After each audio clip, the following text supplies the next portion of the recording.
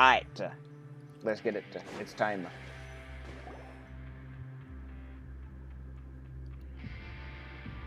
Some time has passed since the incident in the fortress. Now for a little rest up. Wait a sec. Oh, today's our big day! We're supposed to leave the fortress of Mirapede. Come on, we've got to... Didn't we already leave? I thought we already left. Also, if they do some like actual Samsara junk again, where I'm literally farming like prison points, I will be so dead. Like, get me right in the action. We're supposed to be meeting like Skirk and some junk, bro. Get me right to the action.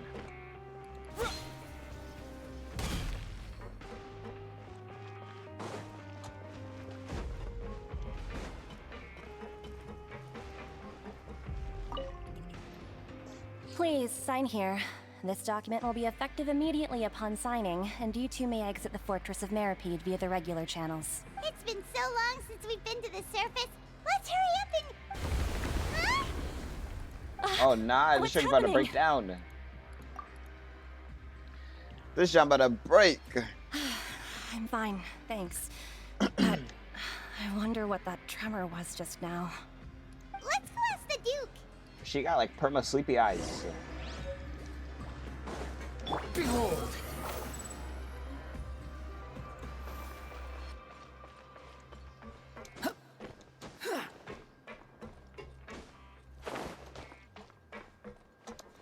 Oh, I forgot the office is right here. I was about to climb up. But...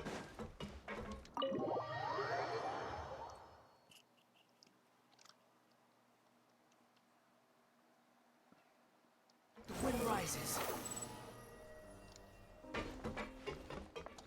Hello, Mr. Risley. Your Grace? Ah, good to see you two. Is there something you wish to see me about? Yeah, what was with that earthquake just now? Ah, that. The tremor didn't originate from the seafloor. In fact, it seems it came from the surface. Over the years of serving as the warden here, I've developed a sense for distinguishing between what occurs on the surface and what occurs underwater. Besides, the seal that Monsieur Neuvillette set in place won't fail so easily. So the fortress is okay? If you recall our last incident, if there really were a problem, there would be crowds of inmates in a panic right now. Yes, our contestant. You've got a point. Okay, seems we need to get back up to the surface and ask about what happened. By the way, do you know what day it is today? I believe today is this month's pipe cleaning day. Wait, seriously? Ah, yes. Have you completed your release papers? Yep. It's you two. Are you leaving now? That's right. Today is our last day in prison. I'm interested when they're gonna release this character, because we know about her. She's Hydro. Feel like we were confined here. It's actually been pretty nice. I feel like since she hasn't released yet, she's not a 4-star. Oh yeah. Because she would have released on Risley Banner. Then be That would have sure been the to come perfect back and combo. visit. I'll miss you. If you've signed the release papers, then you're free to go. The guard... You're not going to see us off? I knew you'd ask. All right, sure. Let's go. Well, you actually agreed. No worries, you must be busy. Paimon was just joking. Ah, so you do have a polite side, I see. After being down here for so long, I imagine you must feel like you're lacking companionship. Shall I come along too? No, that's alright. It's not like we'll never visit again. Yeah, don't worry, we'll come back to see you. Paimon really likes the cafeteria here. The chefs sure do know how to make good grub. I hope you won't be here as convicts the next time I see you. We'll do our best to stay out of trouble. Well, it seems our work in the Fortress of Mirapede is finished. That's the end of another chapter in our journey. And since Neuvillette was the one who asked us to come here, we should probably go report to him now. Next up, the Palais Mermonia. Palais You're going to see Mermonia. Monsieur Neuvillette? Please pass on our kind regards. I'm sure just your regards will do, no? I believe it would be the polite thing to do. You're right. I've heard the Palais has been terribly busy these days. Tell him that I hope he hasn't been overwhelmed by the recent string of troubles. Alright. If you're concerned about things at the Palais, why don't you take some time to go up and check things out? I believe you should still have some vacation time She's to like spend. a little bunny rabbit. Thank you for being so understanding. It means a lot. It's been some time since I've gone to the surface. I must say that I've started to miss it a little. Alright. Where is Palais or Palais Maurice? Alright.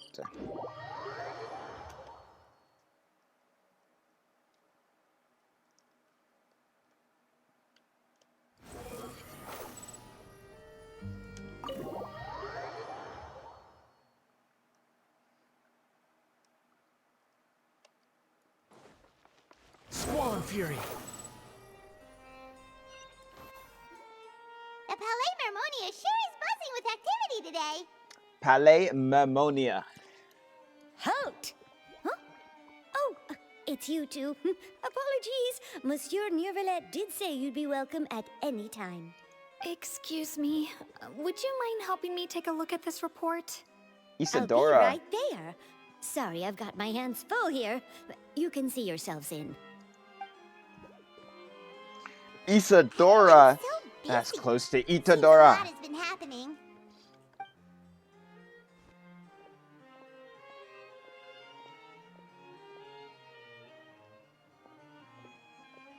Neuvillette! Hello. You've come at the right time, but you'll have to wait for just a moment, as there are some urgent matters I must tend to first. In the meantime, please, have a seat. If you'd like to have something to drink, let the Melusine outside know. That's all right. We just ate. Very well, then. I want to see Arlecchino again. Let's take a break over there while we wait for him to finish his work.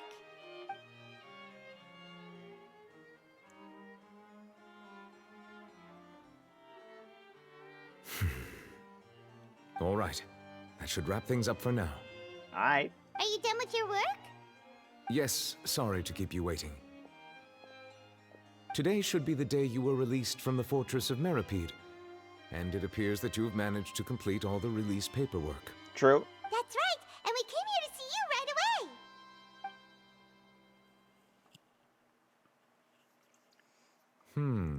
A massive whale. A Do you have massive any idea whale. what that might be? Judging from your description, that cannot have occurred in any ordinary waters, but rather something like the primordial sea. A whale of that size and shape cannot usually be found in the waters of Tevat. Therefore, we can only assume that Child is presently immersed in primordial seawater. Immersed in primordial seawater? But how? And is he okay? Most people wouldn't be capable of entering in the first place. I'm not completely sure how he could have gotten there myself. There's something we'd like to ask you Yes? about. What is it? What was the tremor we felt earlier? Oh, right. Paimon felt it too. We asked the Duke and he said it wasn't from underwater, so we figured you might know something about it. It turns out that I have just received a report about this particular matter. In fact, that's exactly what I was busy with a moment ago. The source of the tremor was here on the surface near Poisson. After the Poisson. shaking stopped, the water levels in the Poisson area rose at an alarming rate. The water levels rose? Oh no. What about all the people there? Fortunately, the water levels only rose for a short period of time and have already returned to normal now. However, I still have a bad feeling about the whole phenomenon. If the change in water levels is connected with the leaking primordial seawater, then the situation in Poisson may be much worse than it appears. Navia should be in Poisson, right? We need to go check on her. Ah, this is how we meet Navia. I would also like to go there as soon as possible, but I'm afraid I can't leave just yet. We must immediately formulate disaster prevention plans for the surrounding coastal areas to avoid potential catastrophes. I'll Alright. have to ask you two to go to Poisson first. I'll meet you there to check on the situation once I finish things here. Sounds like a plan. There's no time to lose. Let's get going. Please be careful. Go to Poisson. Where's it at? Ah, this little hole right here. I should do my commissions.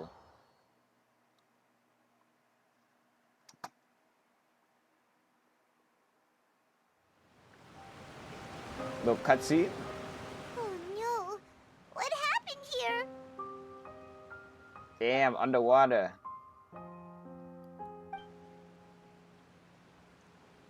Navia should be around here, right? We need to make sure she's still...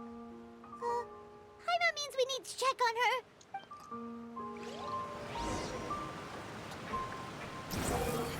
Where's my goat? Navia.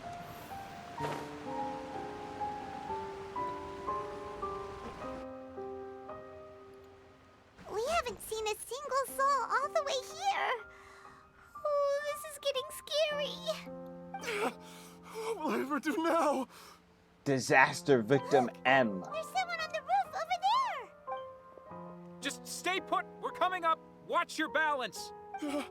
All right, just hurry.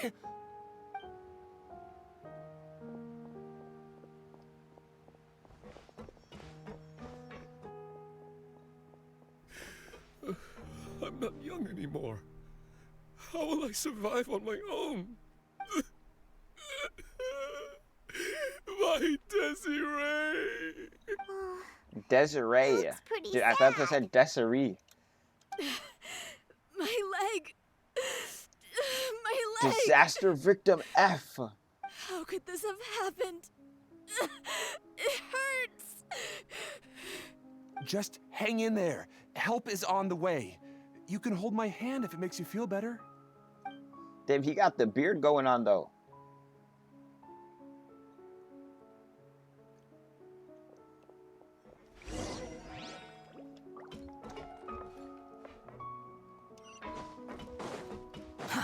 Behold!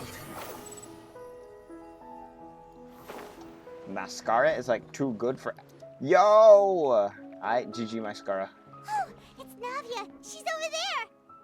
Hey, Navia, are you okay? She's so pretty.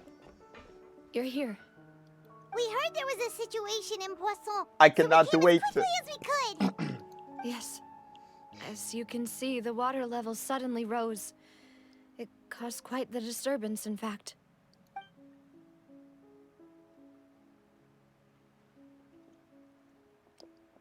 Demoiselle! There was a wounded resident next to a building southeast of here. We've already transported him to safety, but we've run out of medical supplies. He's wounded? How badly? He fell, so it's probably a broken leg. He's pretty shaken up. When the water level rose, he desperately climbed up to the roof. Once the water receded and he saw the ground, he became terrified and eventually...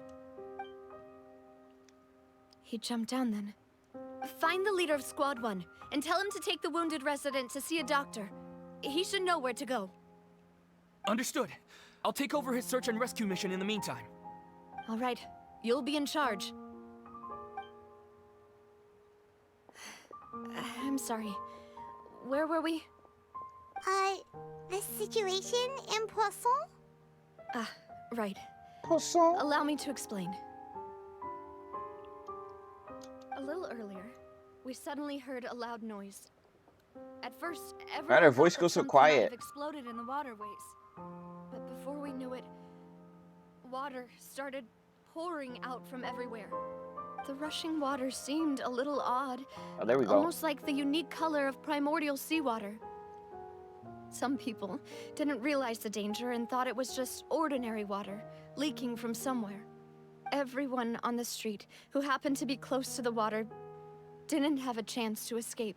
They all got poofed. As the water levels rose, they suddenly disappeared. They were all dissolved.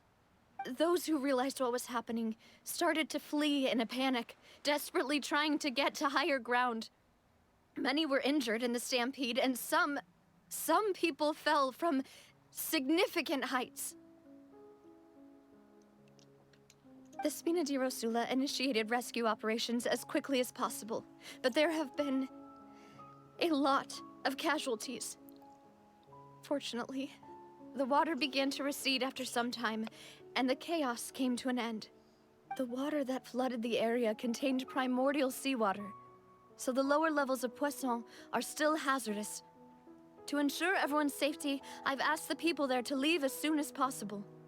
No one knows if this could happen again. All we can do for now is try our best to help evacuate the residents. We still haven't completed the head count, but we'll have some numbers soon. How awful. And all of this just came out of nowhere. It was quite frightening indeed. I only wish that everything that just happened was a bad dream. Is there any way we can help, Navia?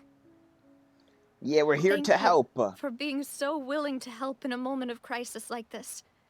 You don't know how much it means to me.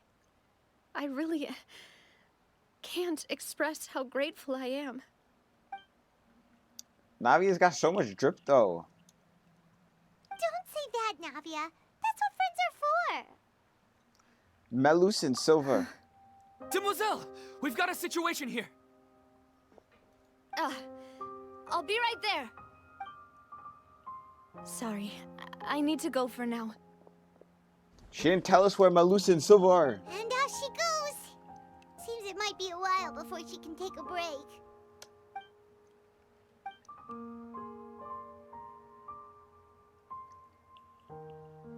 Okay, the wounded are being tended to, and we finished a preliminary head count.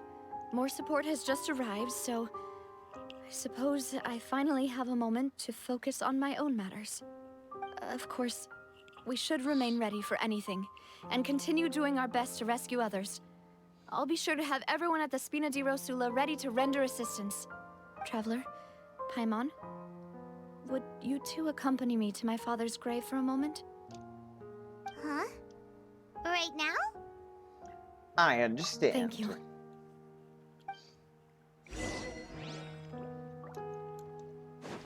Okay, achievement. Okay, close this. There you go. Some radish. What else we got? Artifact. Okay, okay, okay.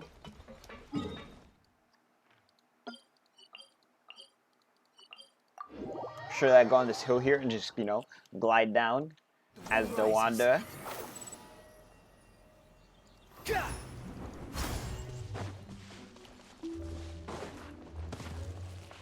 Squall and Fury.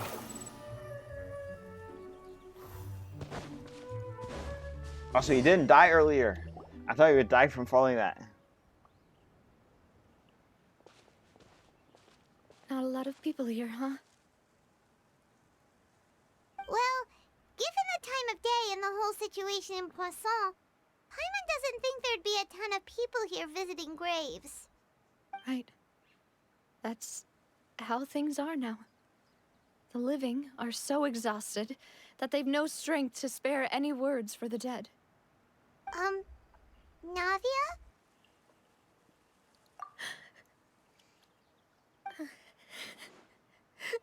Oh no. Navia, what's wrong? Sorry. I just...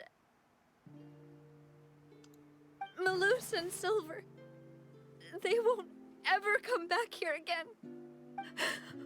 What should I do, Papa? Huh? What happened to them?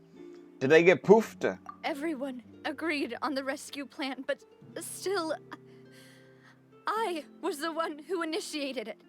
They were helping evacuate the residents, but they couldn't leave in time, and they were caught in the seawater. GG's. What should we do? I've known them for so long, and I know they weren't afraid. But I could at least hold a funeral for my father, and I know where he rests. But as for Melus and Silver, they're just gone. I just can't.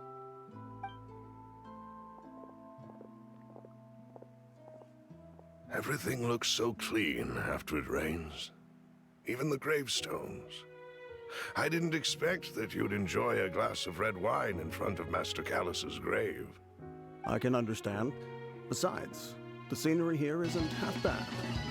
See, it's not just me. I Yo, always Coco want with to the bring something raid. when I visit Papa. Perhaps we might even have a picnic. He wouldn't be angry, would he? Yo.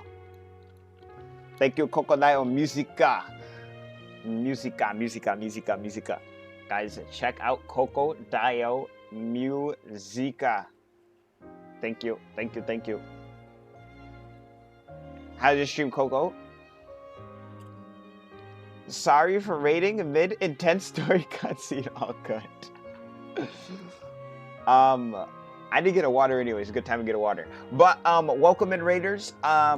Let me know if you wish for Furina or if you didn't, and who you plan on fooling for in Fontaine. Also, Xinyan main guy. Yep, that's it. That's about it. And yeah, hold up though. Let me get water.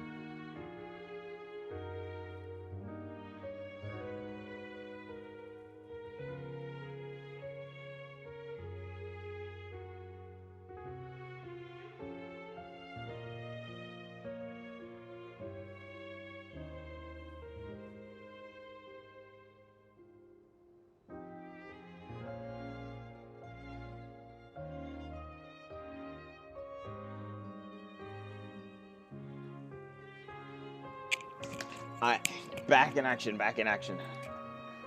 Alright. How could Master ever be upset with you, demoiselle? Yet the cemetery is the home of those who have passed, is it not? Everyone ends up here sooner or later, no matter who you are. Buying yourself a plot in advance, are you? No need yet. But when I do, I hope you'll let me be buried beside Master Callus, demoiselle. Oh, that's why she's so sad. Stop joking around. Alright, but he's getting a little old though, you know? He is definitely getting a little older. That way, it'll save us both the trip to see each other whenever you visit your father's grave. That makes sense. In that case, could I be buried on his other side? After all, besides you, demoiselle, the two of us could certainly be considered Master's closest companions, no? Personally, I believe we fill those shoes just fine. Why are you bringing this up all of a sudden? Seriously. All right. I'll remember your requests. But I'd really prefer not to talk about this stuff. And what do you mean by saving me a trip? I'd make the journey even if I had to visit you two somewhere else. I'd promised to let them rest in peace here. But here I am breaking that promise. I'm sorry for letting you see me in a mess like this. I don't usually cry, really. Paimon doesn't know how to help you feel better. But, well, she understands how you feel. I had always thought I could make my wishes come true. But now that I think about it, that never solely relied on me. Many things can only be accomplished with someone else's help. Malus and Silver have helped me so much. But by contrast, I could do nothing for them. I'm so sorry. You can spend as much time as you need here, Navia. We'll stay with you. Yeah, we're here for you. Thank you. Right now, you don't know how much that means. By the way, you can have a look at this. It's a list of victims from the incident that took place here. Obena, Khan, Burnett, Giverny, Did she see them? Like, poof, Francine, right in front of her, though? Karina, Daisy Ray, Joinville, Julianne, Esson, as well as Malus and Silver. So, everyone else is safe. But still... It's okay. I know what you're thinking. And you're right. We lost Malus and Silver. But we were able to save more than we anticipated. The overall outcome indicates that the cost was worth it. No one's sacrifice is truly necessary. Right! Don't think that way, Navia. One person might be saved at the expense of another, sure, but that isn't something we should ever consider a trade. Malus and Silver were not the price for saving anyone. You're right. Thank you, Paimon. What you said just now was pretty amazing, actually. I'll remember your words. Oh, really? Paimon the Wise. Seems you've become more rare. eloquent in the time since we last met. Arlecchino, what? The knave? What are you doing here? Is everything going well on your side? Yes, my people are carrying out the mission according to your request. All the residents of Poisson have been evacuated, and we're preparing to relocate Arlecchino them working to with higher ground. Navia? As for these supplies, we have everything taken There's care too many of. beautiful women on the There's no screen. need to I don't worry. know. I Thank don't know. you very much. Wait, do you two know each other? We just met recently. Right, Miss Navia? Usually, I would call this a coincidental encounter. But that doesn't quite fit this time. Besides, it never even crossed my mind that a Fatui Harbinger would come looking for me. Thanks to the Knave, Spina di Rosula received generous support from the Fatui, which allowed us to complete the rescue and evacuation work so quickly. Mutual aid is essential to fostering positive developments. We were already in the area, in any case, so it was nothing. Okay. That said, I must say that you're a lot sharper than you let on. I'm sure you understand what I mean. I apologize for all the ways in which I tested you previously. We've never worked with a Fatui before, and it's extremely important for us to know who we're working with. My subordinates have reported that Fatui soldiers have been observing water levels and taking head counts in various locations. I hear that they've also prepared a large amount of emergency supplies. I'm quite surprised. True. This is nothing to brag about, nor do I intend to. It is simply the way of powerful organizations to act forcefully, whether they are doing good or ill. You've witnessed that firsthand, in any case. As I've told this traveler before, I know of the prophecy, and I intend to prevent the impending disaster. Damn. Lending your organization a hand was a natural first step in accomplishing that. As such, do not be troubled by this token of our sincerity. Perhaps one day, you'll also be able to help me in the same way. Without your help, there would have been many more casualties. I won't forget your kindness. Furthermore, I sincerely regret what happened to Malus and Silver. I only wish that my people could have arrived a little earlier to prevent Bruh, this I from need happening. her. Why is she gonna be so late? Don't say that. It's probably gonna go You and Navia, your Corinne, subordinates and did then everything you Arlecchino. could. That's like As 3 whole Paimon said, patches. Malus and Silver didn't choose to sacrifice themselves for any specific person. I can't wait for that long. And they weren't the price paid for others' salvation. They chose to become heroes themselves. I've never liked hearing people put it that way. It's like trying to relieve pain by saying some noble-sounding words. But right now, there's nothing more suitable. They really did become heroes. You're right. I'm sorry. More for your time loss, to Miss save. Navia. I need her now.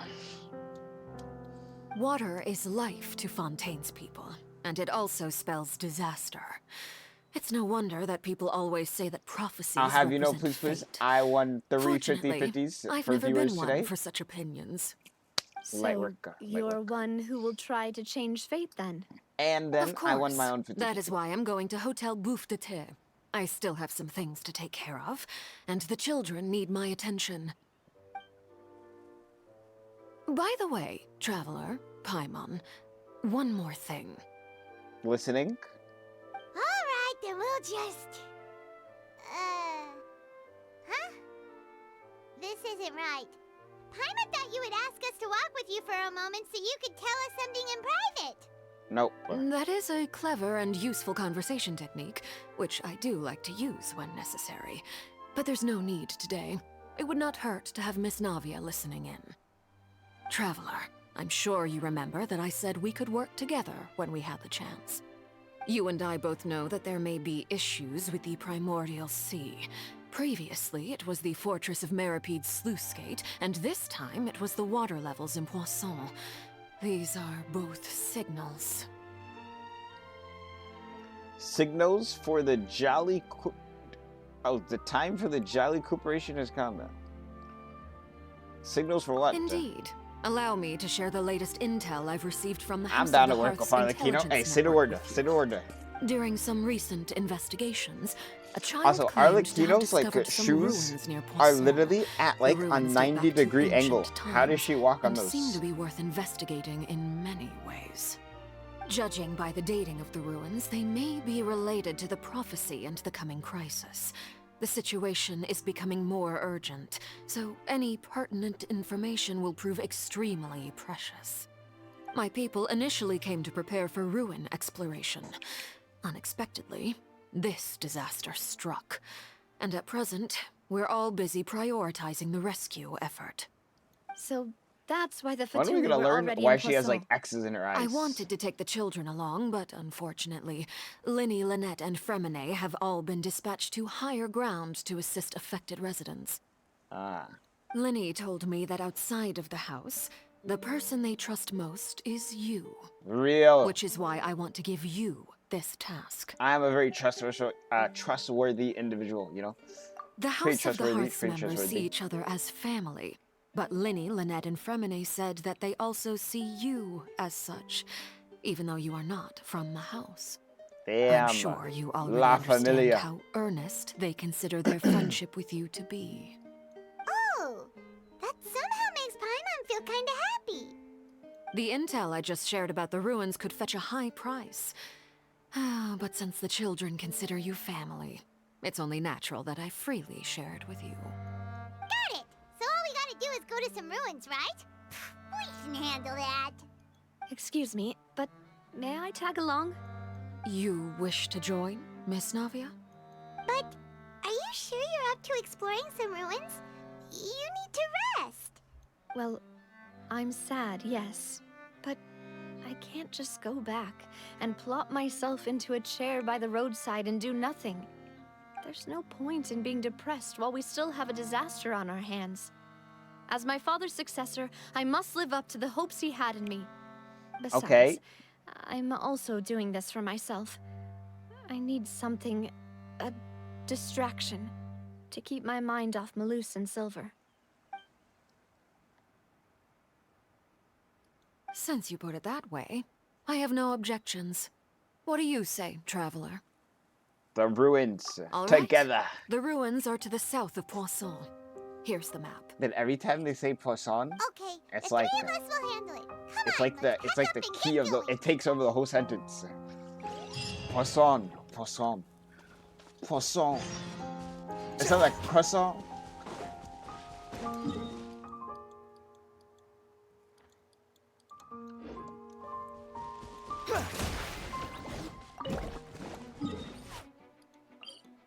I just thought about it. My team is like all hydro. All the enemies here are also all hydro. If I have to fight anything, I'm not even gonna be able to fight them. We're swapping out Neuvillette. I cannot fight anything with this team. Sounds good to me. Problem solved.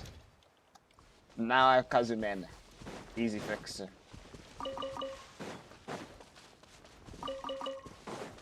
Quit following me. If Kazuman can't do it, it probably can't be done.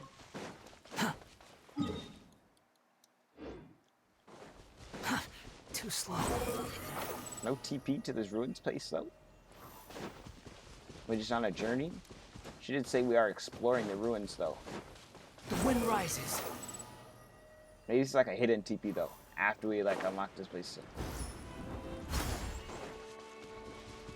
K-word? My guy. Kazugoat. Kazugoat, Kazugoat, Kazugoat. Yeah.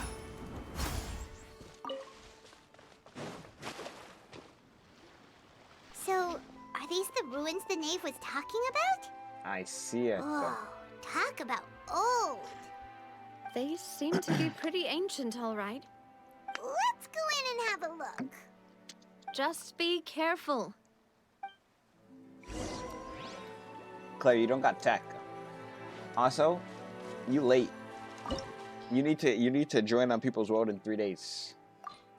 You are behind the system. What does it say? It's just a domain? Alright.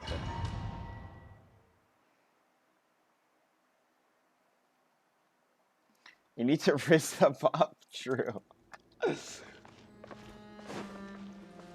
Okay. We got some Uncharted type beat.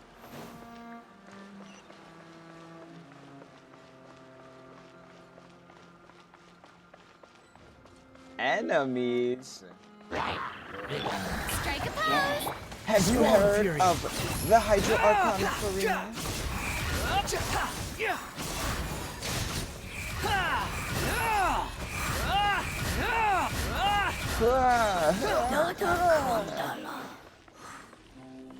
It seems they did not hear, but now they know.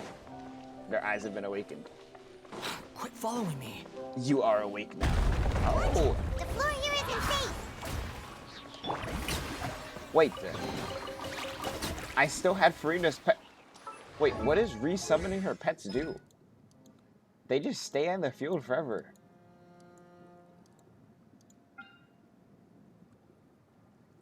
Oh, they last for 30 seconds.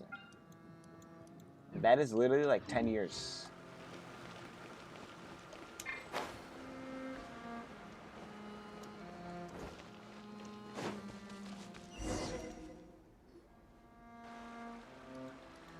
This place has also been contaminated by primordial seawater. Yeah. And a lot of it, too. A Fontainian would most likely dissolve the moment they fell in. You should go back to safety, Navia. Right! You can't go down if there's primordial seawater. Can we go in And seawater? it won't be any help for you to just stay here. Are we going on a dive? Are we going on a little toxic swim? Don't get by my wrong. We're not saying you're useless. It's just that... No, you're right. I can't do anything in this situation. I'll leave... The floor did fall. That complicates things. Maybe the only way left is forward. In that case, do you want to wait for us here? The water levels here are unstable, and there's a chance the water will rise. So staying here wouldn't be safe either. I'll go together with you. Perhaps we'll find the exit just up ahead. All right. Come with us for now then, but please be careful. Okay. Monkus. Oh no, it's a dead end! Let's try climbing over from the side. Do I insta-die if I go in this water?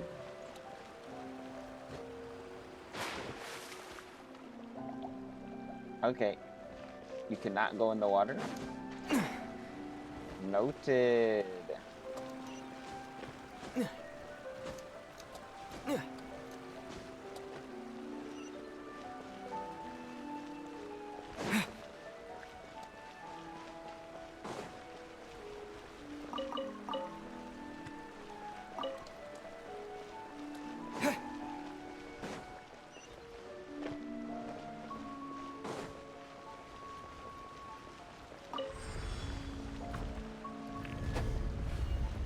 What is this? We're in a domain.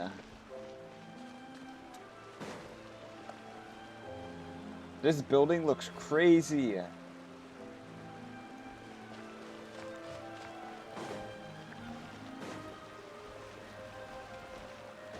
This building actually looks crazy. This is on some Enkinomiya type beat. Damn, and the camera angle change? There's something wrong with this bridge. Oh! Yo, we on the run!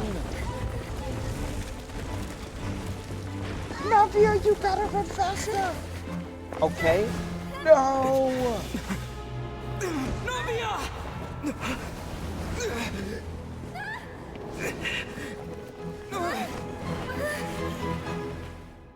Into the seawater!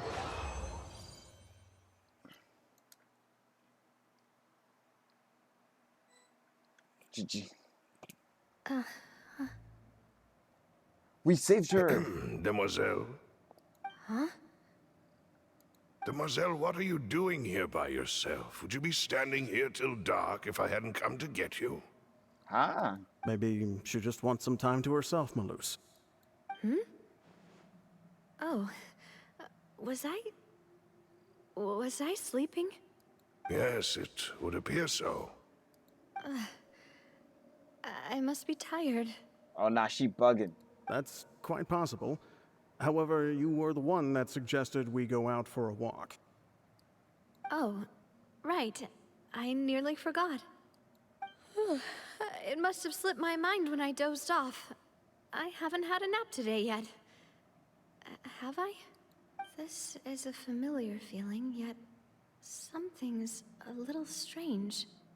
Is something the matter, Demoiselle? Oh, no. No, I'm fine. I was just trying to recall why we came out for a walk. Do you remember Mr. Giverny? He'd requested our help before with foreign merchants who had a debt dispute with him, and we'd resolved the matter not long ago. We were headed to see how things were going with him at the moment. Ah, right. Yes. I remember now. Oh, Miss Navia. Ah, Mr. Malus, and Mr. Silver, too. It's good to see all of you. How Bro, have you his been? head is bugging. It's been great. Thanks to your help, those bothersome merchants finally realized that I wasn't the one they were looking for. Why, I wasn't even the guarantor for that person. But when, like, the wave They were thing knocking goes at my over door his day and head, night. it Even makes my him look so neighbor goofy. Obina was getting fed up with them. Sometimes force is required to calm someone down and get them to listen to what you have to say. That's right. Oh, by the way, Burnett, what was it that you wanted to give to Miss Navia again? Oh, yes. One moment, I have it right here. Miss Navia, these are some flower seeds that I prepared. Please take them. They're a very good variety, and they'll become very big and beautiful once they bloom. Okay. I don't know what we would have done without your help, so this is a little token of our appreciation. I hope you won't refuse. Look. Did you cultivate them yourself? Thank you so much. I'll certainly take them. He had, like, we do increased still have FOV some for a empty second. flower pots at home, right? Why, we can have as many pots as you'd like, Demoiselle. Perfect. In that case, we'll swap out some of the decorative plants for some of Mrs. Burnett's flowers. Very well. Wait. Something seems to be off here. Excuse me, madam. If I'm not mistaken, your name is Burnett, correct? That's right. Is something wrong? No, it's nothing. This is the first time we've ever met, but your name seemed familiar to me. I must have heard it when I was discussing things with your husband previously. I've heard this name before. Sometime recently, I'm sure of it. And why are there so few people around here? Where did everyone go? We must mind the time, demoiselle. We still have important things to attend to today. Huh? Navia, wake up. We do? Wake up. Like what? Wake up. Well, now, did you forget? Miss Navia, here you are. I've been looking for you. Please, come to the Opera House. Your trial is about to begin. My trial? Wait, why would I need to go to the Opera House? Yes, she's right, demoiselle. It's just about time now, so we should get going. Oh? All right then. She is bugging.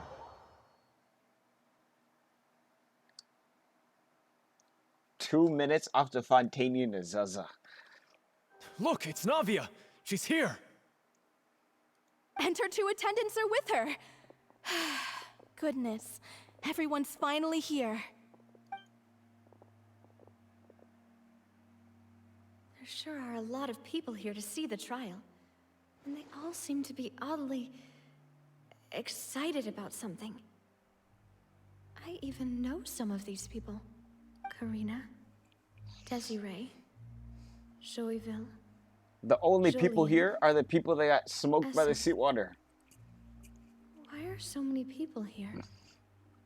And why do I have no recollection of this case? And as for the judge... huh? Where's Monsieur Neuvillette?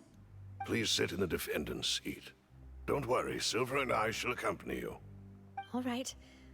But are you sure you can stand behind me? Typically, it wouldn't be allowed, but today is an exception. Hey, what kind of place do they think this is? Come on. Do they have any idea what they're doing? Seriously. His name is all? Oh, it's just like all the whispering. NPCs. Could someone please tell me where Monsieur Neuvillette is? And why I'm standing trial? My dear Miss Navia, have you not yet realized what you've done?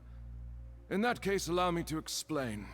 As all here know, you are Master Callus's successor, the head of the Spina di Rosula, someone held in high regard by every soul in Poisson. After you took over the Spina, you treated all of us just like the late Master Callus had. If anyone in need reached out to you for help, you responded. Not only you, but your butler, your subordinates, nearly everyone in the Spina di Rosula fought for the well-being of those in Poisson. Wait a moment. Aren't you just proving that I'm a good person? Yes, correct. Absolutely right. And that is why you stand accused. You have helped so many people get through so many difficulties. You are one with us. We are inseparable. We are one big family. All of us who are from Poisson, inextricably interlinked. And with you being so important, we couldn't possibly do without you. Therefore, this fair and honorable court shall declare you guilty, and you shall stay here. You will be together with us forever. Huh? What are you saying? Everything you have said is correct.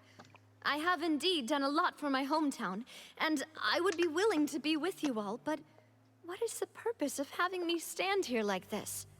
What is there to discuss?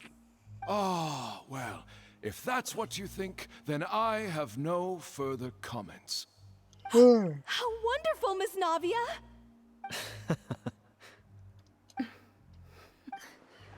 I know all these people. Why are they laughing? Oh, I seem to remember now. Yes, I get it. This trial is... Wait just a moment. This isn't right! Malus? They opened up their third eye. Was that, Mr. Malus? Our conclusion is very clear and unanimous. Let the court judge her now. She's guilty! Stay here, Navia! You're one of us! One of Demoiselle, us. don't admit guilt. This trial means to keep you here forever. I wish to exercise my right to defend Our Lady. Mr. Joinville, you only know of Navia's goodness, but nothing of her utterly independent mind. She was born a free and independent spirit. She has never been tied down by anything. Indeed, even the death of Master Callus couldn't stop her.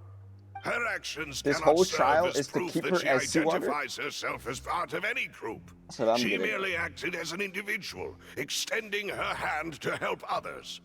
Please do not mistake her actions as being otherwise. Really? As an individual, you say? Don't forget, we are all Fontainians here. This is the nation of justice, the This nation Archon of quest? Hydra. Yeah. Even if Miss Navia only voluntarily rendered her assistance, that doesn't change the fact that her beautiful soul must return to everyone. Water accepts all, blends with all. It will surely accept her kindness. Everything is measured here in the nation of Hydro, and in the end, everyone shall meld together. Thus, when a unanimous opinion emerges, that opinion represents justice. I am Now, interested I how speak this for goes from everyone. this to Furina. Our opinion is consistent. Navia should stay. We and Navia are one. And you would call this justice? Preposterous. You are merely jealous that Demoiselle still has a chance to exist as an individual. Have you forgotten how much you all once longed to become individuals, to become independent? Do you mean to defy our justice? If your justice is flawed, then why should we acknowledge it? Manga. As you said, we can also have our own justice. Silver and I shall defend Demoiselle.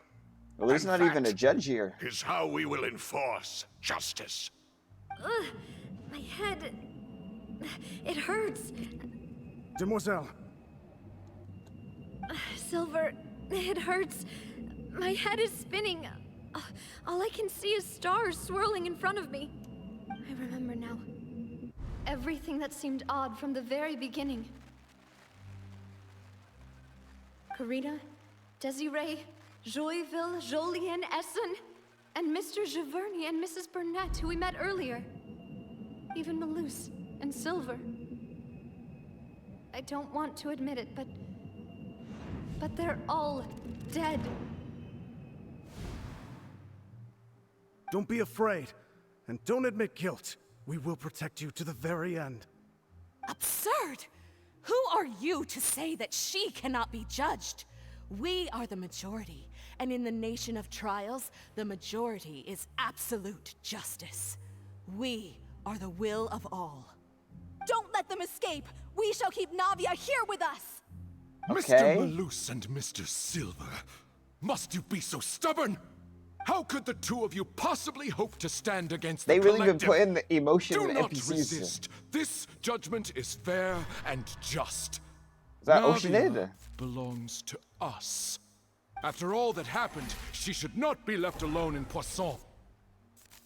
Oh, nah. What are you saying? No more excuses! She says we're jealous. Jealous? How could she possibly be an independent individual? They're all Oceanids. With these people. Who's jealous of her? She belongs to us. Miss Navia, she... Silence. Neuvillette. He's here. Monsieur Neuvillette! Such commotion is prohibited in the court. The accusations you just presented are nonsense and cannot constitute a proper trial. The court will adjourn for the rest of the day. In this, I shall hear no objections from any unauthorized party. Our thanks, Monsieur Neuvillette. Please leave with me, Miss Navia, while there is still time. But... Oh, he came to save the day. Go on now, demoiselle. This is your only chance to leave this place. What, can't bear to leave us behind or something? No, this is so Chad. My apologies. I couldn't resist making one little joke once I realized that this shall be our last goodbye. Malus... Silver... Quickly, you must come now. Goodbye, demoiselle. Farewell. Damn. Full widescreen.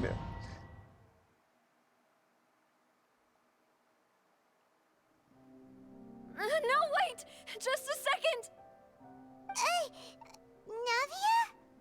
Navia? You're awake. Good. I must have been dreaming. Malus and Silver were still alive, and they were defending me at some insane trial. It looks like you're all right. Did all the sad feelings cause you to have a nightmare? Paimon could give you a hug. The ruins you were exploring suffered a cave-in. When I arrived, I found you falling toward the water. You were just about to be dissolved within, but I... What is it? He came to the rescue. I saw 2 Oceanids protecting you. It was only for a moment, perhaps even a fraction of a second, but they gave me the chance to retrieve you. Oh, Were it not was for their Silver intervention, and I would not have been able to rescue you before your consciousness dissipated. Wait, did you say Oceanids? You mean like what happened with Vache? Perhaps those 2 Oceanids were the people you saw in your dream. Why did they say Oceanids? I always told them that they didn't have to protect me. To think that they'd keep doing so even after death. Please come with me. This is how it goes over to Neuvillette and Furina. I see. Neuvillette, are you okay? Oh, I am quite all right. Perhaps there's something we could chat about? Why do you look so stiff all of a sudden? Oh, Paimon knows. You're the type who feels awkward when there's nothing to talk about, right? I merely thought that we should give Navia some time to herself. True. Huh? Why didn't you just say so then? Don't you think it's even more awkward to call us over like this and then have nothing to talk about? I suppose so. Sorry, Neuvillette. I respect it. Ah, Sigewinne. I hope all is well with her these days. Her work in the Fortress of Meropide has not been too much for her, has it? No way, don't worry. She's doing fine down there. She's an amazing head nurse. I see. Well, that is good. I have always worried that Sigewinne would need a lot of time to understand the world of humanity, just as I have. Oh, and the Duke also says hi. Even though Sigewinne made him do that. He hopes that you haven't been overwhelmed by all that's happened lately. Thank you. I have indeed been busy lately, and I also hope that everything is going well in the Fortress of Meropide. He still doesn't know what to talk about. Let's chat about something else then. You're the expert here. What should we talk about? So, Neuvillette, you're probably quite the swimmer, huh? Yes, of course. This isn't going anywhere.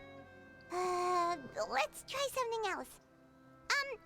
How did you find these ruins? Did the knave tell you? Yes, in fact. I had arranged to meet you in Poisson, but when I arrived, I discovered that the Fatui were helping the residents evacuate. They had even transported a large quantity of supplies to the area. Amid my astonishment, I ran into the knave, and we had a chat. She informed me that she had asked you to investigate the ancient ruins here. Yeah, we originally planned to meet up with you, but we thought you might still be busy with all those official documents. We didn't think exploring the ruins would take very long, and who would have thought you'd wrap things up so quickly?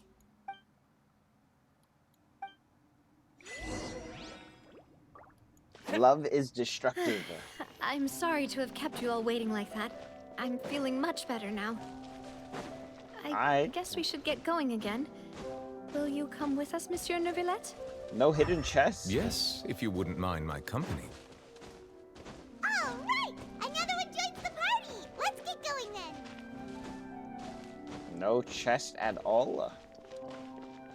I don't need a chest.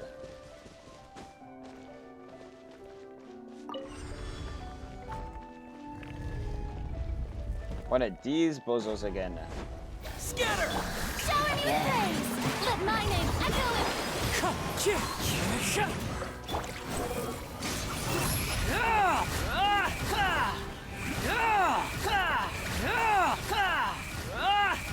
He is getting bodied. He is getting bodied. Alright. Wait, actually this is the perfect time to go healing mode. What? Wait, this heal is not bad though.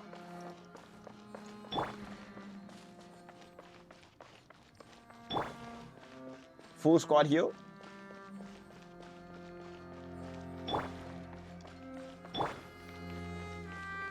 Alright, healing Furina is gonna take a little bit.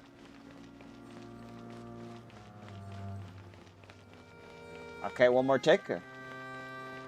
Bang! Alright, we're back in action. We're back in action. I like this camera zoom out. Oh no, another unstable path. Watch your step. Oh, yo, this thing's about to break. Whole thing about to break. Huh? Wait, where do I go? I see, I'm seeing. No, wait, the thing I'm climbing on is about to break too? There we go, there we go.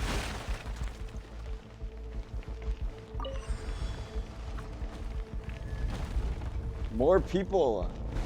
Watch out! There are rocks falling over here! I just watch as my, you know, my little pets do all the work for me. Yeah, mess them up, rough them up a little bit, rough them up a little bit. Yeah. Time to go.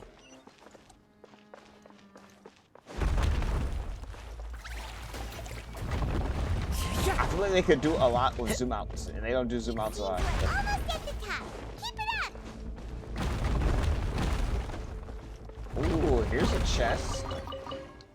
Yes, sir. Plus 5 gems. Again. Yeah. Time to shine!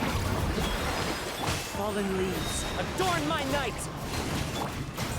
You dare to gaze upon me? Free. Chill. Into the wind. The clouds high. The birds come.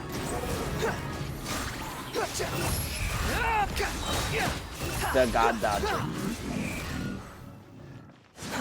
Too slow. Hold up. Ah, Swagger the chase. show begins. Surely I'm still gonna heal though. I wanted to get healed during the cutscene. What is this? Wait, it is healing me. Watch, I'll be like full HP. Holy, look at that. Okay.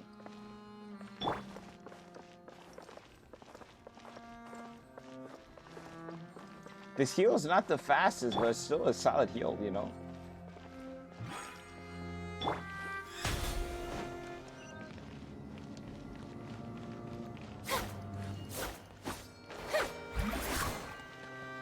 I love the slime attack she does.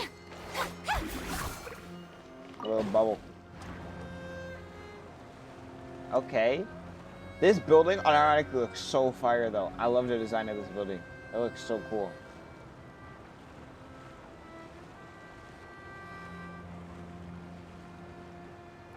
All of this in a domain. It's kind of crazy.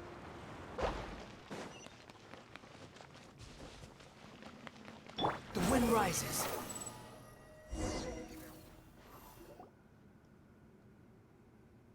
Looks like we've reached the end.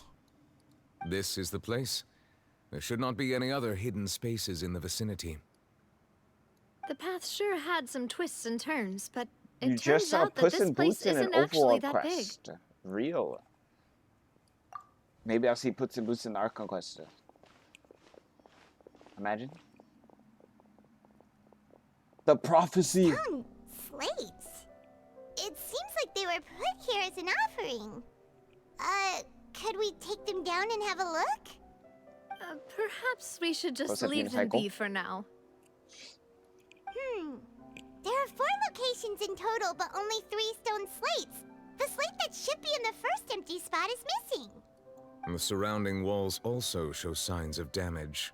Someone came in here and griefed it. Written below. Let Paimon see. Reason dictates that this nation be destroyed. I shall record the history of its future here in its past. Say what? It feels like someone left these slates and these words here for a purpose. But does he mean that Fontaine should be destroyed? That would fit the circumstances dictated by the prophecy, yes. Indeed, the slate's contents correspond to it. Take the second slate, for example. There's a person kneeling here. She seems so... I thought she said mewing. And there's a whole bunch of other people behind her doing the same. She's facing this... what is this? Some kind of island in the sky? And is that Lady Furina in the third image? Did the Hydro Archon fall into the water? And is that a ring of people around her? Paimon doesn't quite get it. Are they all in the water? The fourth image. I know this one. This exactly matches the content of the prophecy. Furina crying to herself on the chair. Yep. The people will all be dissolved into the waters, and only the Hydro Archon will remain, weeping on her throne. Yep.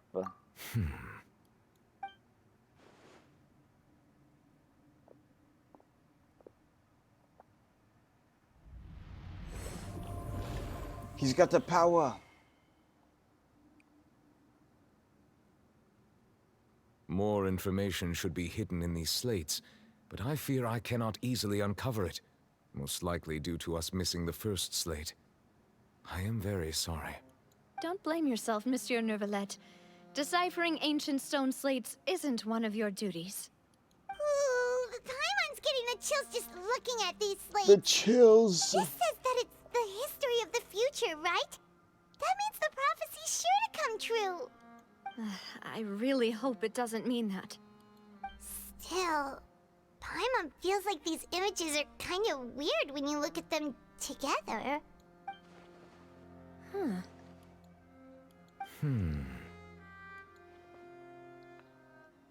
The issue is the order of the third and fourth images. That's right! If the images are in chronological order, shouldn't the fourth, the waters drowning Fontaine, come before the third, where the Hydro Archon herself falls into the water? And yet the order is reversed here. The second image is also quite concerning. If we go by timing, Lady Furina only emerges in the third image. That means that the person in the second image might be the previous Hydro Archon. So we need the Egeria, first then. image. I had never met her, but her appearance here does match the records. The previous Archon kneeling before the floating island in the skies, as if confessing a sin. Did she herself commit that sin? You haven't yawned so much. If not, why would she be in such a posture? Also, I'm still wondering why these ancient stone slates are here at all. Judging from their contents, could this place be the origin of the prophecy? Does that mean that someone, or some people, once saw these slates? But who would have created these slates and left these words here? It seems that any further clues will have to come from Furina. In that case, there's no time to lose. There's nothing else to be gained here, so let's head back first. Yeah, we better get somewhere safe for now. Thinking?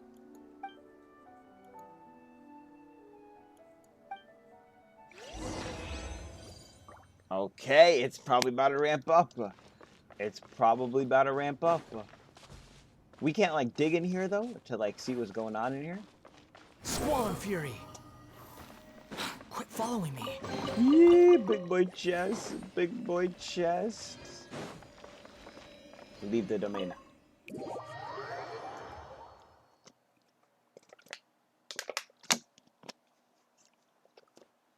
Let's split up here.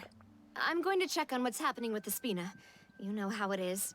There's some things you just need to be there for yourself. True.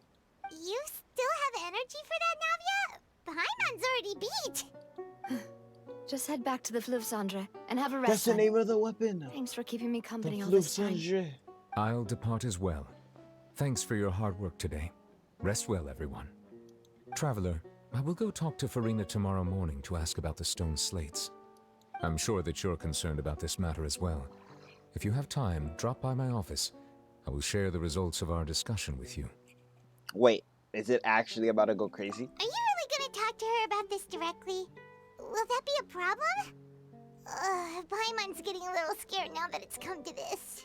She has long been harboring secrets and will not give them up easily, which makes it all the more my duty to ensure that she understands the present situation.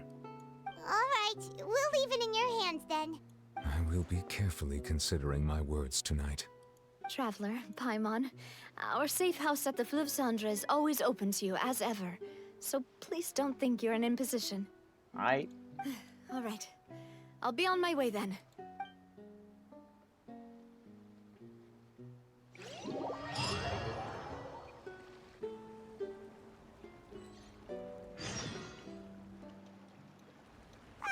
We're finally back! Welcome back. Why is she We've got Echo? a special menu prepared for you two tonight. Yay! And there's good food too! Ooh, desserts! Paimon's already starting to forget what happened today. Mona. Oh, that voice. Is that who I think it is? What Mona doing in Fontaine? In the Archon quest? What? It's you two. What are you doing in Fontaine? What is she doing in Fontaine? Mona? What? I was not expecting that. Hello. Mona? Lady Magistus. Dude, when has Mona been in a Seriously, cutscene? nobody just uses a scryglass whenever they've got time to just see Honestly, who like they'll meet on the 2.8, I road. think. Still, we didn't expect to see you here. Wait, you're not a Fontainian, are you, Mona?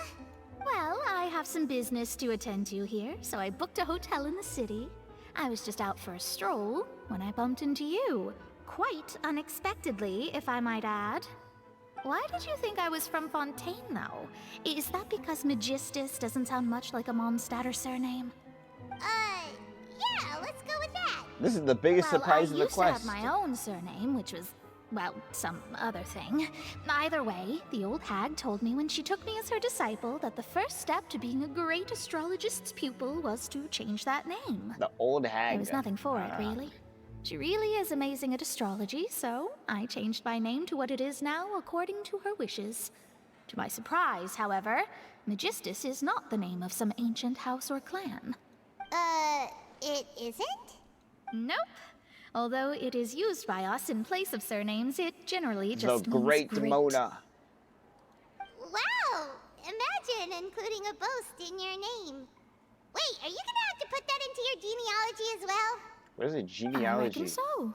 In any case, I'd give my disciple a name like this as well, if I were to take one. Astromancer Barbeloth Trismegistus. Astromancer Whoa, Barbeloth that's a long one. Trismegistus. Does it also mean great or something? Surely My that's a name playable means character. Mona, the great astrologist. Wait, is her As for the old master hag, like dead? Hers is, in plain speech, the thrice as great scholar of the stars. Just take it as a title specific to astrologists. Thrice as great? That's so petty. I know, right? That's just how she is. She used to call herself Magistus, actually, but when she took me in, she changed her name to Trismegistus. Talk about excessive. Magistus is thus the calling card of our school, so to speak, which makes it about the same as a surname. It's all right if you don't get it. You can look into it further should you need to study astrology more deeply. Triple strength traveler or triple appetite Paimon? Paimon's got like 10x appetite. But anyway, you're not Fontainian, are you, Mona? You're from Mondstadt, right? Well, I was born in Mondstadt, yes. My parents migrated to Dornman Port, and I traveled with the old hag for a while, after which I settled down in Mondstadt City. Ah. Oh, that's a good thing then. At least we know you won't be dissolved by Fontaine's waters. Speaking of that, I'm sure you're aware that a bunch of things have happened here in Fontaine, right? I know Mona's you're not going a to local, use her but scry I'd avoid on getting too close to any Furina. water that looks strange all the same. There's something ominous about it. Well, the water, I mean. That was the main reason, yes. Just a while back, the Steambird invited me to take part in a panel and speak about the circulation of the prophecies and astrologists. The invitation was sent quite early on. I don't think anyone expected Fontaine to be in this much trouble. What do you make of that prophecy, Mona? Just tell us what you think as an astrologist. Your word would go a long way to make things more certain and less scary. What I can tell you is that I'm an astrologist, and that this prophecy concerns the fate of Fontaine, even that of all Tevat. Ascertaining this is akin to reading the fortune of the whole world. I'm afraid that this is not something that just anyone can do. If I could do it, you would no longer call me an astrologist, but a visionary. A visionary. But on the flip side, the prophecy is so huge and powerful that it must surely come from a powerful visionary. Its contents involve the fate of the world. Disregarding it would be a mistake. A visionary? Sounds really powerful and all, but does such a person really exist? Of course. The old hag could do it, and I'd bet there are others amongst those Hexenzirkel colleagues of hers who could do something similar. Oh, like Alice and stuff. Are you sure? All right, I'll help you. It isn't often that I see you with such a serious look on your face. I'll tell you once I hear back from her. Aight. Thanks, Mona. You're amazing as always. Oh, well, this is something only I can do after all. So yes, your praises are quite welcome. That's the greatest of astrologists for you! Of all the people we know, you know the star's the best! Indeed. That's the spirit. Damn, we glazing right now. Sorry. I came to see what all the commotion was about. If there's anything you need, do not hesitate to inform the Spina di Rosula. Oh, whoops. Guess we were getting a little too carried away there. Well, I'll go tend to my own business now. If I receive any news, I'll be sure to come find you two again. And there she goes, quick as rushing water. And here we are with the Spina guy giving us suspicious looks. If Paimon hadn't spoken for you, it'd be you getting all the weird looks. That's more like it. Okay.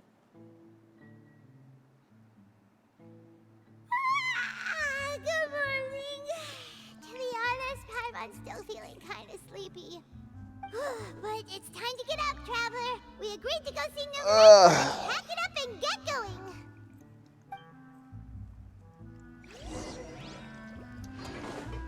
Neuvillette's office. That was crazy that Mona is there. I was not expecting that. It's like the last character I expect to see in Fontaine. Like, without an event or anything? It's kind of crazy shit in the Archon quest.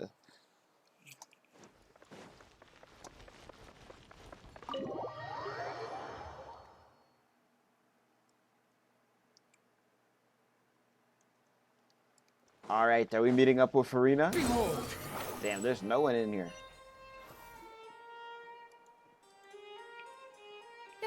You're here! Finally! Is something wrong? Monsieur Neuvillette and Lady Furina, they seem to have gotten into a dispute. Please go see for yourself. A dispute?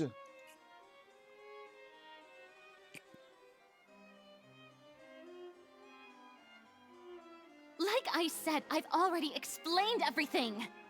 And yet the problem has not been properly solved. There is little space for excuses between us.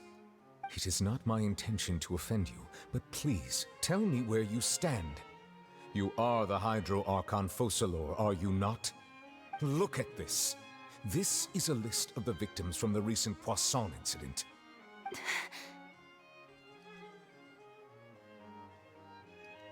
You mean... they're all... They're all seawatered. We did not arrive in time to avert this disaster, and I will not have it happen again.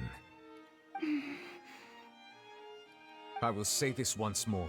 You must tell me everything you know. Yesterday, I found 3 stone slates in some ancient ruins near Poisson. Do you know anything about those? Seriously? You're questioning me like this is a court case now. I don't know anything about that. But you found them in some ancient ruins, you say? That's correct, which is why I came to ask you some questions. There should have been 4 slates, but one of them was missing. The other 3 feature different images that seem to correlate to the prophecy. The prophecy? The second of these slates depicts the previous Hydro Archon Egeria kneeling before a floating island in the sky, as if confessing something. Do you know nothing of this either? I don't. I've never seen such slates. I'll ask Someone you is again. capping. Do you really have no information regarding the previous Archon? My deciphering of the slates indicates that the Hydro Archon Egeria once had to confess to, or apologize for, a certain sin. If anyone would know about it, it should be you. All gods don't have the same secrets, you know. She was herself and I'm me. Is it really so strange that I know nothing? I understand sussy. your concerns, but I'm sorry. I just don't have anything to tell you. Forgive me for saying this now, Lady Furina, but I have long known of your various secret investigations into certain matters. There are several indications that you have been investigating the prophecy on the sly. This is not strange in itself, considering that you are the Hydro Archon. But it is strange that you should also claim to not know any of Egeria's secrets, as well as do nothing following your inquiries. You have never been as superficial as you have presented yourself to be, nor are you a fool. And yet, your behavior is very inconsistent.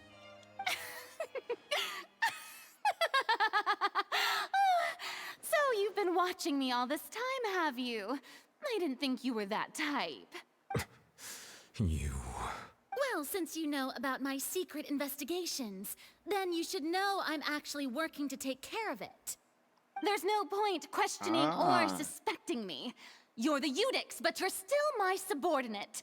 You should be following my lead. Damn, it's getting intense. Just trust in me. You're Archon, and do as I say.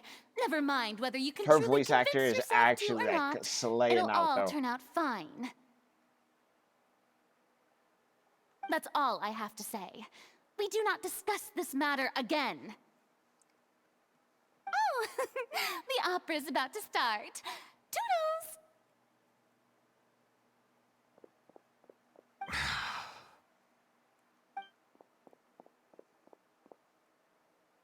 Damn, she just zoomed past us. Did Furina not notice us standing by the door? Wonder what's up with her. She was smiling. Huh. She didn't seem in the mood to care if we were listening in or not. I assume you've been outside for a while now? Oh, you noticed. Seems Furina didn't even realize we were here. She was in a great panic, though I cannot discern the reason. Our discussion reached impasses time and again, a state of affairs that we cannot allow to continue. Still, I do not understand. Dialogue is the basis for understanding, so why did she keep refusing to engage? We need to make her understand how dire the situation actually is. Everyone in her inner circle has noticed that she is hiding some secret. The issue is her attitude. I fear that she will not reveal anything unless absolutely forced to. We may have to create a situation in which she will have no choice but to speak. Oh? Like what? Normally, people will only reveal the truth when standing trial. Perhaps we must have the Hydro Archon experience just such a scenario. But Furina's seen so many trials, and she's nagging questions. How do we make sure that she won't just slip away at the first chance she gets? We will need to consider this thoroughly, join forces with various parties, and then do what we can. If at all possible, I would prefer to recuse myself from this affair, but we must prevent the prophecy from coming to pass. This may be cruel to her, but all Fontaine is in crisis. The information a god possesses is too precious, and so we must take a chance on this. But who will lend us their aid to do such a thing? I know some people I could call up. I've got some contacts, you know.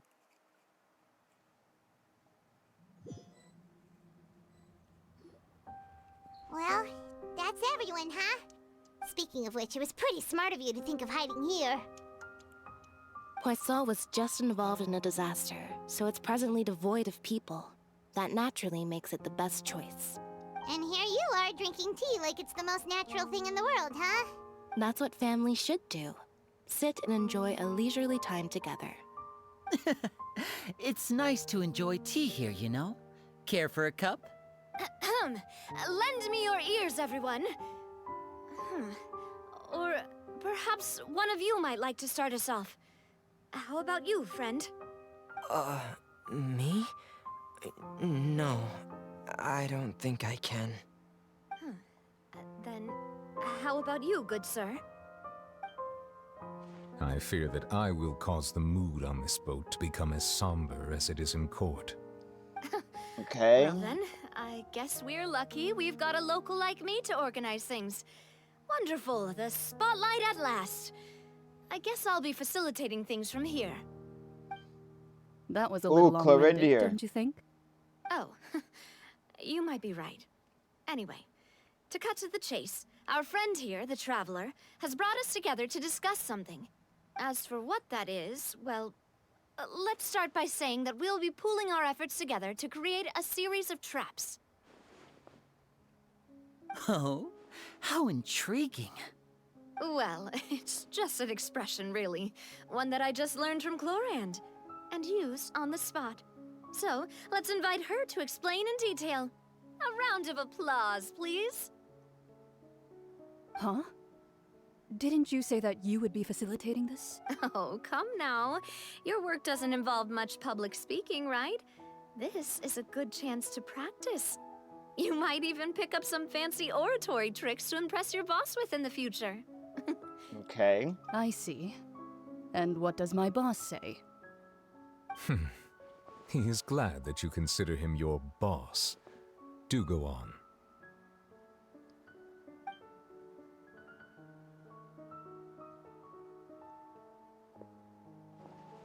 In that case, do any of you have experience hunting? Not that I recall. Fremine and I once used a wooden stick in a basket to catch wild rabbits when we were younger. As for Lynette, oh, right. You were sick that day, weren't you? I've also gone diving to catch some fish before. Does that count? I'm afraid not. You may or may not have heard, but Fontaine once played host to a group known as the Marechaussee Hunters. Though that was their name, they did not hunt animals, but rather various monsters left behind by the ancient dynasty of King Remus. Today, Fontaine's monster population has already thinned greatly, so the hunters have blended back into society, taking up arms in other lines of work. They even left a unique methodology of hunting in their wake. A trap comprises of the following components: bait, a trigger, and a containment device. Sometimes a lethal implement will also be necessary to deal with the prey. So, if we were to build a trap together, right now, what would you choose to build it with?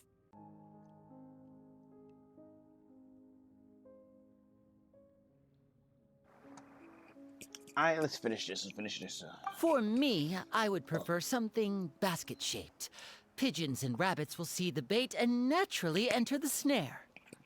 Our line of work requires a deft hand, and we're some of the best in the industry, so you can count on our techniques.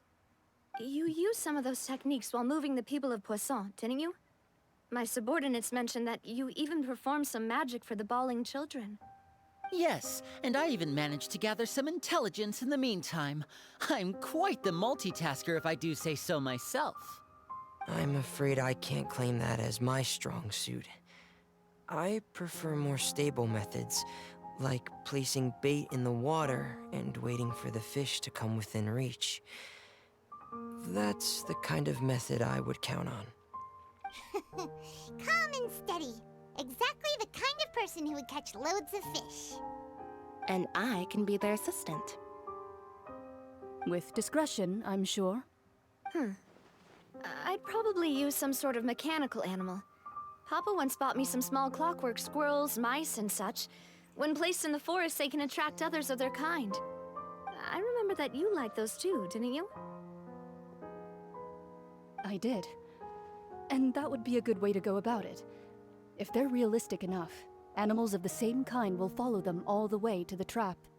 What about you, Monsieur Neuvillette? I fear I do not have any related experience. That makes sense. You usually solve problems directly, without the use of any such tricks. But I do have one more question for you, Monsieur. If we were to create a trap now, how would you design it? I would like for it to be effective, but bring no harm to the prey. A more gentle trap would be ideal. Kind, as always. However, our intention doesn't necessarily change the containment device and the type of implement we need. If we wanted to kill the prey in one strike, we would need a powerful implement. However, that also goes for prey that must be captured and safely contained. Wait, why's that? Only a hunter who's a true expert at subduing their prey can snare it without harming it. The line that divides life and death is often exceedingly thin. So are we going hunting together? Huh. We hadn't thought of seeing ourselves as hunters. It kinda works, but maybe it's still not the best metaphor. If our means of capturing and dealing with our prey is to put them on trial, then the hunting metaphor is actually quite accurate. But we shall require much more courage than any hunter to judge a god, a being whose seat is an exalted throne.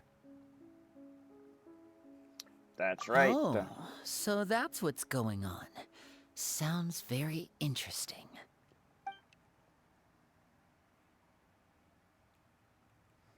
So our trap is putting her on trial. Okay.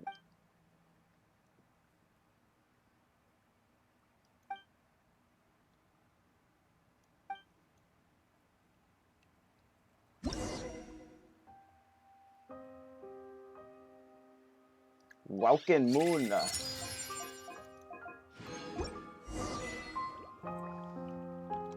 Hold up, real quick.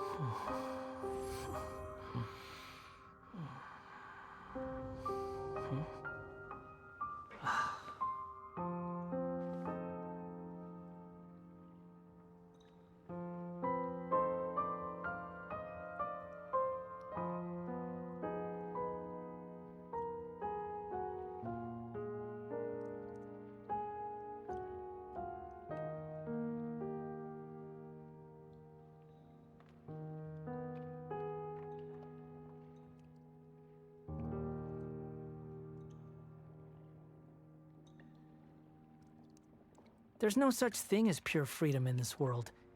Even the wind cannot blow on forever.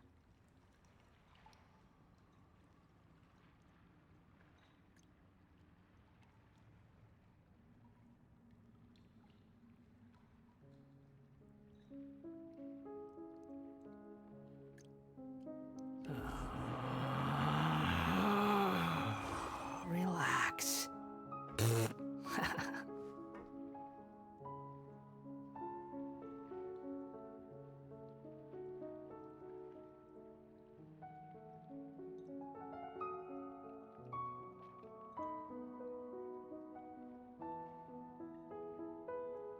You think I've got a sharp tongue? I just tell it like it is. If someone can't handle it, maybe that's their problem.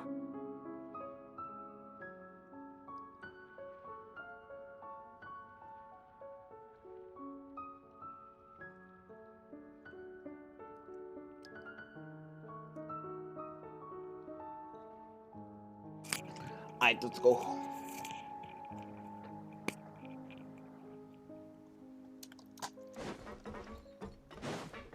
The Spina de Verzula.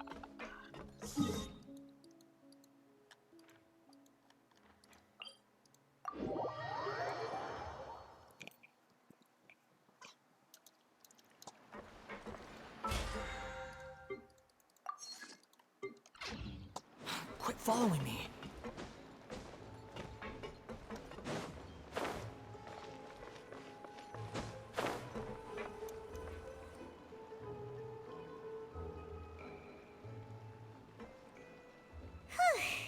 It's been a tough few days, hasn't it? So much has been happening. Paimon didn't think the meetings would go on for so long, but everyone seemed pretty fired up, huh? Paimon thought they'd be at least a little frightened. Well, Fremine was, now that Paimon thinks about it, but everyone else just looked a little surprised. Well, it's hard to say. Paimon doesn't have any experience with this sort of thing. But with you around, Paimon sure will do great. After all, you're the most reliable person in the world, aren't you? Did you just pour some tea?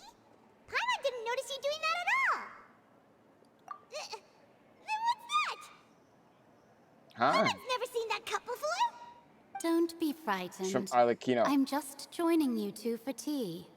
I merely refrained from saying anything till now. Who's that voice? But there's no one here. What a strange conclusion, but also such an interesting one. You two make such a fascinating combo. But it's and not yet Arlecchino. Even you feel confused. As such, I couldn't resist but come by for some tea and a chat. It sounds like Lynette a little bit. Consider me a passerby, just accepting a commission from my friend's disciple on a whim. Oh, she's one of the Hexendril people. Precisely. Call me N, a mage who wanders the world. At least, that's how my friends have suggested that I introduce myself. Okay. The Some prophecy. toxic tea. Yes, what has been prophesized will be fulfilled. You may view such things as the history of the future. What? Then is there any way we can stop it? People call such things fate, and it is written in the stars. Written in the stars. It cannot so easily be altered. Ah, so you've caught on. Just as prophecies are usually only the future as seen from the perspectives of the gods, could things be happening in hidden corners where the gods' gaze does not fall? Are the things that you shall see different from the fate that the gods perceive? What is she talking about? It all sounds really impressive and important and stuff, but it also sounds kind of scary. I believe that you understand, right? Some things are insignificant, but others you must reach out to change. Okay, Ultimately, noted. fate shall serve as your only guide, no matter what will happen in Tevat's future. All you need to do is to play your part. This was good tea, by the way. Thank you for your hospitality. Well, that'll be all for today. The voice. It's gone. What about the cup?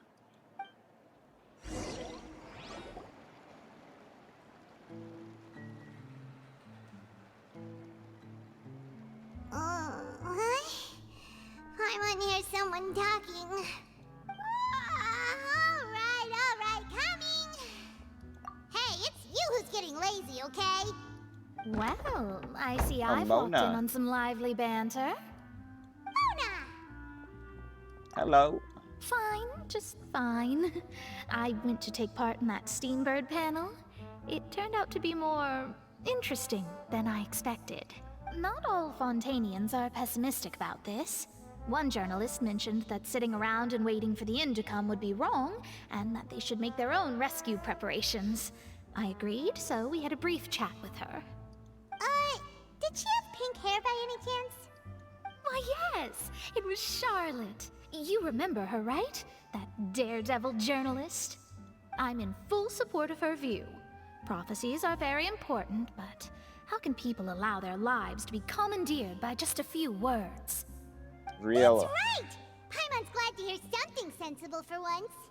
Ah, yes. About what we had discussed before. I did try, but I'm afraid I couldn't reach the old hag. I'll try again tonight, but I wouldn't get your hopes up. Actually, someone already came over. Huh? We did talk to Mage N. Goodness gracious. Are you serious? She said that even the god's gaze has blind spots. Pretty bold if you ask Paimon. Most people would believe the gods to be all-knowing, right? The Hexen Circle members are certainly anything but ordinary. As for the mage named N, the old hag has mentioned her a few times. She said that N's sense of direction is incredible, and that she loves guiding those who are lost. But I've never met her, and if she were still alive, she'd be... well, suffice it to say that the hag's at least a few hundred now, and N's been around for longer than that. Whoa. The Hexen Circle sounds like a scary group.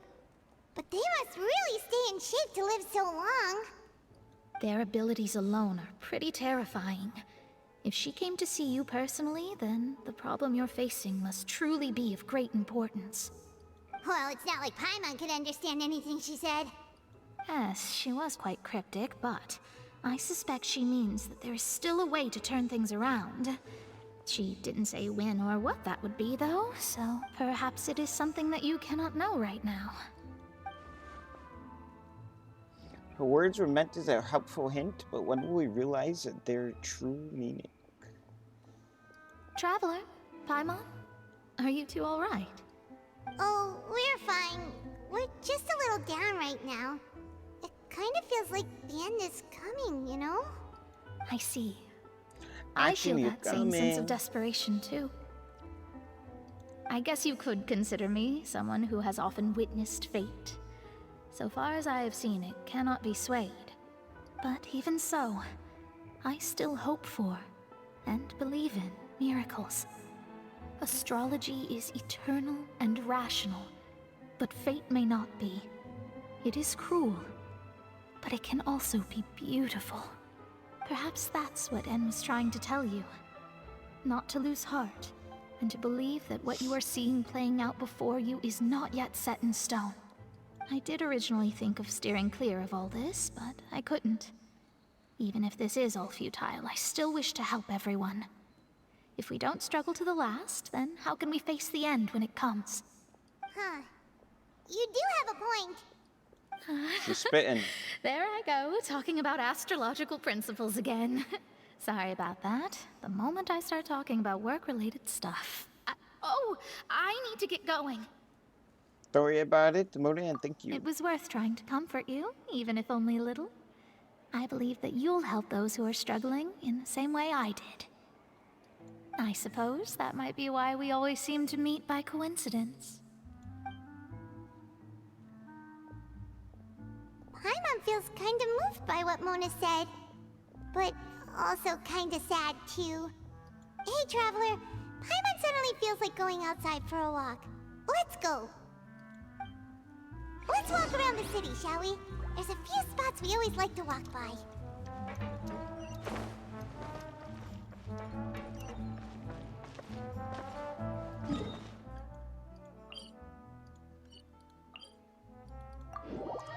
Up we go. Swarm Fury.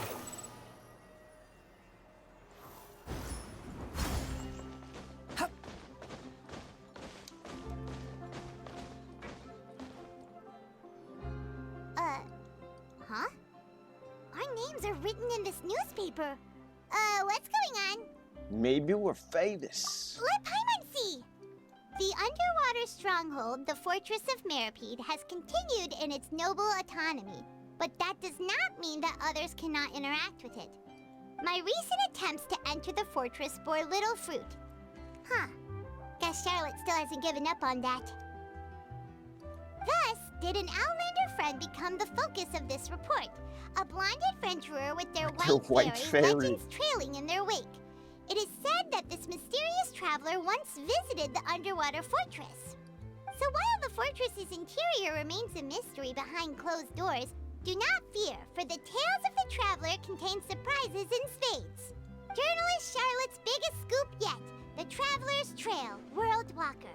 World Walker. Charlotte That seems pretty close to Wind Waker. She hasn't been able to get a hold of anything at the fortress, so since we're easier to find, she's using us as the subject matter instead? Ugh, seriously? Well, fine. Those headlines and photos do look cool, so Paimon will forgive her this time. Alright, continue moving forward. Behold!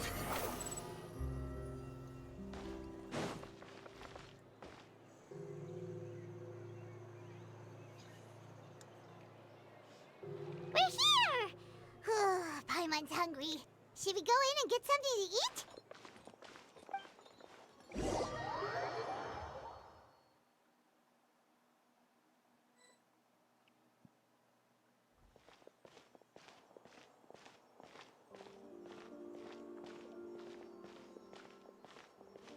Hey, quick! Look! That's the limited edition, only 16 slices a day cake! It was so delicious the last time we tried it. Despite the tense situation we were in, let's give it another go. Paimon's sure it'll be great. We can't let anyone get ahead of us. One slice of cake, please. Someone showed up after all. This little Melazina. Wait, you're the one from the Palais Mermonia. Oh, are you here to buy cake too? It seems Monsieur Neuvillette was right. You really can eat. Wait, did he really say something like that? That's right. Even he has his own preferences when it comes to food. As for me, I love the cake and coffee here. Do you come here often? Usually every day. Every day? It's part of my daily schedule, apart from work. I shall have my cake and coffee. Cake and coffee. Then what if someone told you one day that this place would be closing soon, and you wouldn't get to eat cake here anymore? What would you think? But why would it close? Well, Paimon doesn't know either, but maybe the waters will rise tomorrow. You know, like in the prophecy. Oh, the prophecy. To be honest, I haven't paid much attention to that. No, still, even if there'd be no more cake tomorrow, that wouldn't keep me from having some today. True. No, it's the same for eating in general. You might not be able to eat tomorrow, but if you can do so today, then you should carry on. That's what people call living, you know. Melazine kind of spitting now. Don't be sad. Excuse me, could I have 2 more slices of cake to go? These 2 slices are for you. Sijuin said that this kind of expression you're making is what humans call being sad. Oh, you know Sijuin? I sure do. She was born before me, and she sometimes comes to the surface to teach us things about humans. Okay. She said that humans are creatures that are saddened easily, yes, and you can only lift their spirits by feeding them delicious food. So please try the cakes here. I've got something else to do, Delicious so I'll food be going is now. pretty valid. You do try to stay in a good mood after eating, all right?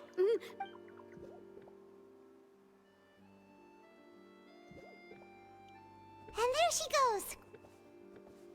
All right, let's dig in. Paimon's sure this cake will be delicious.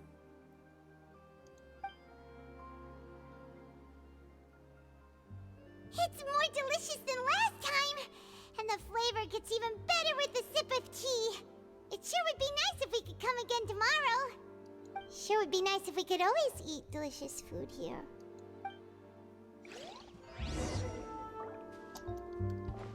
Leave the hotel? Squall and Fury.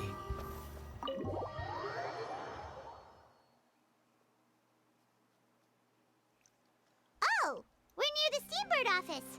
Let's go look for Charlotte and have a chat. Hello, Charlotte. Wow! If it isn't the Traveler and Paimon! Oh, have you seen the article I wrote about you? Ha! You've got some nerve! You just used us to make some quick mora! Can we negotiate a profit split? Oh, you needn't worry about that. I heard that you were in Poisson some time back, so I sent you a letter to discuss just that. It appears you didn't receive it, though. It's all right, though. I've set aside the amount intended for you. I've even set the table with some food. Damn, okay. Oh, you're the best! You're almost a little too easy to win over, Paimon. If I were a journalist with ulterior motives, you'd be in trouble now, you know. Oh, Paimon knows you're not like that. Still, what brings you here all of a sudden? Were you looking for me? When Mona mentioned you, we thought of coming to see you at work. I see. It seems you've already bumped into Mona here in Fontaine. So she mentioned me? What did she say? She said that you're a real daredevil of a journalist. Nice. In which case, can this daredevil journalist dare to request an exclusive interview with the legendary Traveler and Paimon? Huh? Another so interview? For today doesn't count? Oh, of course it doesn't. That was more like live photography. What I'd like to do is dive deeper and ask you to talk about the things you've seen and experienced. Yeah, are we even qualified enough? Why not? If I say you're worth an interview, then you're worth it. But not right now, of course. I'll need a few days to prepare. Oh, okay. In that case, we'll just chat when you have the time then? Oh, so that's a yes? Ooh, splendid! I'll tell the editor-in-chief immediately. I'll have to apply for lighting, a venue, some props, and... Whew, so much to get done now. Talk to you later. Alright, got an interview on the scene. Paimon's still got a question for you. And what's that? If, just for example, Fontaine were to be flooded tomorrow, what would you do today? Huh. That's the prophecy you're talking about, isn't it? I mean, I do hear about it often, but I've never once thought that the day could be tomorrow. If you're seriously asking, then I might try and think of a way to leave Fontaine. Oh, but I'm still a journalist first and foremost. That means I have a duty to be reporting from the scene. And secondly, I wouldn't forsake my homeland that easily. From what I've seen, most people don't know what they'd do should the worst come to pass. In truth, it might be better just to behave like normal rather than worry over such an end. So in all likelihood, I'd probably still be prepping at the office for that interview of ours. I know what you're thinking. That sounds a bit sad, but I've always believed that it's best to do what you enjoy. Just think about it. If this nation really were to be suddenly destroyed tomorrow, but I still successfully finish an exclusive interview with a truly unique person, then the story I would wind up writing would truly be timeless. And then do you know what I'd do? Well, I'd write that story, send it for printing, and use messenger pigeons to get copies out to the various nations as soon as possible. I'm not a dreamer, nor am I a workaholic. But I do love my dreamer. job, and I'd be proud of leaving such an article Dabble behind. in a couple of dreams. I guess you could say that I was born to be a journalist. But anyway, that's my answer. And on that note, I'll get back to my preparations. That's so nice. All of a sudden, Paimon actually kinda envies her. Anyway, let's go and take a look at the sea, shall we?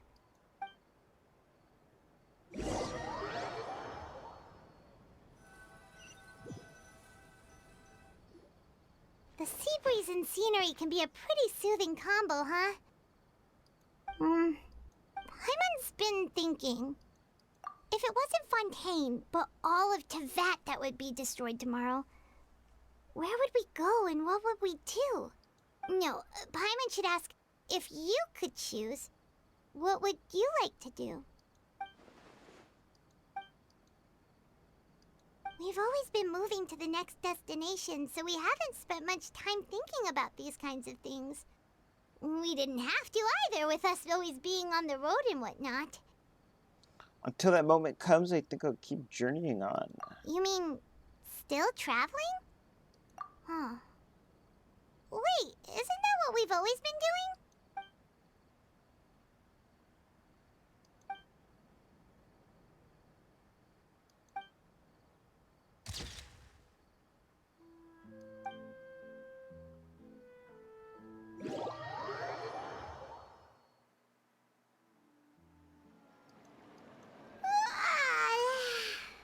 Sounds like you'll grow mold if you stay here long enough. But it's still better than the Fortress of Mirapede, that's for sure. It's not only damp there, but salty too. Ah, so the two of you are still here. Wonderful. Isadora. Oh, you're from the Palais Mermonia, aren't you? Yes, I'm Isadora. Monsieur Neuvillette sent me to look for you two before. I heard that afterward you went to the Fortress of Mirapede. Not at all. I'm well aware that you're friends of his. Actually, I'm here to pass along a message from him. Yes, inside the Opera House. The Maréchaussée Phantom has declared the incident a small-scale riot. A riot? Well, that said, I don't personally think it was that serious. Lady Furina was watching a performance at the Opera House, and while she was resting during an intermission, some other audience members suddenly started harassing her, loudly accusing her of doing nothing about the prophecy crisis. And before she could respond, others started to join in. The crowd continued to grow, and protests against the Hydro Archon started to break out. So people have started to put the blame on Furina. Guess they finally found an outlet for the pressure they've been under due to the prophecy. I agree. People will naturally rely on gods, as is customary. But the moment people feel threatened, gods are also the first to be blamed. So what happened after that? Is Furina okay? Seeing that the situation was spiraling out of control and that further argument was pointless, she claimed that she'd gotten tired of this and left in a hurry. The Maréchaussée Phantom had their hands full maintaining order and did not catch where Lady Furina had gone. Only when things had stabilized did we realize that she had gone missing. So, you mean she's still missing? That's right. The Maréchaussée has dispatched many people to search for her, but we don't have any leads yet. We're on the That said, case. I don't think there's much to worry about. She is a god after all. Even if she were to fall into the hands of rioters, what could ordinary people do to her? Good. Monsieur Neuvillette sent me to tell you about the situation, but he didn't say anything else. Don't worry, this is more than enough to go on. Thanks for keeping us informed. Ah, is that so? Well, all right then. In that case, you two take care. Alright, we're out. Well, sounds like we should hurry over to Poisson then. If we know Furina, she won't try to fix things in this situation. Instead, she'll look for a place to wait out the heat. And, as we also know, she may be loud and dramatic, but she doesn't have a heart of stone. When Neuvillette was talking to her in the Palais Mermonia, and she heard about Poisson, she couldn't hide her sadness and remorse. It would be hard for her to ignore being accused by the public today. Paimon thinks Furina's probably taken the opportunity to slip away to Poisson and try to relieve the sense of guilt that she's feeling. Huh! Well, what do you think? Paimon knows the answer, of course, but Paimon can do the analysis to back it up, too. Cool. In that case, there's not a moment to lose. Poisson, here we come!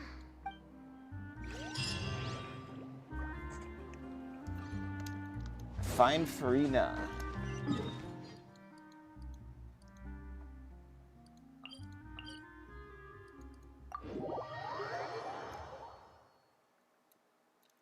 This place looks deserted. Guess all the survivors must have evacuated already. All that's left here are signs of death at station.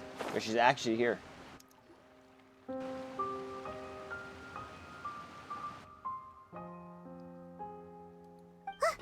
That's Furina, right over there. She really is here all on her own.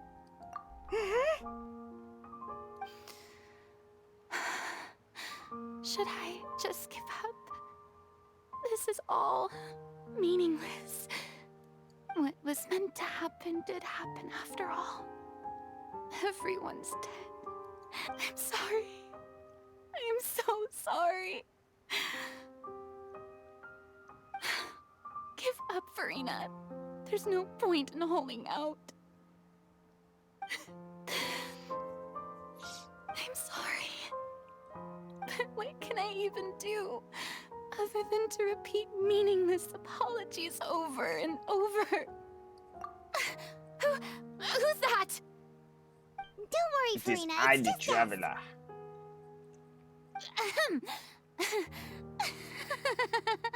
So it is you, blonde traveler from another land. Why, I almost thought you were someone from that mob of my ignorant subjects, come to kneel and beg for my forgiveness. Furina, you were crying just now, weren't you? The tear stains on your face are obvious.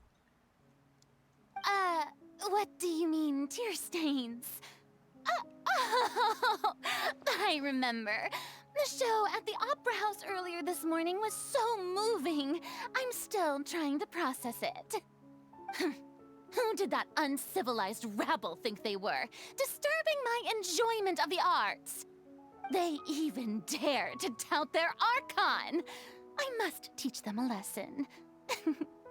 I can just imagine their twisted and frustrated faces once they realize that I'm nowhere to be found. Oh, and I'm sure Neuvillette and those people from the Maréchaussée Phantom are freaking out right next to them, too. Yo, she's gonna look crazy. Of course not. Hey, there she is! The Hydro Archon's over there! Quick, after her! Furina, those people seem to be after you. They are?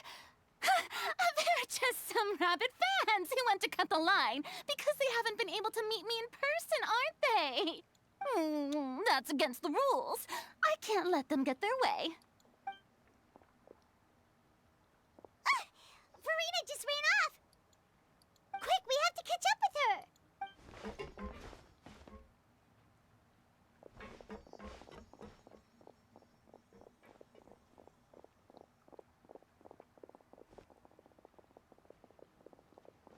Okay.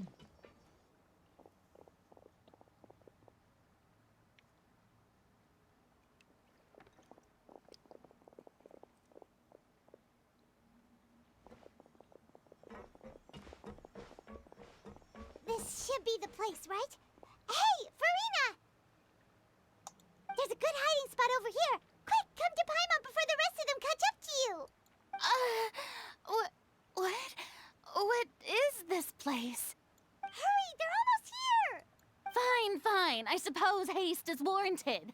Lead the way.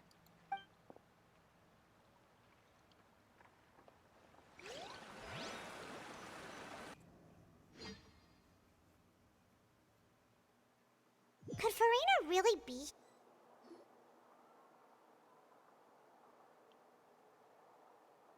The voice line is bugged out. Paimon's exhausted.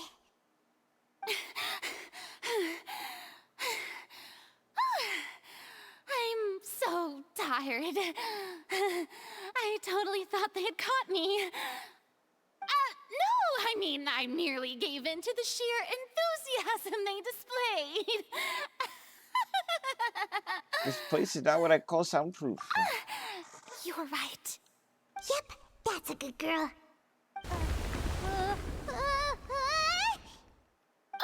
What's happening?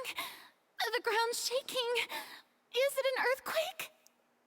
Yeah, a quake of this kind preceded the flooding in Poisson, didn't it? It can't be. It's happening again. Well, there's no need to worry too much about that. Neuvillette's made some emergency plans, so the evacuation should go a lot smoother this time. Yeah, I hope you're right. But the people of Poisson, they've already...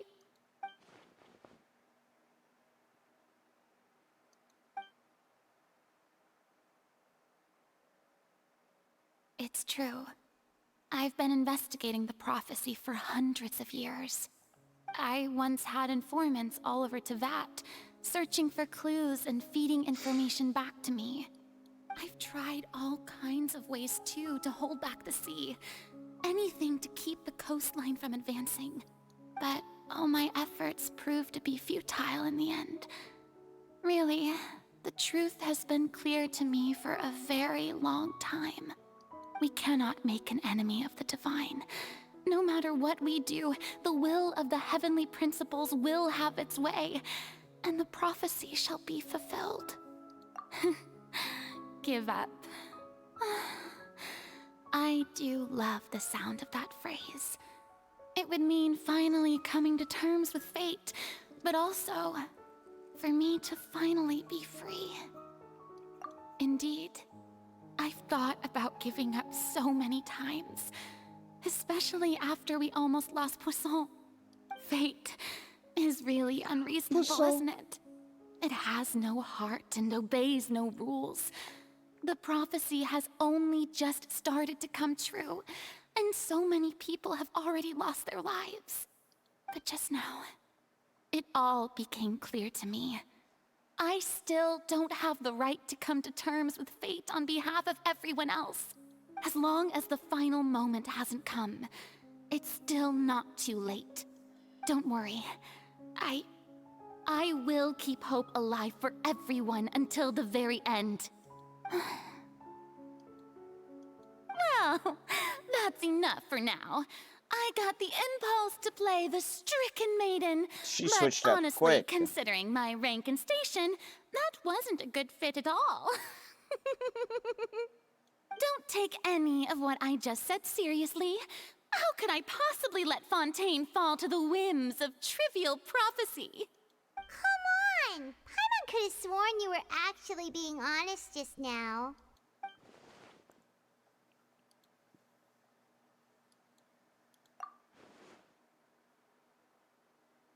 Share my burden. That's impossible. It was fated right from the start that this would be my duty alone. You can still choose to confide in someone. A witness.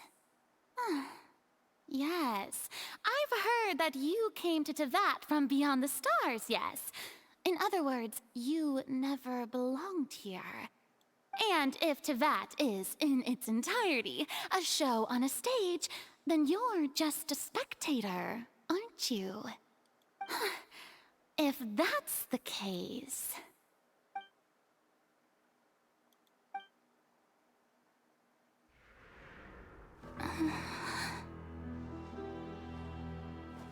Cutscene?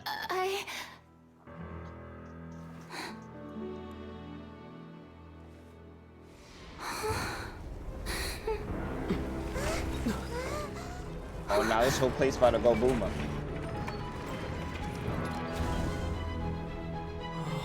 Oh, we trapped her.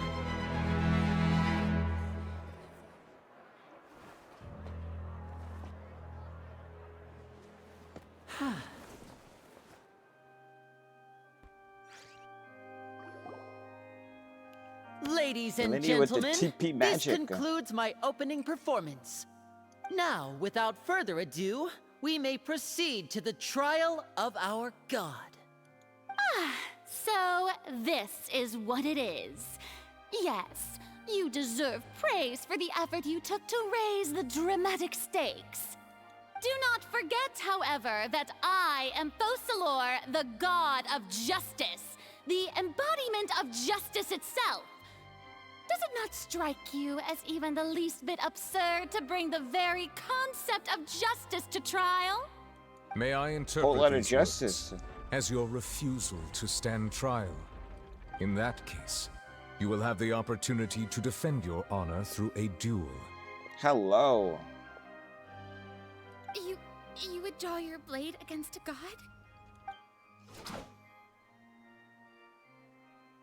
I see. It seems like you have made up your mind. Kind of so bad. Oh my god.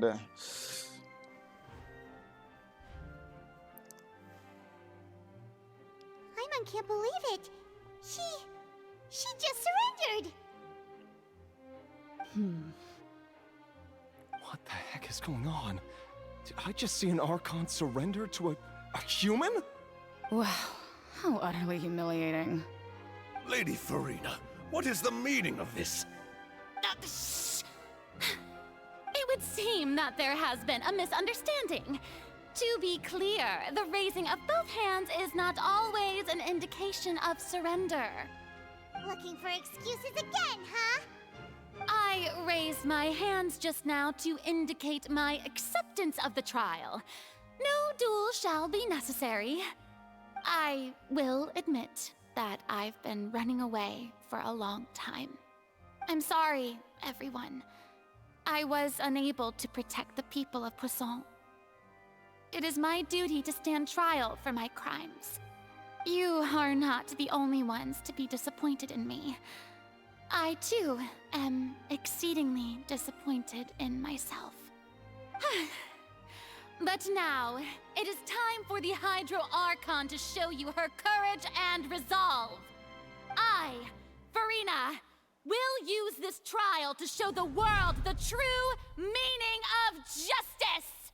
Okay. This time, I will protect you. Applaud and rejoice. One of the most outrageous and fantastical arcs known to the opera epiclese is now unfolding before your eyes. Mark my words, this shall be one of the most exhilarating and brilliant shows ever to grace the stage of Fontaine. The trial of the Hydro Archon, Focalor, will now begin! Well, if I just have a viewpoint chilling right there. Oh, now we're making history. Why does it feel like Furina just took over the whole thing? Like, come on! Didn't she just get forced to stand trial for her crimes? Also, even though she's still acting super dramatic, she is taking this seriously this time, right? All right, then. Who will be my opponent in this trial? The court asks the prosecutor to please take the stand. Is that so? Very We well. are the accuser. Then please speak, witness of Tivat, my accuser and fated opponent.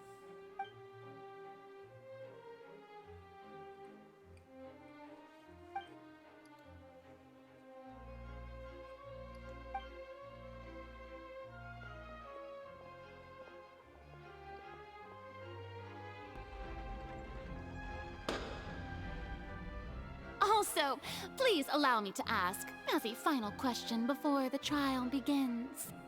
Just how much work did you do to force me onto this stage? A little TP magic. We did do a lot of prep after the meeting that day.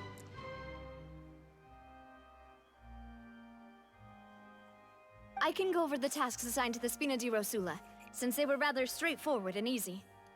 Navia, the president of the Spina di Rosula. Most of the people who participated in the disturbance this morning were my subordinates. They changed into plain clothes and came to the Opera House as regular audience members, waiting for the perfect opportunity to incite insurrection This is a fire against shot. you. The people's resentment against their Archon has been building as more and more of the prophecy is fulfilled. A spark was all we needed to turn smoldering anger into a flame. Moreover, according to our understanding and analysis of you, when something like that occurred, you would likely flee the scene and head to Poisson by yourself. So, we arranged for a second group to lie in wait there. So, you mean, the ones who scoured the settlement for me were also from the Spina? And their goal was to force you to step into the giant magic box so you may personally participate in the greatest magic performance in all of Fontainian history. Ah. That's right. That house was a magic box, rather than someone's residence. As the super ultimate version of the setup that I used when I first performed at the Opera Epiclese, the volume of the box was increased by a whole order of magnitude, and the distance it traversed was the entire gap between Poisson and Areneas. Its cargo, of course, was an Archon instead of a human. My thanks, Furina. Without your help, we could never have pulled off such an extraordinary performance. You're welcome? Of course, this performance was only made possible with Father's support. The House of the Hearth spent a massive amount of labor in Mora to pull this off. We had to select a location, construct the giant magic box, dig a tunnel, and open up a path through the water. So, in other words, the earthquake that we felt within the giant magic box was just a normal tremor from the transportation of the whole house? That's right. It wasn't a sign of another disaster to come. We deceived you. Then, I can guess Neuvillette and Cloran's parts. You gathered a crowd, prepared a stage, and made sure that the champion duelist would be immediately ready for a fight. Also that as soon she as really be I on Iron appeared Steam, on the though? stage, the trial may commence without a hitch. Am I right? Yes, that is correct. Well, Clorand, I must commend you for your courage. Only the most outstanding champion duelist in all of Fontaine would accept a duel with an Archon without flinching. Thank you. As for you, Traveler, I suppose your role was to keep me distracted with conversation once you found me in Poisson. You'd make sure that I didn't notice anything amiss before revealing yourself as my prosecutor once we'd arrived onto the stage. You guessed wrong. Oh?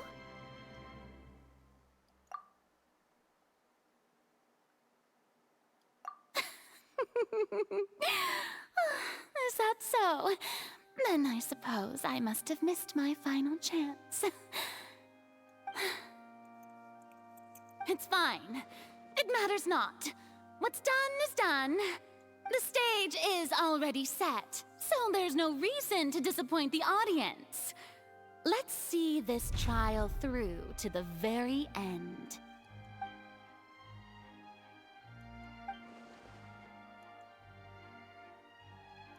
Sir Prosecutor, please allow me to pass this along. This is a document that Miss Charlotte applied for and received permission to share with you during the trial. According to her, it should speed up the proceedings. Okay. Charlotte wanted to give us something? Oh, so she's here too! Hey, Charlotte! Oh, let Paimon see. Isn't this the exclusive interview that she did with us before? So she's already finished it, huh? That quick? Wait, then that means this document is a perfect timeline of everything that's happened ever since we stepped foot in Fontaine!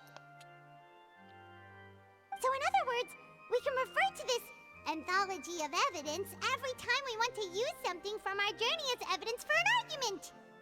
Let's quickly confirm the information in it. Just think of it as a refresher, alright? You defeated the Hydro Archon in the very first duels you took part in at the Opera House. That's one for the history books, all right. I didn't think that you'd wind up getting to the bottom of the case I'd been following all this time. I guess you could also see this as a happy coincidence. This is the first time Monsieur Neuvillette had a difference of opinion with the Oratrice. Even the Hydro Archon can't figure it out. A Fatui Harbinger. She's an extraordinary person. Her instinct must mean something. The words of someone as extraordinary. Okay. The prosecution and the defense are both in position. The trial shall now begin. Oh, come on, Neuvillette. There's no need to repeat all the unimportant legalese. Just fast forward to the part where the prosecution lays out my offenses. As the defendant and the lead actress of this performance, I still haven't even been informed of my supposed guilt in all of this. Of course, it is only natural for humans to struggle to understand the actions of a god. However, you will need more than that to convict me of a crime. That's true, but my charge here is unrelated to your conduct as an Finally. Archon. Instead, Their voices. I would like to charge you as a fraud who's never been the Archon in the first place. What? Wait, what was that? Lady Furina's a fraud? Hey, I came here thinking that we were going to try the Hydro Archon for forsaking her duty, but did I hear that right? She's not our Archon at all? Charge accepted. Fraud. Lady Furina, do you plead guilty to the charge? Lady Furina. I plead not guilty. How can I be guilty? There is no way that I, Focalor, otherwise known as Furina de Fontaine, a member of the Seven and the Regina of all waters, kindreds, peoples, and laws of Fontaine, could be anything other than your true Archon. Yeah, even though Lady Furina can be rather eccentric, isn't it going too far to doubt her very identity? Yeah, I've never questioned her identity either. Sure, Lady Furina can be super irresponsible, but what grounds does that prosecutor have to make such a huge claim? We're just like that. I have cause to believe that common sense will prevail in this case. Many of the members of the audience have known me as the Hydro Archon ever since they were born. There would be no fooling their memory. See? Even the Oratrice has decided to show me its favor. Are you sure you want to commit to a charge that will never be upheld? If you wish to drop the case, I can promise you as the God of Justice that you will not have to face trial for making a false accusation. We will treat everything that's happened as a dramatic spectacle and move on with our lives. What do you say to that? Huh. An argument with near impossible odds, huh? We have to not only refute Furina's claims, but also overturn the long-held beliefs of the people. Well, I tried to give you the chance to surrender. If you must persist, then let me ask. If you believe I'm not the Archon, then what manner of being do you think I am? And if I was not the Archon, then how did I manage to live for over 500 years?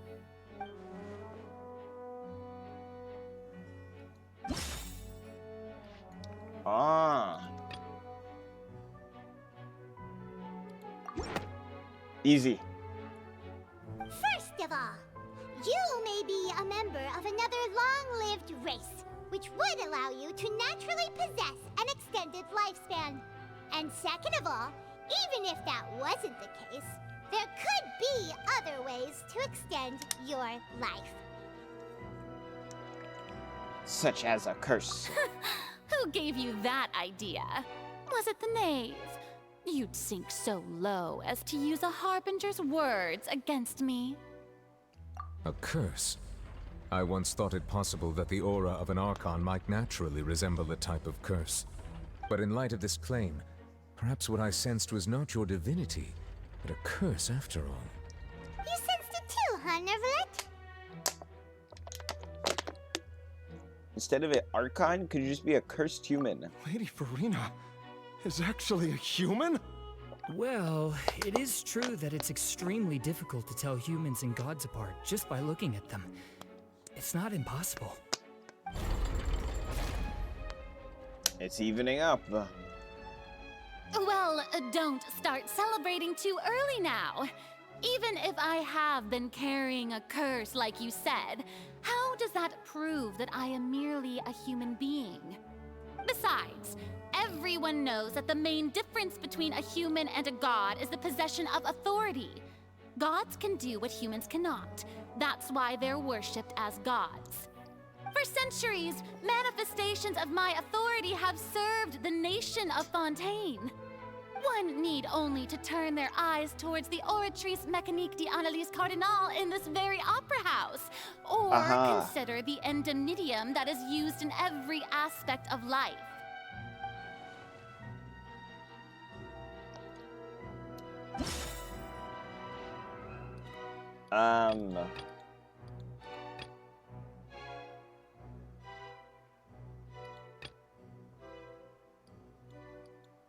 This.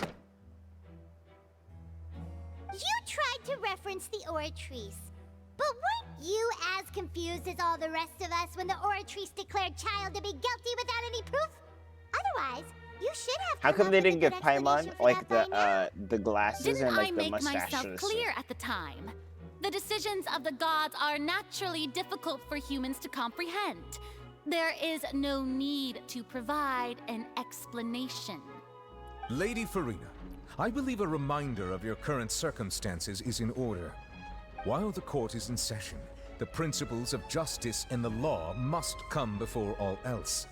While you are an Archon, you are also first and foremost the defendant in this trial. You will prove yourself unable to defend against the prosecution's charges if you continue to withhold vital information against the rules of the court. I never thought you'd use that kind of rhetoric against me. That was no trick of rhetoric, Lady Furina. I've merely reiterated the rules of the court. Rules that all should respect and follow. So, you neither knew why Child was declared guilty, nor did you understand the structure and operations of the Oratrice. Instead of having been created by you, the manifestations of authority you mentioned have been made by the real Hydro Archon, haven't they? The real Hydro Archon? Well, now you're really losing me. It is true that I did not know why the Oratrice gave out a guilty verdict that day. But the Oratrice handed out that verdict unilaterally, and it has been operating independently ever since it was first created. You can't argue that just because a divine creation is flawed, that the god behind it must also be no god at all. She's still throwing out all kinds of excuses. Seems like she's confident that we won't be able to produce proof that she has no power over the Oratrice. My power as an Archon. There are many ordinary citizens in the audience. How can I just carelessly demonstrate the formidable power of an Archon? If that poses a concern, I'm prepared to extend my protection to the audience. You don't need to go that far.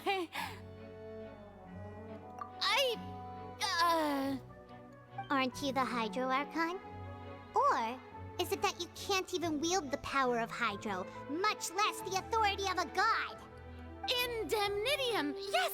It's all because of Indemnitium!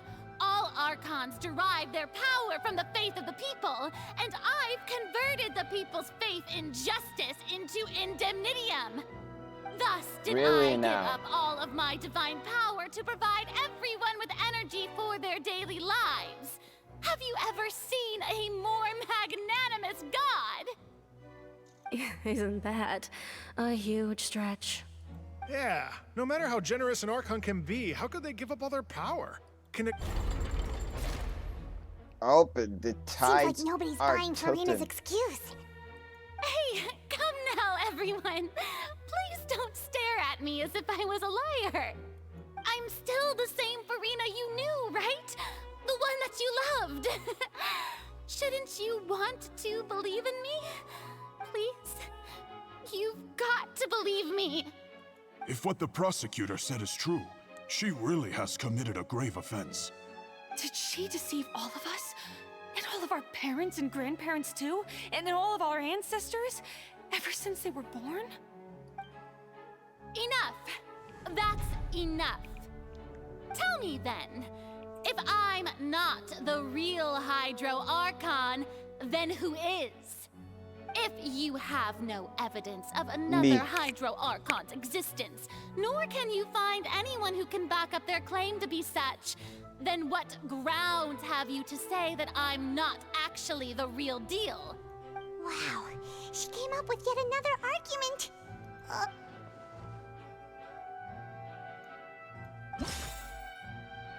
Prove that she's not the Archon. Tea time with N? Nothing? Neuvillette's power?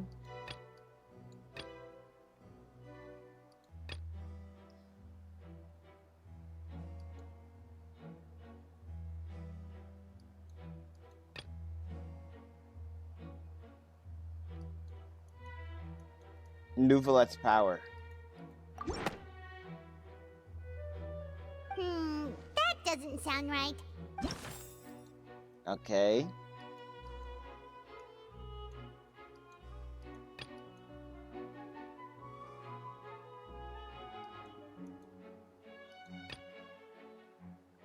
Vasher. It has been established that all Fontainians can dissolve in water from the primordial sea. And that means... Since you insist on claiming to be a god and not a human, then there's a method that you can use right here and now to eliminate all suspicions of you being the latter. Miss Navia, please apply to serve as a temporary attorney for the prosecution before addressing the court. Though you act in partnership with the prosecutor, you must still adhere to proper procedure. Super sorry, Monsieur Chief Justice. I swear this really will be the last time that I'll speak out of turn. Now, I've brought some seawater from Poisson. As everyone knows, a massive flood struck the area not long ago, taking many lives, including those of some of my closest friends. So, Miss Furina, would you dare to touch some of this seawater? If we are to believe that you are indeed the real Hydro Archon, touching this seawater would have no effect on you. All it should do is strengthen your case. But if you don't dare to touch it, then we would have basically proved the reverse. Oh, and I must remind you that after the disaster at Poisson, nobody wants to see any more people dissolve. I do hope you'll act prudently and choose the simpler path of admitting guilt. Navia from the Spina di Rosula. The Spina has governed Poisson for many years. I guess her suggestion is valid. If Lady Furina is indeed just a human, she's probably Fontainian like all the rest of us. Would she really dare to try?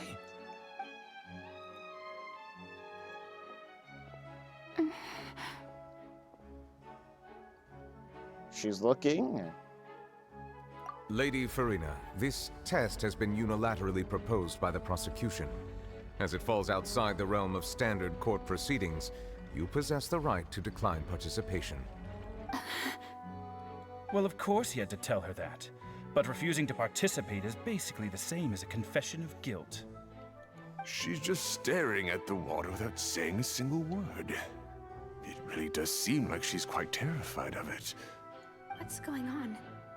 Is she really planning to... Due to the inherent risk of the test, Lady Furina, you may... Hey!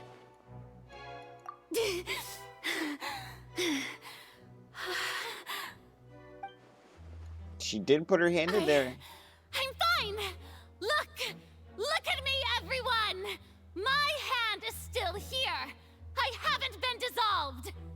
Will you believe me now? I really am your Archon! I'm nothing like a normal human who would fall apart as soon as they touch this water! Really? Was this not the most obvious thing in the world? Miss Siegewien? If you're present, Miss Siegewien, please come forward and attend to the defendant. Siegewien? Don't be nervous.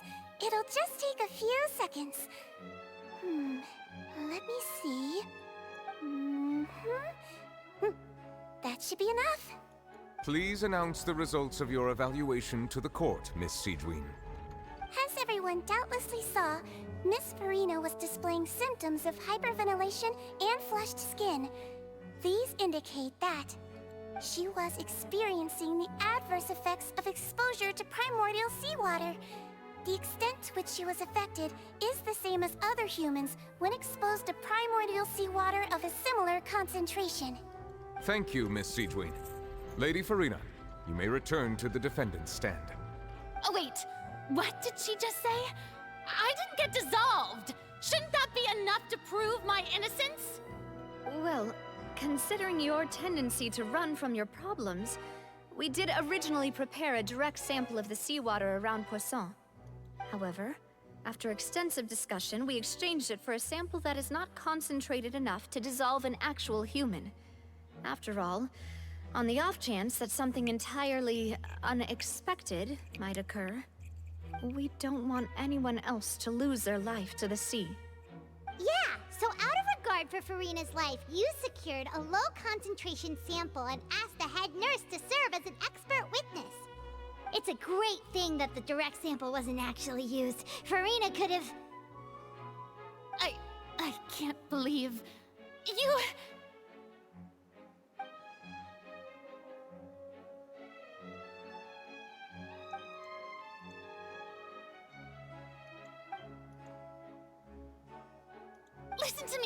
Listen to me, everyone! Please don't give me such cold and disdainful looks!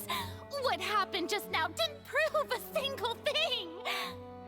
Think about it! How can you conclusively prove that an Archon can't also be affected by the primordial seawater?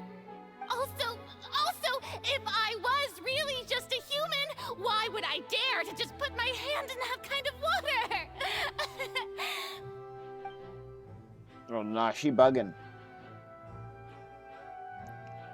Please, everyone, anyone, just listen to me! I swear, I really am your Archon!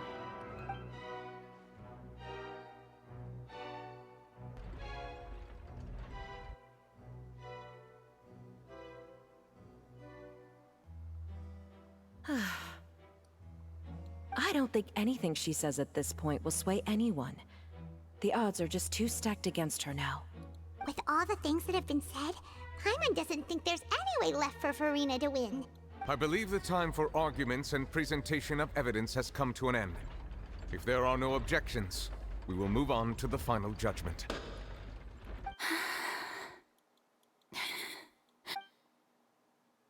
I don't think anything she says at this point will sway anyone. She's too stacked against her now. The voices.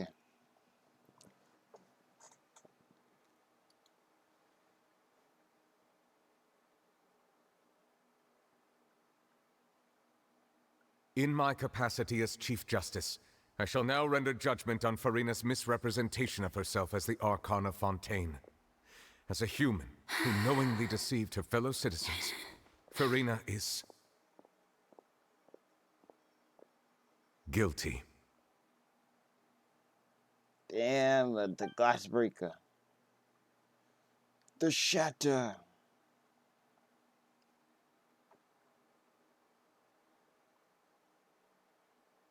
We shall now turn to the Oratrice Mécanique d'Analyse Cardinale to render the final verdict on the charges. I love the Oratrice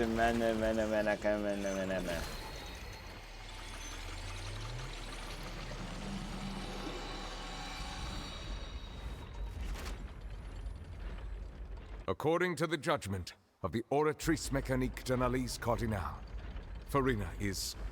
Well, what's wrong? What's the Oratrice's verdict? No, the Oratrice also displays a guilty verdict. Isn't that correct then? However, the exact wording of the verdict is thus: the Hydro Archon, guilty, to be punished via the death sentence. The death sentence? That's actually one of the available sentences? I've always thought that it was just a myth. The one and only time the death sentence has been handed out at the court, and it's been given to the very person we've worshipped as the god of justice? What an unexpected twist. Furina's been sentenced to death by the Oratrice? We just wanted to use the trial to show her the seriousness of things so she'd tell us the truth. How did things escalate this quickly? This outcome is indeed quite strange. According to Fontaine's current definitions of justice, as well as its recommendations for criminal sentences, is this sentence really appropriate for the crimes that have been committed? Yeah! Even Poisson wasn't sentenced to death by the Oratrice. You know, the real evil mastermind behind the serial disappearances case. Indeed. Not only is Furina's sentence overly excessive, the very point of our trial today was also to prove that Furina has never been the Hydro Archon in the first place. But now, the Oratrice seems to have deliberately invoked the title of the Hydro Archon. What does this mean?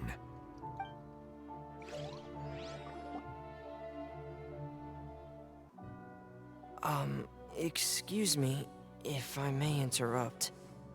Is the trial still going? Fremine! You finally made it. I assume this means you've completed your mission? Mm-hmm. Any mission Father assigns to me will always be top priority.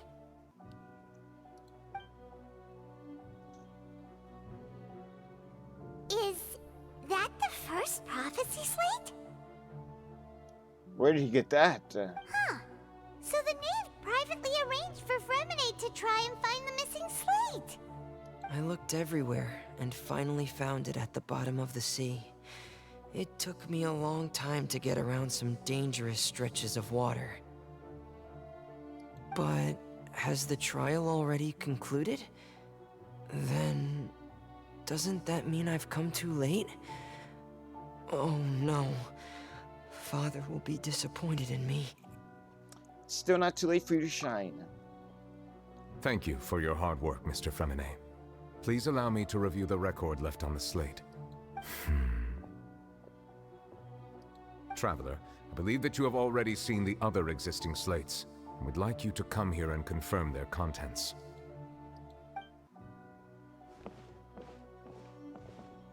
Huh? So what do you see? What is it?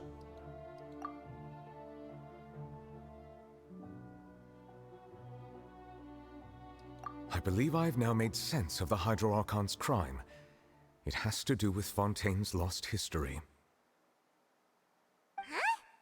Isn't the Hydro Archon just guilty of deceiving her people? Oh, wait, no, that's Furina, and we've already proven that she's not the Hydro Archon. So when you say Hydro Archon, do you mean the real Hydro Archon we've been kinda talking about?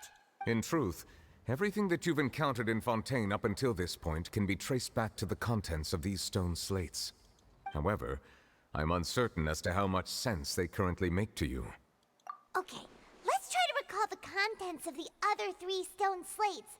Paimon will do her best to help you remember.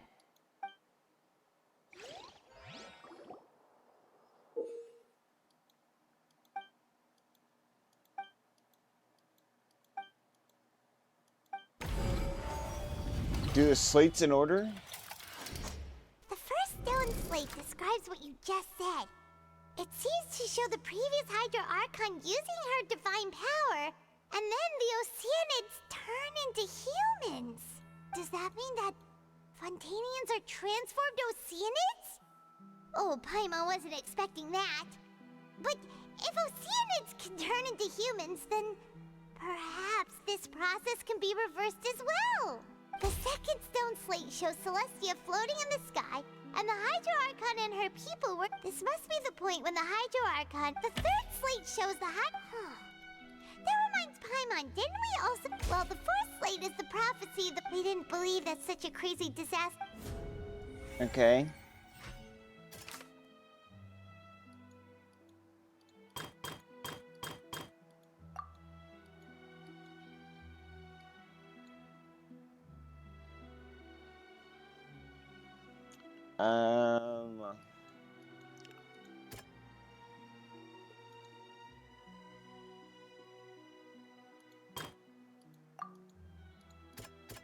That doesn't sound...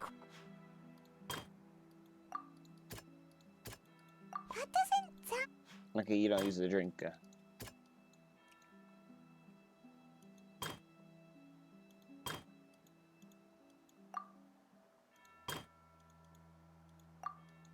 Probably this. That doesn't sound quite...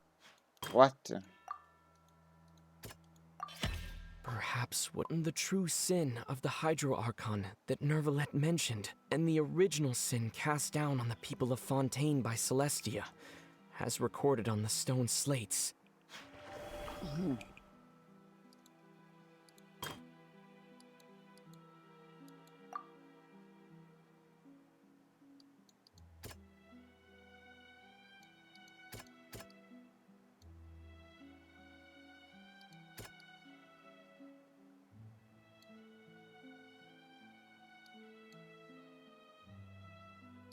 That doesn't...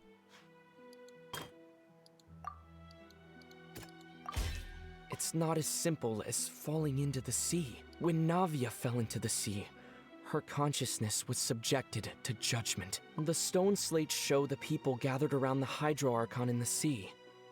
Could that be alluding to the same thing? Okay. Last one is not the T. That doesn't... Neuvillette.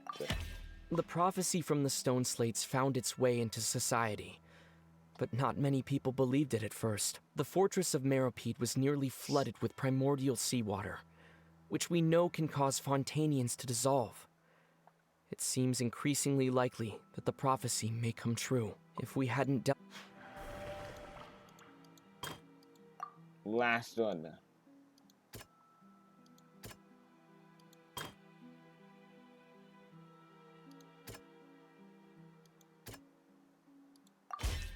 We know from the case The of the serial oceanics. disappearances of young women that What's up, Matthew? Fontainians can be dissolved in primordial seawater. And the first stone slate tells us that long ago, the Hydro Archon used her power to turn Oceanids into humans. This might be the reason that Fontainians can dissolve.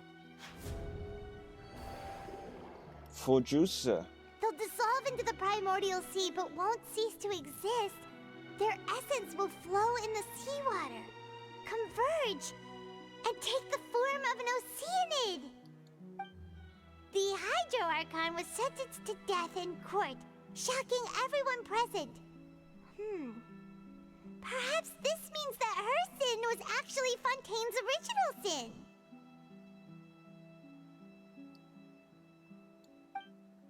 Navia fell into the water inside those ruins, and she nearly dissolved.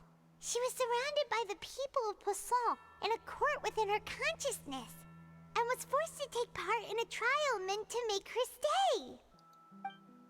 The eruption of the primordial sea at the fortress of Meripede was the surest sign that the prophecy Yeah, they say was about to come to pass no matter what. I don't know why they say that. The prophecy's contents can all be verified by recent events. If we combine what we know together, loads of truth should come to light.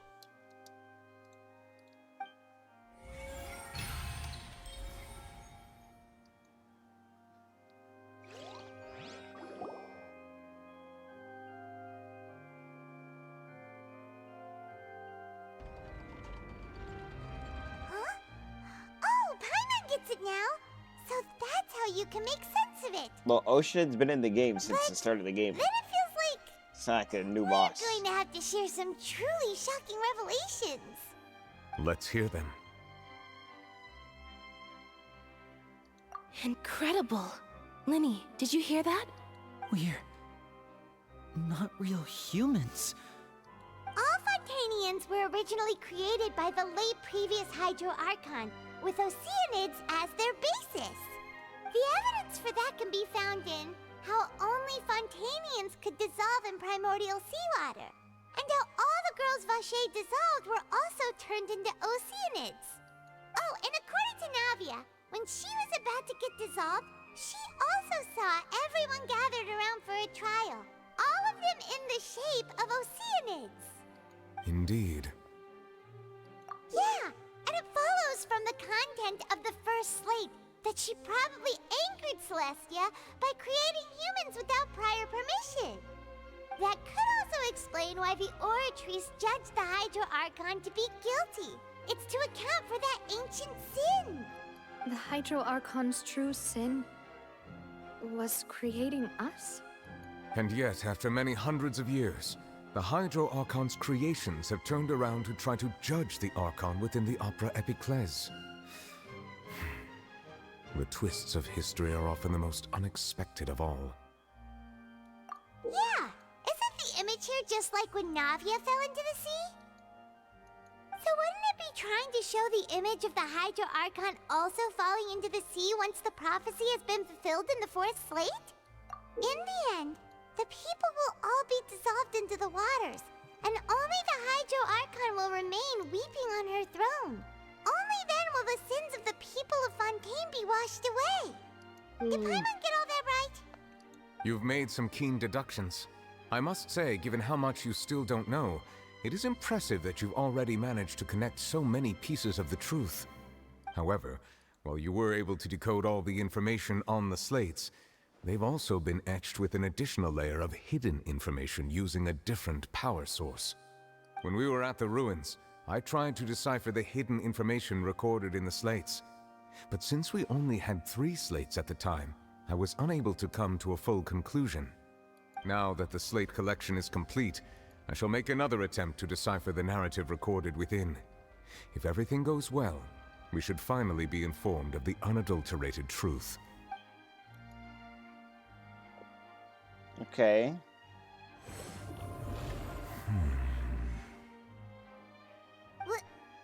Well? Did you get it? I believe I should share this truth not only with you, but with all the people of Fontaine as well. I will try to briefly summarize it for you. Your hypotheses regarding the origin of Fontainians and the sin of the Hydro Archon were both correct. In the Fontaine of old, the previous Hydro Archon sensed the yearning of her Oceanid familiars for life on land.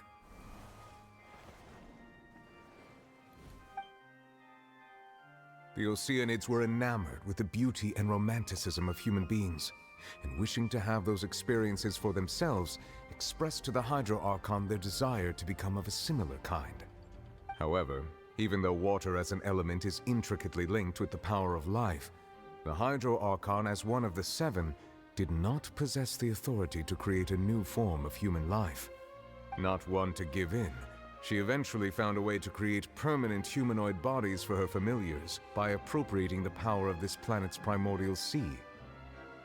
She poured primordial seawater into the Oceanids' blood vessels, creating humanoid mimics in the process. But if Fontainians were to ever come into direct contact with water from the primordial sea, the power within their bodies would escape these artificial restraints and return to the sea. As a result, their forms would collapse, and they would be reverted to their original forms as Oceanids. Of course, the Hydro Archon never received permission from the heavenly principles to create a new human race. And thus, the Hydro Archon and all of her creations came to shoulder the original sin of appropriating the power of the primordial sea. That is the true history of how the people of Fontaine first came into being. So we were all Oceanids before we turned into human beings? That's way too much information for me. I think I'm just going to pretend that I never heard a single thing. Unaware. Wait, but if that's the truth, we can't let the Hydro Archon be sentenced to death. After all, her only sin was creating us. This really might be too much information for your regular Fontainian, but it does answer a lot of our questions. Alas, your hypothesis regarding the third and fourth stone slates was inaccurate. The slates' respective positions are, in fact, correct. A key point of the visual on the third slate is how all the individuals depicted in the water are humans rather than Oceanids. They have not been dissolved, which implies that the water depicted in this slate is not water from the primordial sea. The nation of Fontaine is the nation of Hydro, as well as the nation of trials and justice. Instead of being the literal element, the water in the scene symbolizes judgment and justice. You may also recall Navia's experience. When she fell into the sea, her consciousness was surrounded by that of many others who intended to hold a trial to determine her fate. Therefore, the meaning of the third slate is that the people of Fontaine shall try the Hydro Archon at the court of justice. Ah. Yes, it refers to our present situation. I think I'm following now. So, what you're saying is, even though we decided to put on this trial to avoid fulfilling the prophecy, in truth, everything we've done has happened exactly as the prophecy foretold. So now, it seems, we're the ones making sure it comes true. What should we do? Huh. No matter what, the prophecy will be fulfilled. Is this what it feels like to be a prisoner of fate? If that's the case, does that mean the scene in the fourth slate will also be fulfilled soon? Traveler, I would like to point out another small fallacy in your deductions. About the fourth slate, you probably thought that the eruption of primordial seawater beneath the fortress of Meripede served as the surest sign that the prophecy was about to come to pass, yes? However, I believe that rather than being a sure sign, that eruption could in fact only be a small warning of something far worse to come. As for the root cause of the catastrophe, I believe you've already encountered it once before. Child.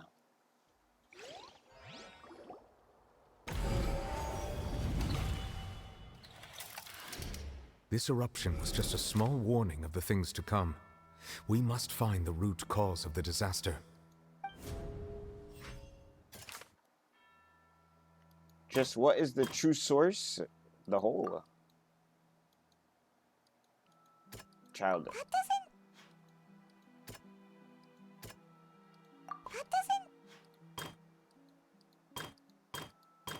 wait, it's literally just the last one. That doesn't... It was both dream and reality. The big whale.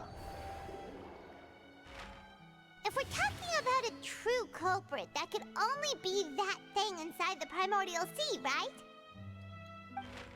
The truth, the original sin, the trial, and the root cause of the disaster.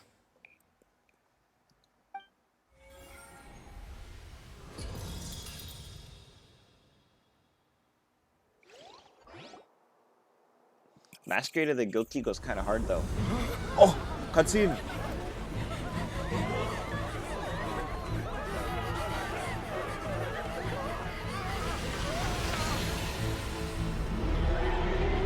Wait, it's here.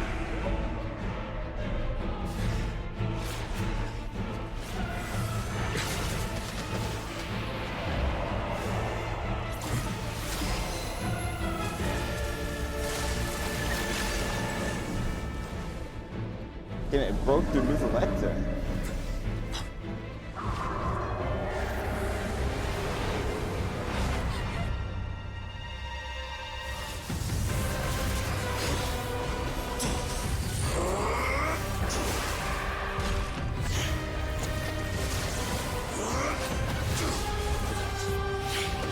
Holy.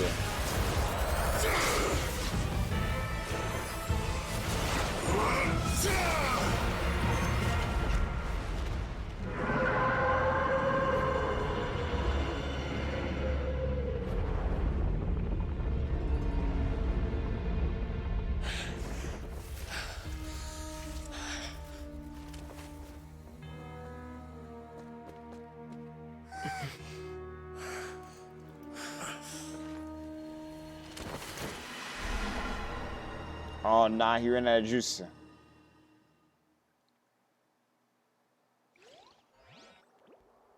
That was way too close! How did that thing just burst into the opera house? Wait, was that the huge whale you saw in your dream? So we've met it at last. I understand very well why it has chosen to make an appearance here. That whale does not belong to Teyvat. It is a monster that has traversed the stars, weeping all the while. The abyss. It has been greedily consuming the energy from the planet's primordial sea, using it to grow. That is the main cause for the rising sea levels. And once it has finished consuming all of the energy contained within the sea, its next step will be...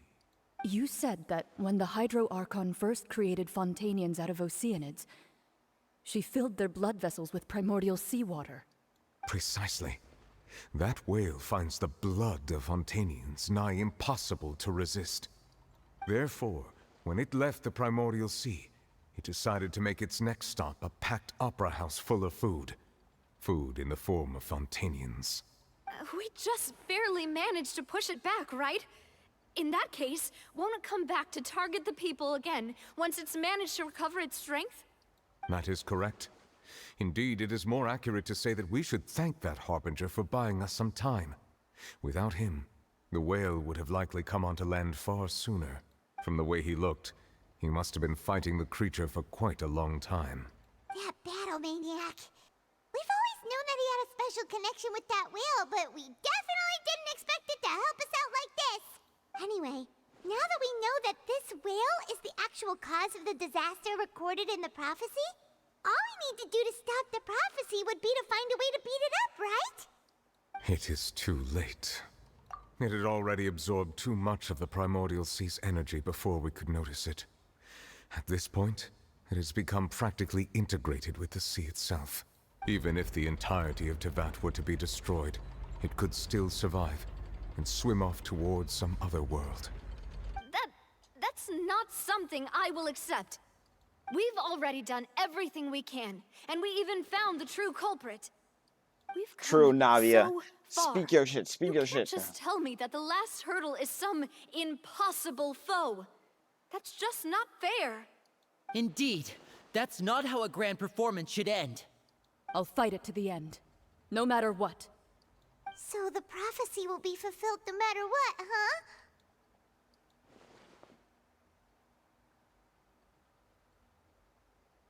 The prophecy.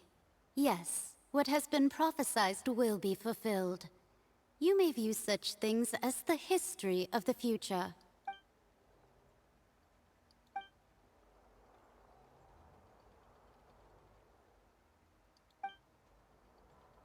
Just as prophecies are usually only the future as seen from the perspectives of the gods, could things be happening in hidden corners where the gods' gaze does not fall?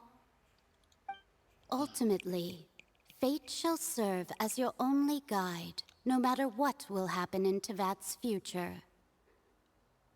All you need to do is to play your part.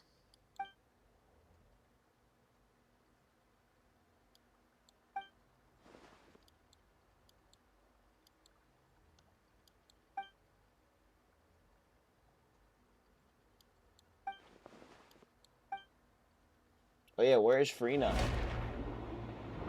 Another cutscene.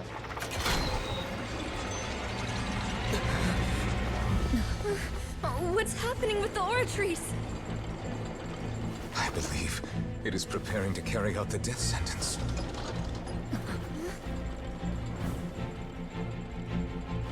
Furina!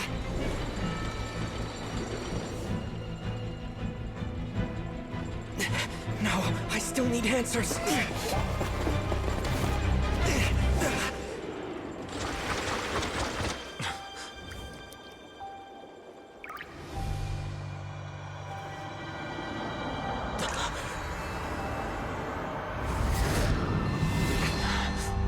Damn, that was right.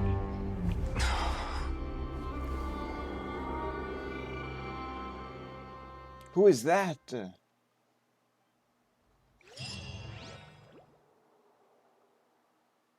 That was a whole different person right there.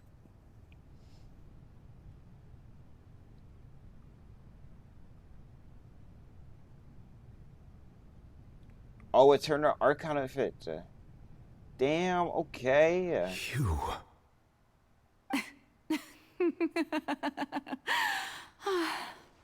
Sorry. That shocked expression on your face is just too amusing. I couldn't help myself. You are not Furina. Hello. Who are you? Ah, the sweet sound of bewilderment.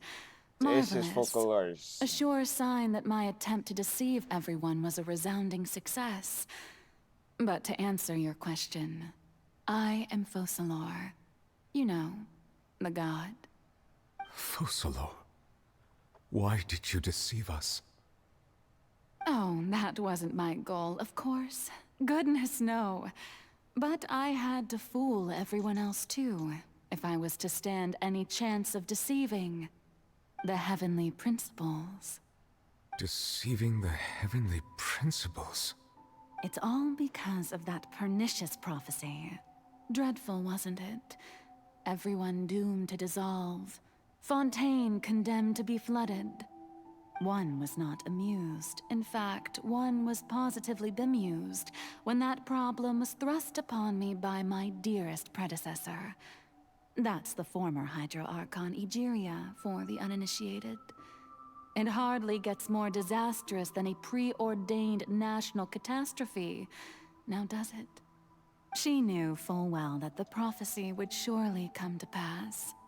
And as one of the seven, she also knew full well that one defies the heavenly principles at one's peril. So yes, as you have no doubt surmised, it was a rather impossible situation that I found myself in. I spent a terribly long time mulling it over, alone on the ocean floor. And I was almost growing barnacles by the time I finally realized there was only one possible solution to this confounding conundrum. I had to outwit the heavenly principles, allow the prophecy to be fulfilled, ostensibly at least, while saving everyone at the same time. I'm a genius, I know. I can only assume that's why Egeria chose me as her successor. Although, looking back now, it was hardly the inheritance one dreams of. Between the task of saving the nation, the quotidian duties of the Hydro Archon, and not to mention the original sin of creating a new race of humans, I dare say she left me quite a colossal mess to clean up. But one can only play the hand one is dealt. It's so weird hearing her have this voice any more than I after hearing chose her to be have like one her of her normal voice song. Oceanid familiars. So you were also once one of the Oceanids, transformed into a human by Egeria's hand. Yes, I was. I always dreamed of becoming human. And I still do, even now. In my eyes, to be human is to be part of the greatest opera ever known. Oh, so that sword looks sick. After becoming a god, I separated my divinity from my body and spirit, leaving behind only a self that was as naive and bewildered as my past self on her first day as a human being. The me you see before you now is that divinity. And the human counterpart I left behind, I named Furina. She could feel joy, sorrow, and everything in between. She could be as vain and conceited, or as meek and vulnerable as she wished. Her strengths were of a kind only a human could possess, as were her shortcomings. But in my eyes, Furina's humanity was what made her perfect. She was perfectly human in every way. The person I always wanted to be. Anyway, so then I cursed her. All part of the plan, of course. The plan to deceive the heavenly principles. Oh, the fake Archon. Do you still remember the final scene of the prophecy? The Hydra Archon alone, weeping on her throne. In order that the prophecy might appear fulfilled, I invited Furina to be an actress, to play the part of the Hydro Archon in the prophecy. Under the curse I placed on her, so long as I, Focalor's divinity, continued to exist, she could not die. But nor was she free to live her life in the pursuit of happiness. Instead, she was forced to take the stage in the opera house, to embrace the role of leading lady, to forever play the part of the god from the prophecy, all to create a deceitful appearance of that prophecy coming to pass. I suppose now you probably understand why your court is called the Opera Epiclese. But Furina is only human, isn't she? Even though she has had a long life, her mind is no stronger than that of any other ordinary human being. I cannot begin to fathom what she has had to endure. It must have been torture for her. It has indeed. And although she is, in a sense, me in human form, I most definitely owe her an apology for it. It's been 500 years, and all along, she's been playing her part in the most unimaginably long, unbearably lonely, and agonizingly painful opera of all time.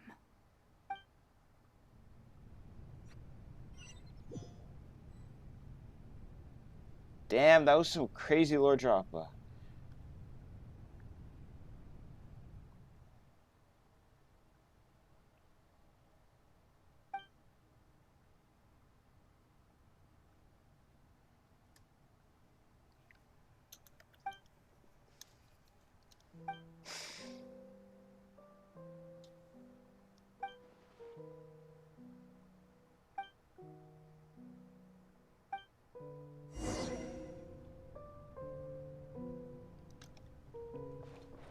Squall and Fury.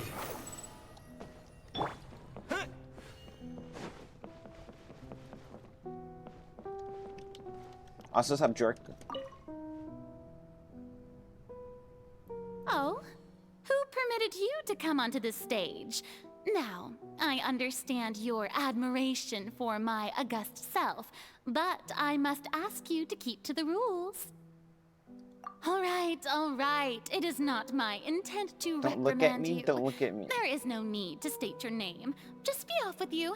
Do not distract me from my performance.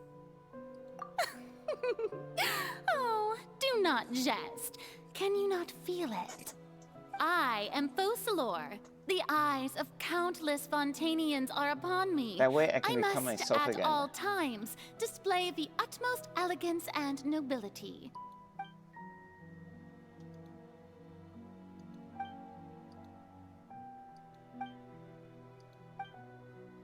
I said turn off the lights.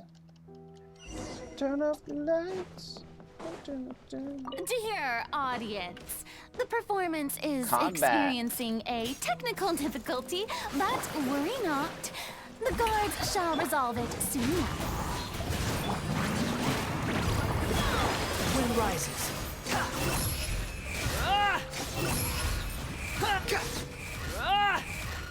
Okay. Hey, what gives?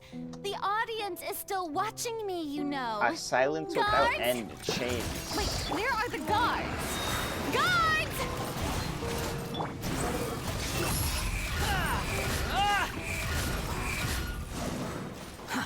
Too slow.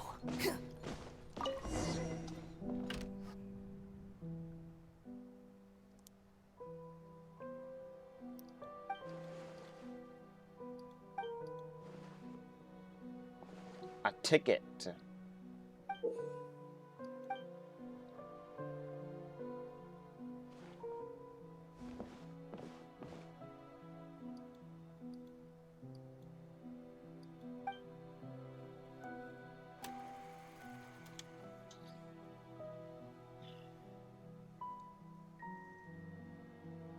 Also, this quest was not 2 hours long.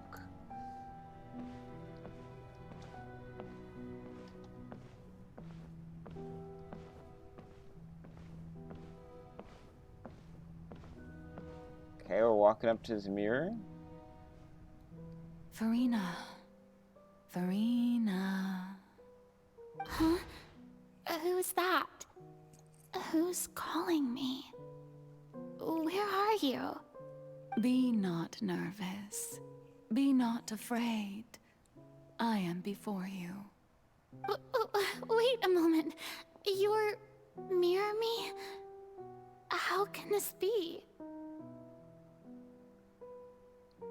The Focalor outfit goes kind of crazy Mirror though. you, huh? You know what? That's not bad. Let's go with that. Mirror me. What do you wish to say? The prophecy. Have you heard of it? What prophecy? Wait. I know. I think. I don't know why, but it's in my head somehow. The people will all be dissolved into the waters, and only the Hydro Archon will remain, weeping on her throne. Only then will the sins of the people of Fontaine be washed away. Oh, very good. You know it well. What's going on? I can't seem to remember anything clearly. The only thing I know for sure is this prophecy. Will it really come to pass?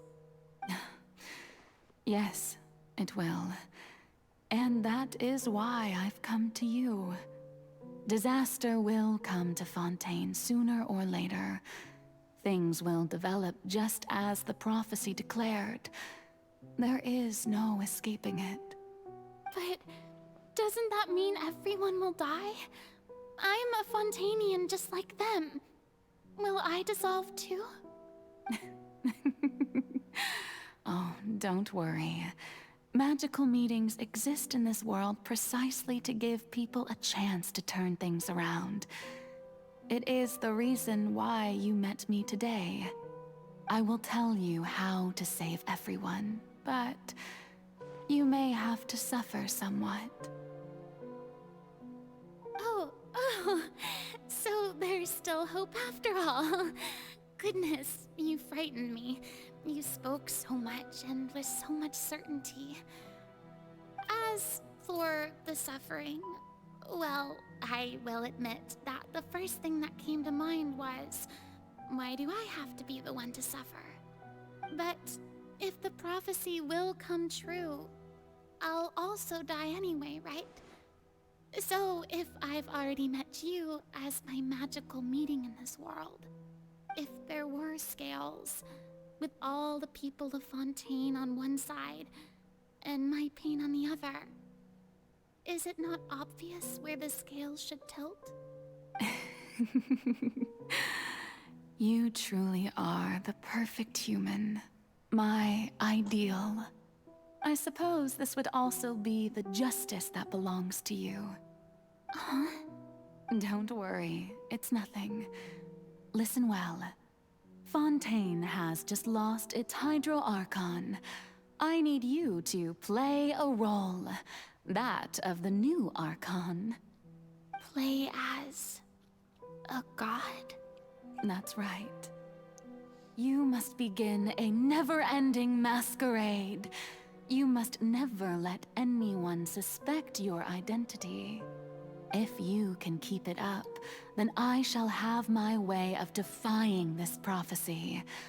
But should your identity be revealed, then all hope will be lost. But how will I do this? A human assuming the role of a god without being exposed. Don't worry. What you must do is not to turn yourself into a real god. You simply need to play the role of a god as humans imagine them to be. Being a human yourself, I'm sure you already know what such an entity would be like. Remember, your true challenge will not be pursuing divinity, but contending against humanity. I'm still not sure I understand, but I'll try. I'll try to do this. So, how long am I going to have to play this role? To accomplish this mission, you will have to stay on the stage for many, many years. You will endure and not grow old until your task ends. But I promise you, all will eventually end in a magnificent and dramatic trial, and everyone will be saved. A trial, huh? How exciting. I'll be looking forward to it.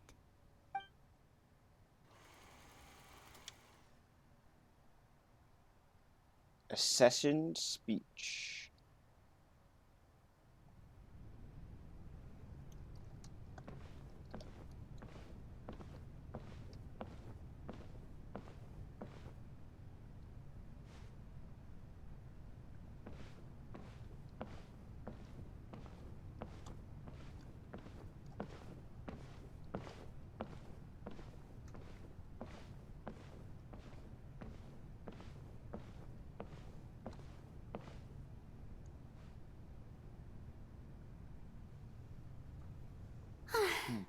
The Maison Cardinalise has announced my accession, but this is my first time facing the people. What should I say to most appear like a god? To be honest, I still don't know. Perhaps I should first try to act natural. Summon courage. Ladies and gentlemen, good evening, and welcome to the Opera Epiclese. I'm sure you've all heard about how I have taken on the role of Hydro Archon. Indeed, I am Furina de Fontaine, your new Archon. In truth, I know little about becoming a nation's new god, but it will be my honor to guide you all. As the god Focalor, the god of justice, I shall do all within my power to lead you into an age of fairness and justice. Close politely. Once again, thank you all for coming. If you should have any questions or suggestions, please send them to the Maison Cardinalise. The future of Fontaine will require us to work together, after all. This should do it. I thought I might stammer, but thankfully, I was able to convey my thoughts just fine. Okay, and next. That's the new Hydro Archon. Is this some kind of joke by the Maison? I would have thought that a being that surpasses humanity would be a bit more assertive.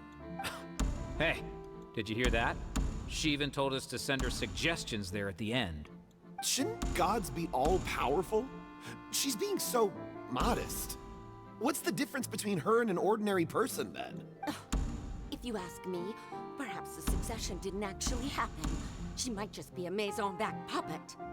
Wait, what's going on? Why is everyone suspecting me of being a fake? Oh, this is bad. If I get exposed here, there'll be no saving the people from the prophecy. Right. Mirmi said that I just need to play the role of a god as humans imagine them to be. Calm down, Furina. Think. What do the people want? How would they imagine a god to speak and act? Assertive, with a strong sense of presence. One who can dispel all doubt. That is the character I'm fated to play.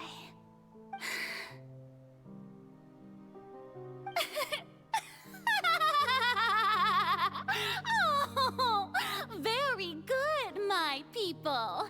Only one she changed such back as to her you voice are now. deserving of my rule. Now, I was wondering if some weak puppet were to one day come onto the stage and claim ownership of this opera house, would the children of Fontaine follow them?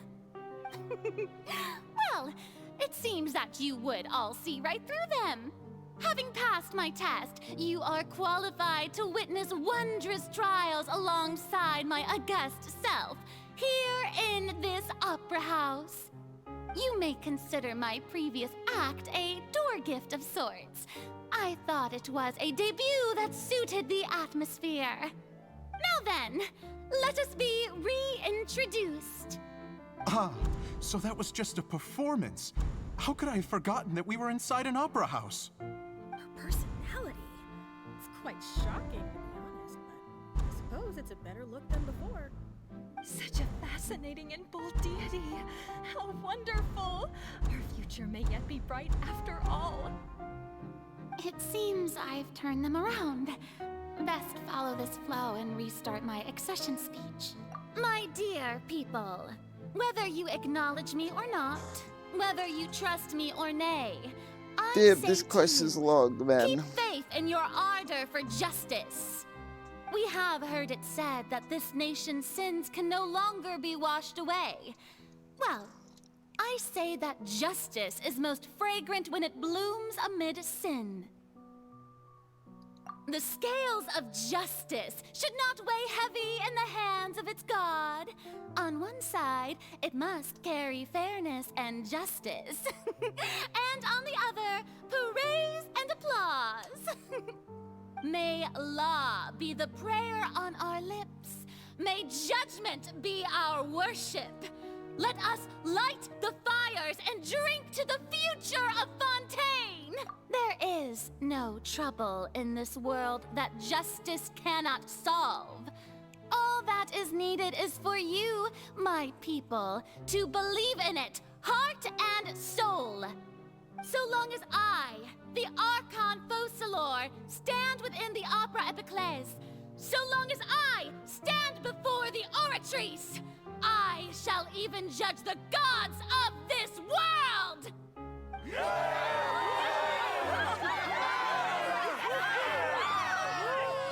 Oh, yeah!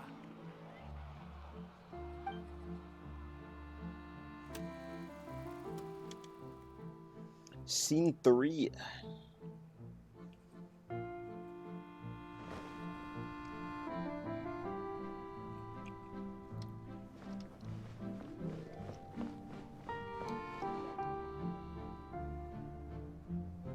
Lady Furina, here are today's case reports, as well as a summary of the follow-up for your perusal. Come now, was I not just at the Opera House in person? Leave these kinds of things to Neuvillette. Besides, None of these trials were the one that I'm looking forward to the most. If I may be so impertinent, what kind of trial are you truly looking forward to? A magnificent, dramatic, and wondrous trial. A trial to end all things. How could you hope to understand? That's true. I fear I lack the ability to grasp your divine thought, Lady Archon. No need for fright, and do not take what I said before too seriously. Go now, do your duties. The trial I await. It will come one day.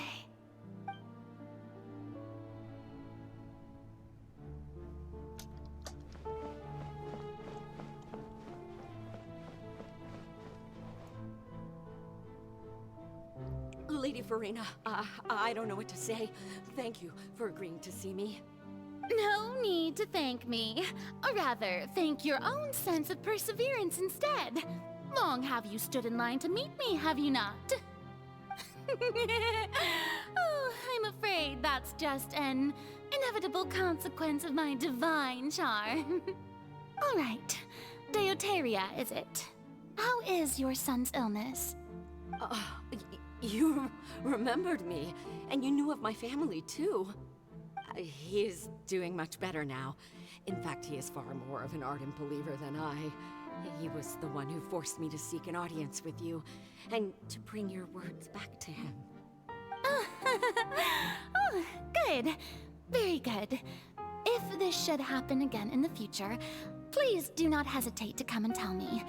Going down to citizens' homes every so often, while not usual practice, should serve as a fine change of pace. You're such a gentle and wise god. Thank you once again, on behalf of my son.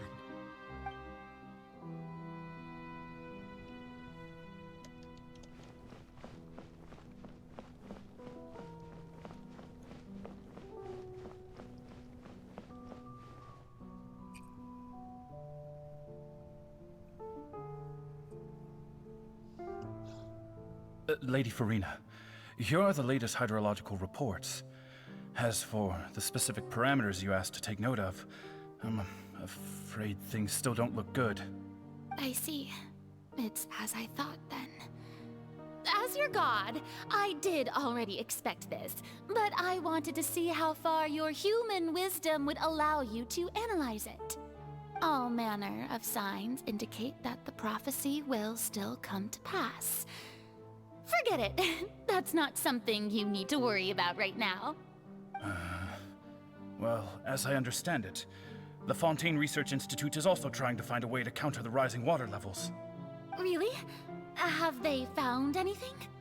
I'm afraid that they haven't found any effective solution thus far. Oh, is that so? Well, no wonder.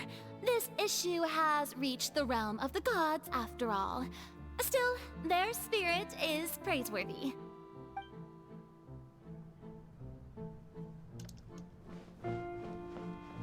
Back over here. The day is finally over. I haven't had a moment to breathe this whole time. But it's good to see that everything's getting on track. There are no longer any voices of suspicion. Maybe this is fine. I just need to keep going, and everyone will be saved. All right, Furina, don't think too hard about this. You need rest. Tomorrow's a new day. There's another scene.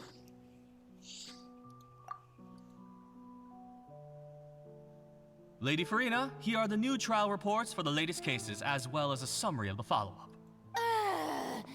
There'll be no need for that. I've seen them already.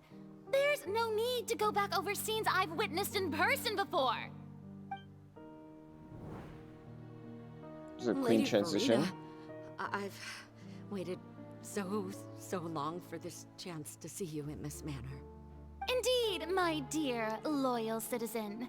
This joyous moment is an honor for us both.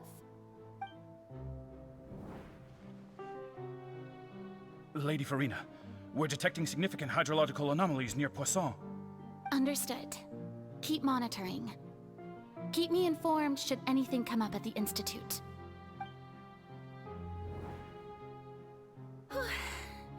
I don't think I let anything slip today.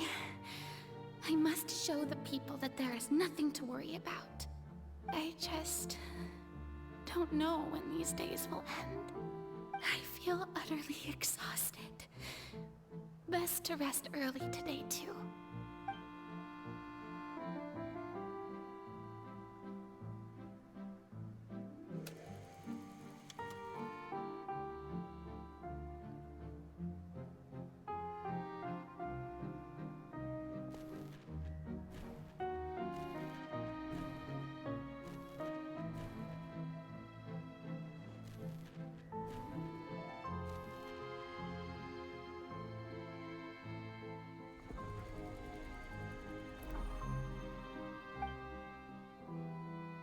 Scene 182K.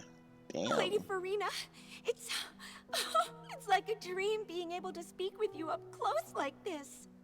I've heard that the first member of our family who was honored to receive an audience with you was Madame Dioteria, almost 20 generations ago. So this is 500 years up. And what a fine family yours is indeed. It brings me great joy to meet such a faithful believer. A descendant of a line most ardent. Surely you exaggerate, Lady Furina. My lady? Hmm? What is it, good citizen? Oh, are you crying? Uh-huh. Oh, really now? I didn't even notice. This must be the overflow of hydro from my person. Well, can't quite help being the god whose dominion is the waters, can I? No wonder. No wonder. A manifestation of your power, then. Oh, Archon, I am honored to have witnessed it. Honored indeed.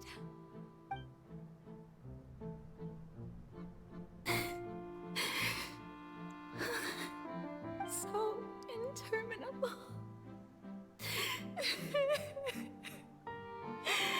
So lonely.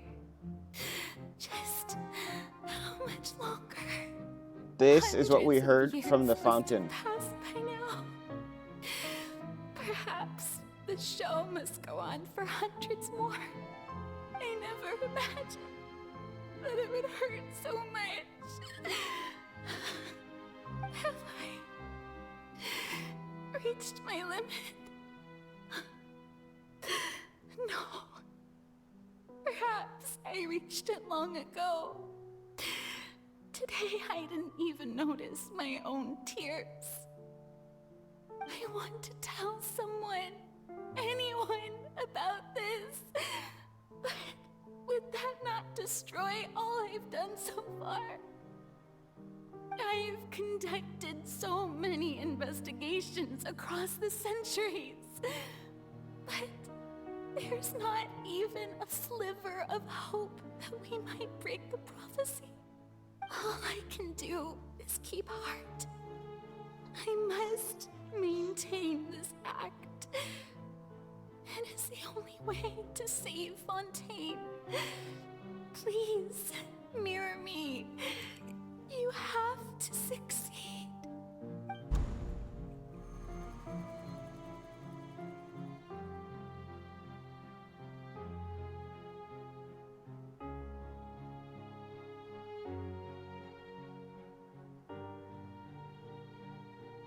Furina, you don't have to shoulder this burden alone.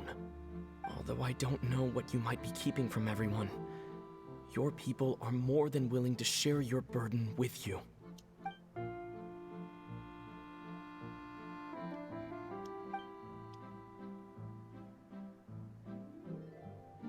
Share my burden. That's impossible. It was fated right from the start that this would be my duty alone. But even if your burden doesn't need to be shared, you can still choose to confide in someone. Just share it with me. I'm what you'd call a witness. A witness? Yes, I've heard that you came to Teyvat from beyond the stars, yes. And if Teyvat is in its entirety, if that's the case... He's right. I could confide in him, couldn't I? But if things don't play out as expected, the people of Fontaine will be the ones to pay the price. No, Furina. You shouldn't be selfish. She's the dark dress. But what if it's really alright? Furina, you've worked so hard for so long. Surely it would be okay to put yourself first for once. Just this once. Is it such an outrageous thing to do anyway? To find someone in whom you can confide your frustrations and sorrows? If you let this opportunity slip through your fingers, it might never come by again. Think about it. Long and hard.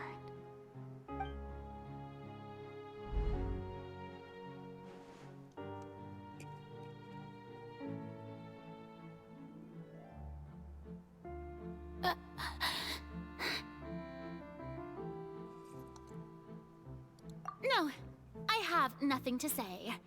I am Furina, the Archon of Fontaine. Everything will surely get better. All you need to do, dear spectator, is to witness my performance until the curtains fall.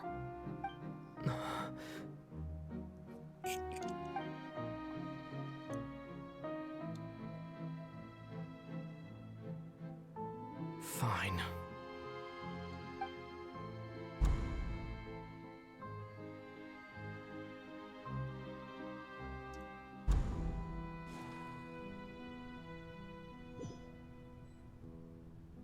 So even Furina doesn't know the truth? You've never once let her in on the full plan? Yes, it had to be done. To deceive the heavenly principles, you must first deceive yourself. She did very well. If she had let her resolve falter even once in these 5 centuries, Fontaine would have been doomed to the most tragic fate. It seems that trusting humanity was the right decision after all.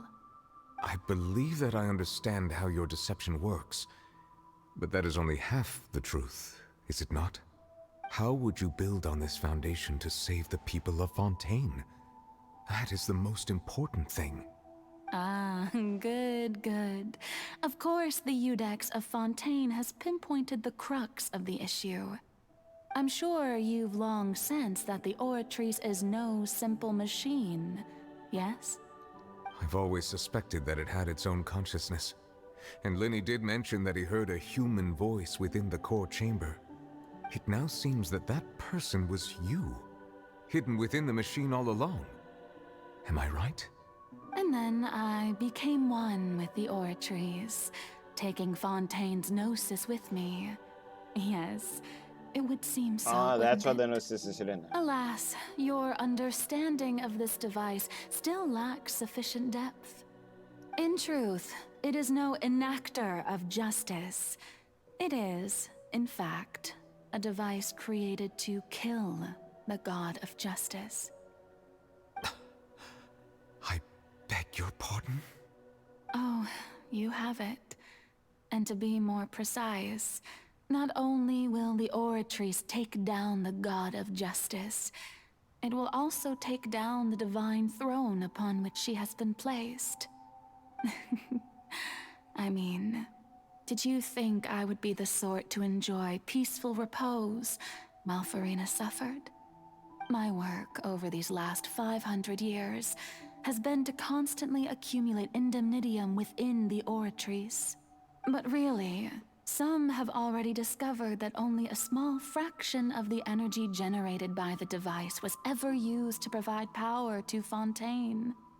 The vast majority had to be accumulated to enact this death sentence. It was all part of your plan then? Both the trial and the sentence? Indeed. This power, accrued over 5 centuries, could have sustained Fontainians for millennia, had it only been used for that purpose. Almost all of it has now been stored within the oratories. But only power of this magnitude could hope to destroy the Hydro Archon's divine throne, shaking the rules established by Celestia, and breaking through the institution that is the Seven. So the Oratrice's call for death was for neither Furina nor Focalor, but for the Hydro Archon. The destruction of that divine throne. If I do not misunderstand your intent, you must be... Returning what's rightfully yours to you, of course.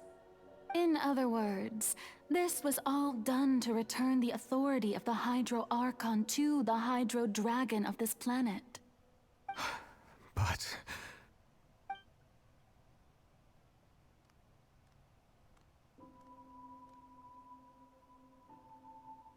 Oh, what?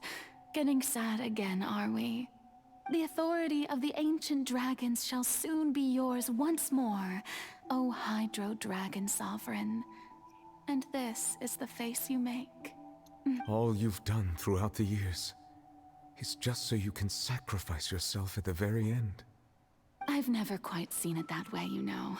Even now, I'm quite pleased at how well my deception worked.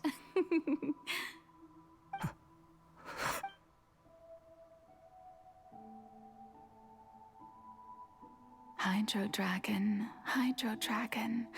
don't cry. I must say, had it been within my rights, I would have loved to judge the heavenly principles themselves. Were they not guilty of essentially the same crime? Egeria stole the power of the primordial sea, and the heavenly principles stole the power you ancient dragons possessed. I, for my part, am the god of justice. And is it not just that your original powers should be returned to you?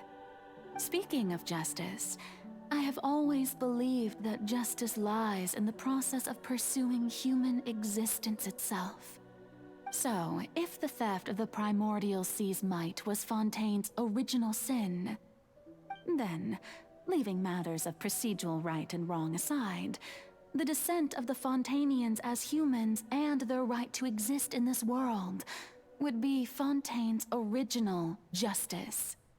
In other words, existence was Egeria's justice, and to me, justice is the continuation of that existence.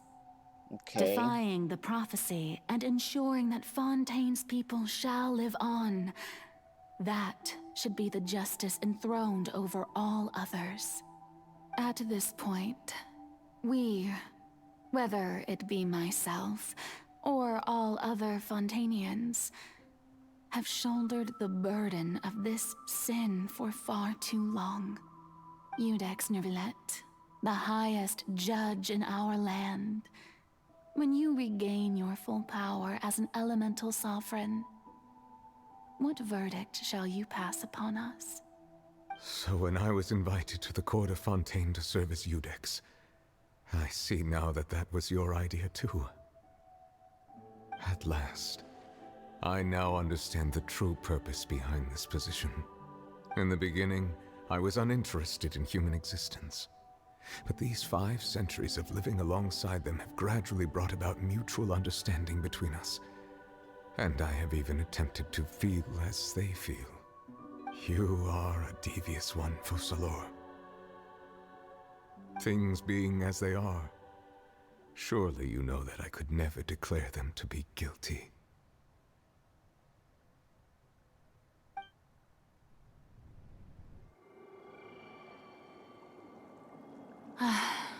The hour of my execution is almost here. For the sinner, the curtain Is she call actually has getting come. smited? I know I may not sound it, but faced with death, I find myself a little afraid. Perhaps this is one thing both gods and humans have in common.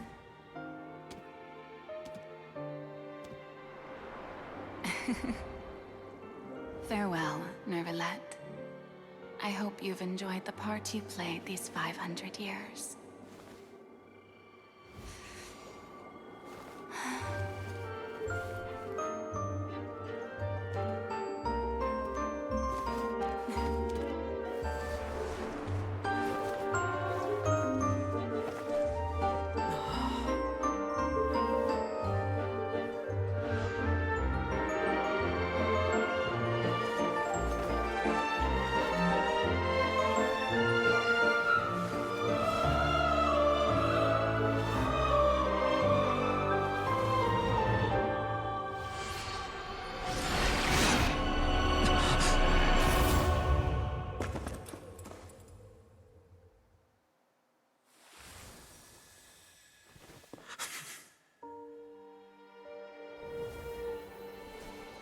Damn.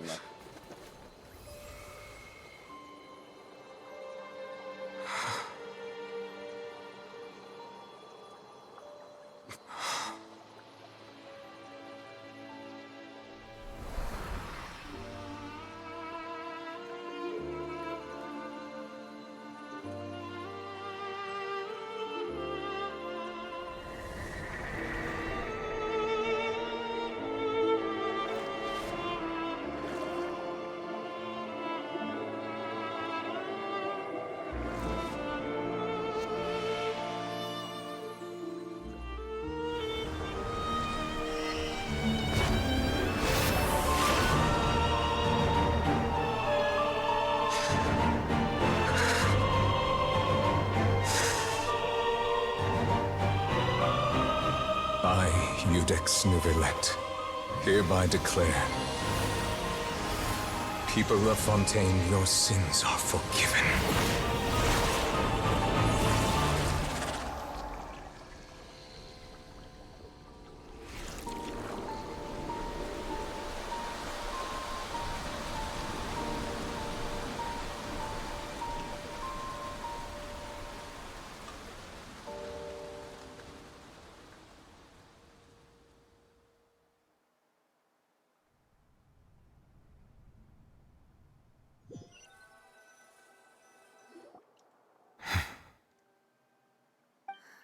Damn, that cutscene What was just fire. happened? Has the death sentence been carried out? Was that bright light some sort of misdirection? I have a feeling that something huge just happened. But since we're all still alive and haven't been dissolved, I assume whatever happened was good for us. It's time to end this. We must mete out punishment to that beast. Didn't you say just a moment ago that it can't be defeated? I have gained the strength sufficient to deal with it. Through certain means, I now have the ability to separate the power of the Primordial Sea from that creature. We should seize the opportunity to pursue our quarry. Traveler, now that the oratories can no longer function, I require an executor to help me mete out justice. The root of the calamities befalling Fontaine, the beast that enacts the prophecy. Its name is the all-devouring narwhal. Come with me, traveler. The hour of execution has come. The hour of execution is so cold.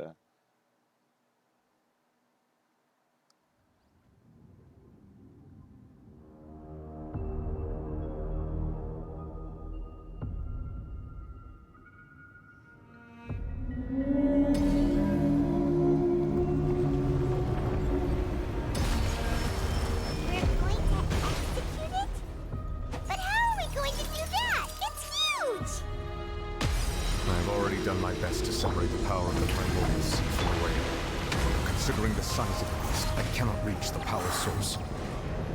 Unless we can find a way to attack it. Story mode, the weekly bosses are usually a nerfed version of the weekly bosses. We shall look for an opening together.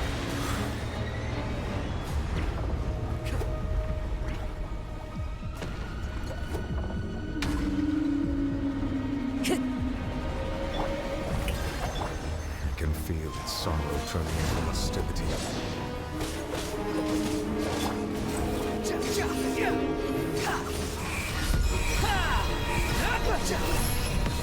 You're dead! Upon the gale. Can I also? Wretched vermin!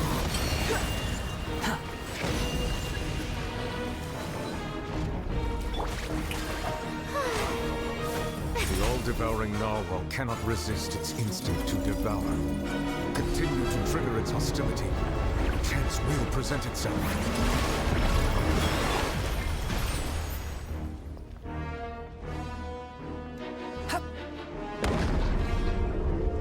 How big is this map?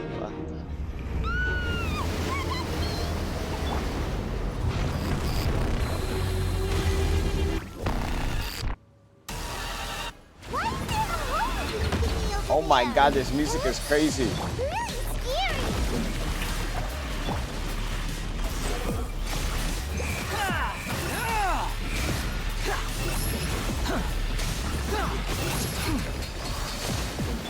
As one with wind and cloud! Scatter! I have granted you my protection. Do not fear. Seize the moment and use my power to suppress its roots from within.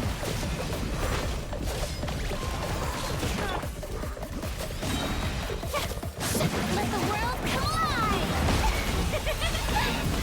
Fallen leaves, adorn my night!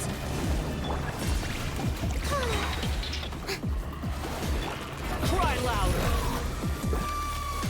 Scar his face, okay.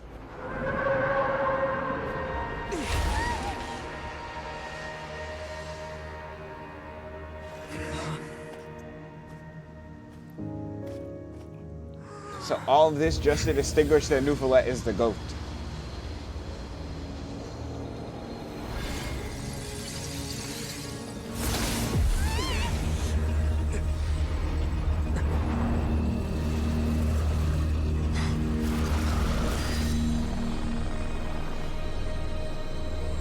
Damn.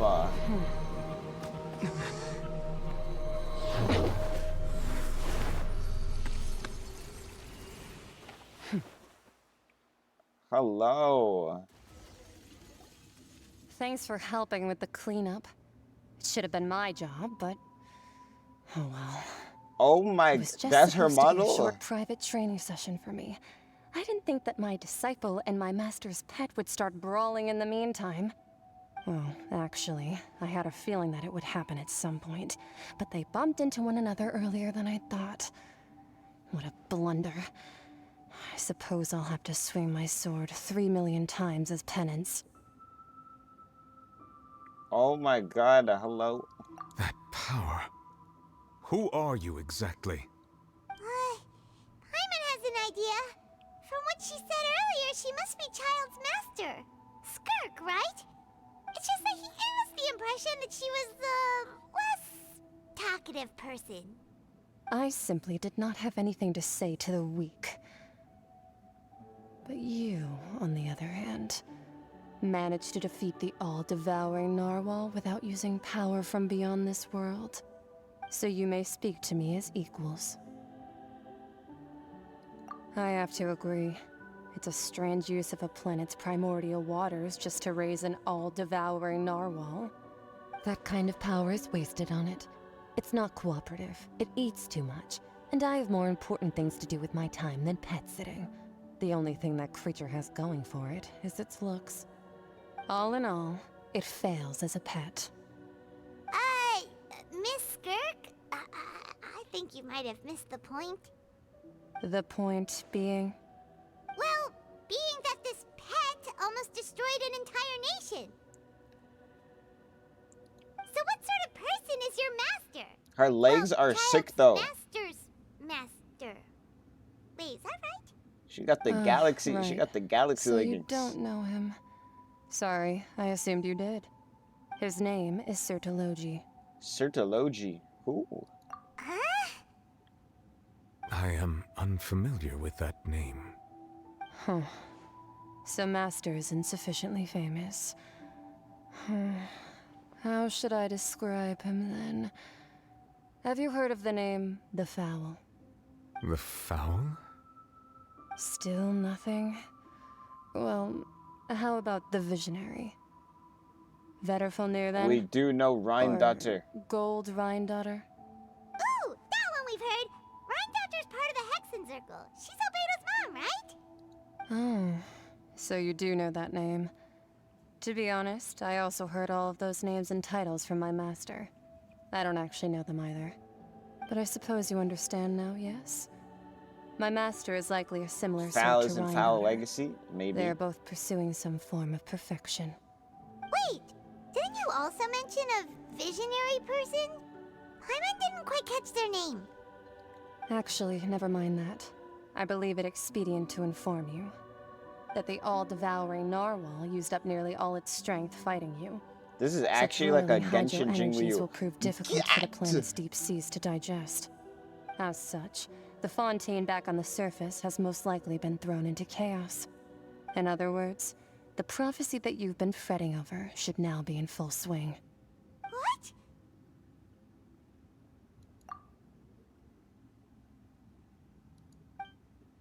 Not to worry. Focalor has already managed to deceive the heavenly principles.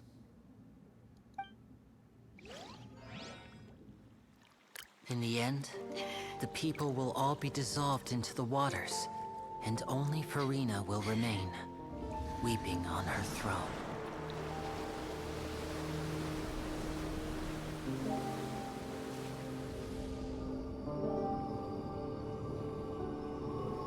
Only then will the sins of the people of Fontaine be washed away. Oh, but Neuvillette did it instead.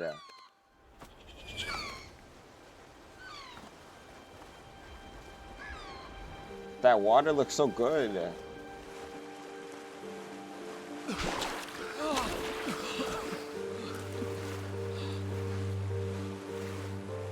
Hey!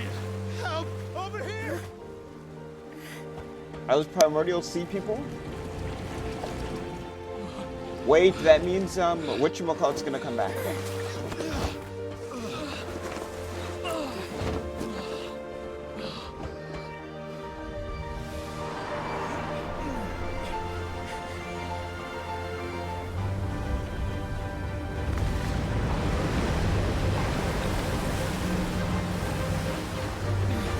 Right, this quest is not 2 hours. I don't know what you were talking about.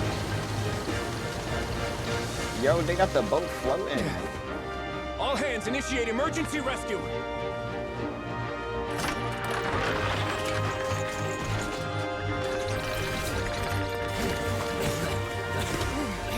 Hurry!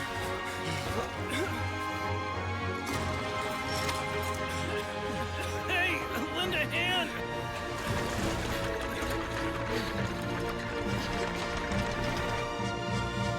Can they really grab it onto the claw though? They kind of going insane though with the cutscenes on this Archon quest though.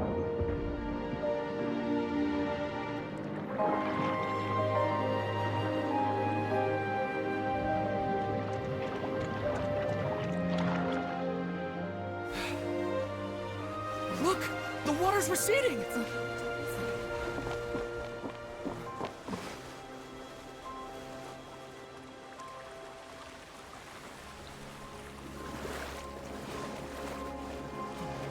It's a miracle! Water's receding. We didn't dissolve. The prophecy was wrong. The prophecy was wrong.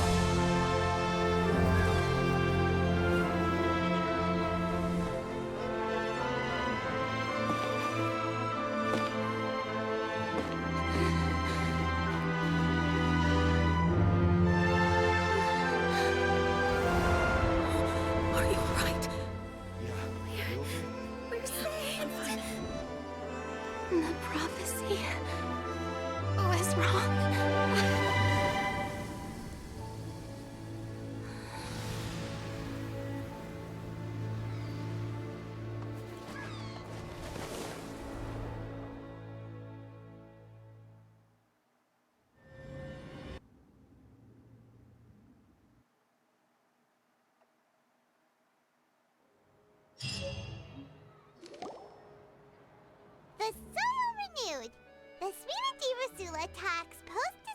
I've heard enough of Paimon. Soil can skyship the various disputes that a people always call the...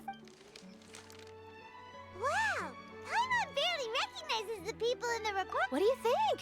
Pretty enthralling, huh? The Steambird's idea was pretty simple. With the disaster just having passed, we would print a free edition packed to the margins with good news to calm people down. This quest is not Value for these big 3 scoops hours. lies in their This is inevitable like follow-ups. 4 or We'll 5. publish further reports and go into the stories behind those people. 4. Edwin's assistant, Four. Jurier, created a true flying ship, while If you don't Navia skip is dialogue, leading of people in course. the reconstruction of their home. I'm sure that these stories could draw even your well-traveled eye. Paimon's curious too! Wait a minute. Didn't we watch everything happen from start to finish? What's there to be curious about? And that's exactly why I'd like you to come conduct interviews with me. You're the best incubators of news, if you haven't noticed. And also, with you around, I'm sure I'll get to see that Duke. Are you sure? Hasn't he turned you down several times already? Oh, this time Pretty will good, be though. different. Come on, Also let's head to submarines. Poisson first, and then make a trip to the fortress. There are some things you'll only know when you get there.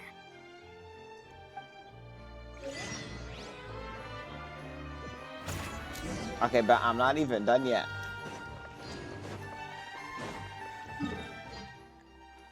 Bro, there can't be that much left. There can't be that much left. Gotta be on like the finishing stretch, surely. Quit following me.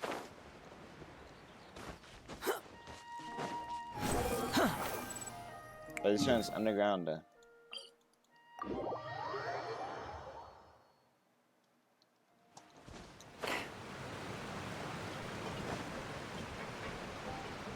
wind rises.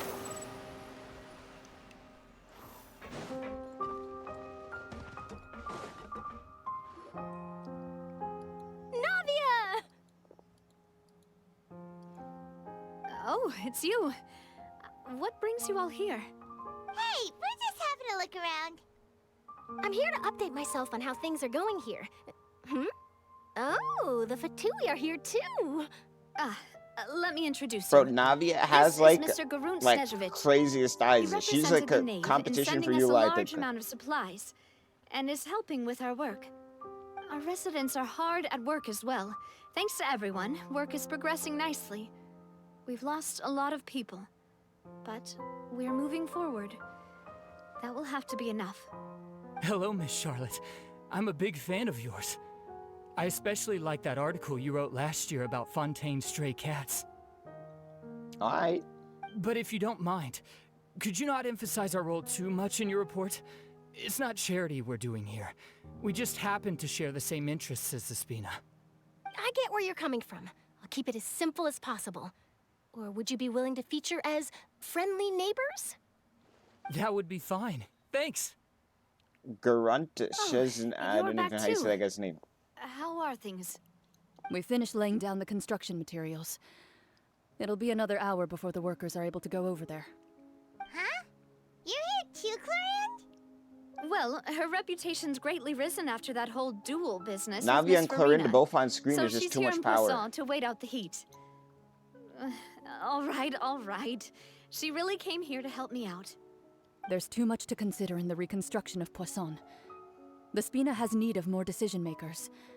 And, well, I do already happen to be connected to Mr. Callis. Oh, wait just a moment. Do you mind me asking a few questions? You know, about how you felt before the duel, about what it was like facing down a god. There's lots of exciting material there, I bet. Forget it. I'm sure you can find a better theme than that, Miss Charlotte.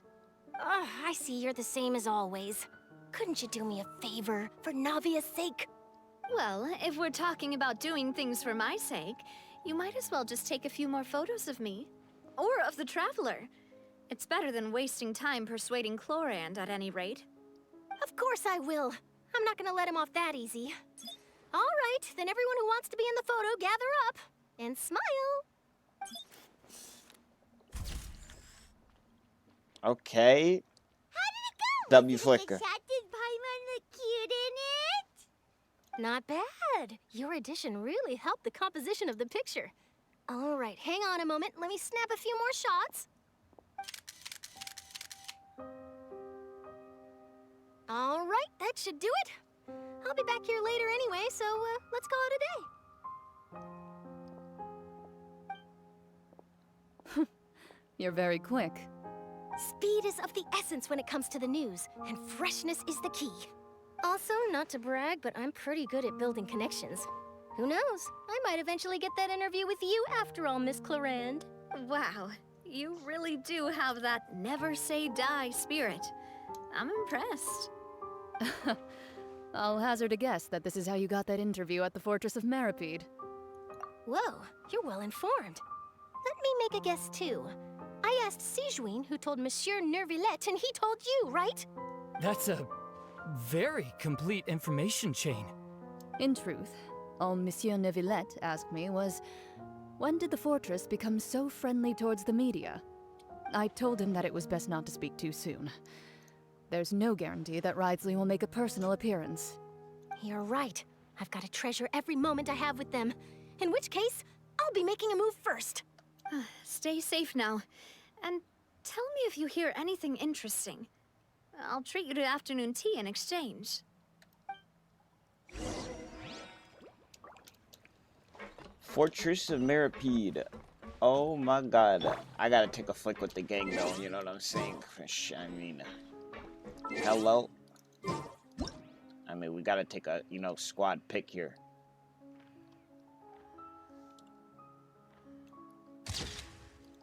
Wait. Ooh, in the idle animation? No, we gotta get like a thinking pose here. Oh yeah. Thinking hard about our decisions here. True.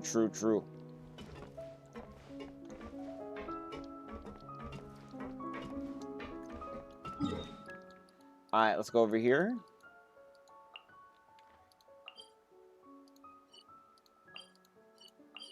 This is not on the same layer as this.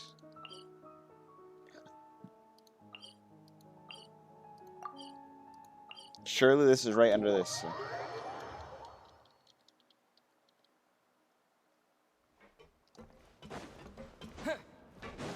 The line "Father has her ways" gives you brain damage. I don't even know what you mean by that.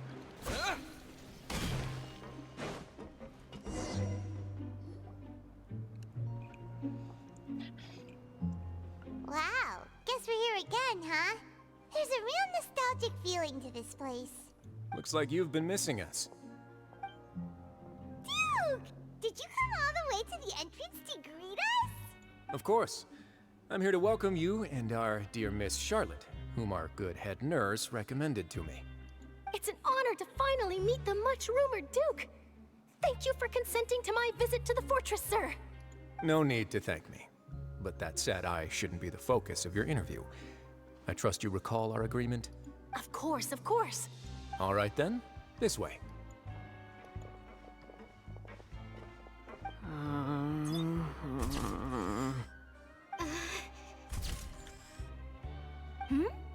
Hey, no need to be so nervous. I've already taken all the photos we need. Miss Charlotte, do these pictures really need to be published on the cover of the Steambird? It would seem that Miss Lorvine doesn't want her face to appear beside that of Mr. Jurier, Sir, please don't say things like that. But it looks like dear Mr. Jurier denies it. Might this interview be very important to you then? No, I just... This is my first time being interviewed, and I'm very thankful to the Steambird for... Now, I might not look it, but I actually did meet Mr. Edwin once. And I'll be honest, I enjoyed chatting with you more. You've definitely got more of that genius vibe going on. The boat that brought about a miracle, the ark that saved the people. Why, you recreated a myth back there, like an emissary of legend. Still, if I might ask, where's that flying ship now? Huh! Looks like Charlotte's trying to get herself another exclusive scoop. They were just on it. I have to apologize, but that ship is presently in the bowels of our factory. I'm afraid it won't be easy for you to get a shot of it. Really? Well, then in that case, could I have an interview with you to make up for that loss? You already know my answer, I'm afraid. Best you interview our head nurse instead. Or perhaps you'd like to take another photo of this couple of researchers? Did you really have to use the word couple? Well, then, 2 solo photos will do. Is my hair messed up? Please, someone help me have a look. Things sure are getting pretty lively here. We've seen this kind of thing before. Oh, seems like everyone's here. Would any of you like to try this new drink I came up with? Ah, Siegeween. Hey, Miss Charlotte. Why don't you, take some pretty photos of our head nurse? Sure. Come on, Miss Siegeween. Over this way. Let's find a brighter spot. Huh? Sure. Do I have to smile? So, how have things been at the fortress? Same old, as you can see. Fontaine's undergone some changes, but this place is still more or less the same. Just Other than that flying ship, it got a tad too much attention, I think. That's why I decided to let the interview go through. We should direct more public opinions toward the behind-the-scenes heroes. Am I right, Mr. Jurier? Miss Lurvine? You're too kind, sir. I believe that you too should have your day in the sun. Not that you would want that, which is a pity. I'll just leave the spotlight to you two. I see. Lots of things happened that day, huh? Anyway, regarding that Harbinger, I'm not sure you remember, but his 3 young followers are still waiting for his return. He sure did win them over, huh? I'll tell them that there's good news and bad news. The good being that their boss seems fine, and the bad being that they must face extended sentences for abetting his escape. Oh, actually, what about you? Are things gonna change for you too? What change can there be? The fortress will keep chugging along, and so will my duties. As to what Miss Furina's departure will mean for the nation, and if our laws and governance will be transformed, we'll leave those to the folks in the overworld. Hey everyone, the photo shoot's done. Oh yeah, Neuvillette is like top of the thing now. Good. In that case, let's call it a day here. Thanks for your cooperation. Come on, Traveler, let's go. Till next time, everyone. There'll be a next time? Maybe. Who knows? I might write a story about the underwater factory next time. Until then. All right, last stop, the docks. Oh, you know, I'd love to see you in one of Charlotte's photo shoots one day. Is that really necessary? Our line of work doesn't really require much photographing. It's precisely because we don't need the picture that they'll have value as keepsakes. You don't really look all that opposed to the idea, you know? Maybe I'm just happy that I managed to once again avoid the spotlight. I think this interview went well either way. Yes, you successfully kept prying eyes away by using Mr. Jurier and Miss Lurvine as shields. Very good. You should be happy for them. They have a bright future ahead of them. I want a picture of the squad.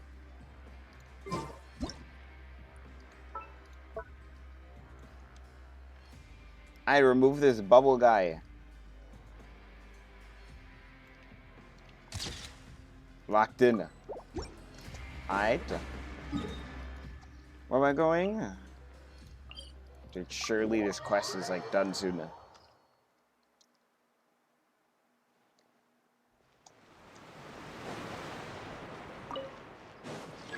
You will not catch me waiting for the lift, bruh.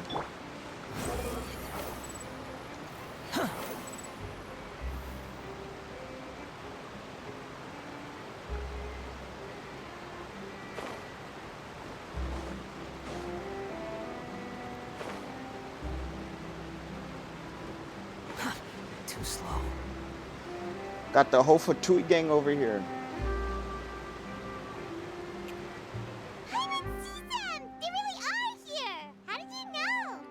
Navia mentioned that she stayed in touch. Traveler, Paimon. Ah, and Miss Charlotte, too. Would you like a magic pocket?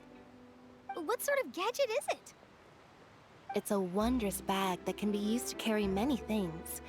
The water level has returned to normal, But if you see any of your things floating around, you can use this to carry them. Or you could trick a friend into doing it for you. Trick a friend? I wonder which of my friends would fall for that.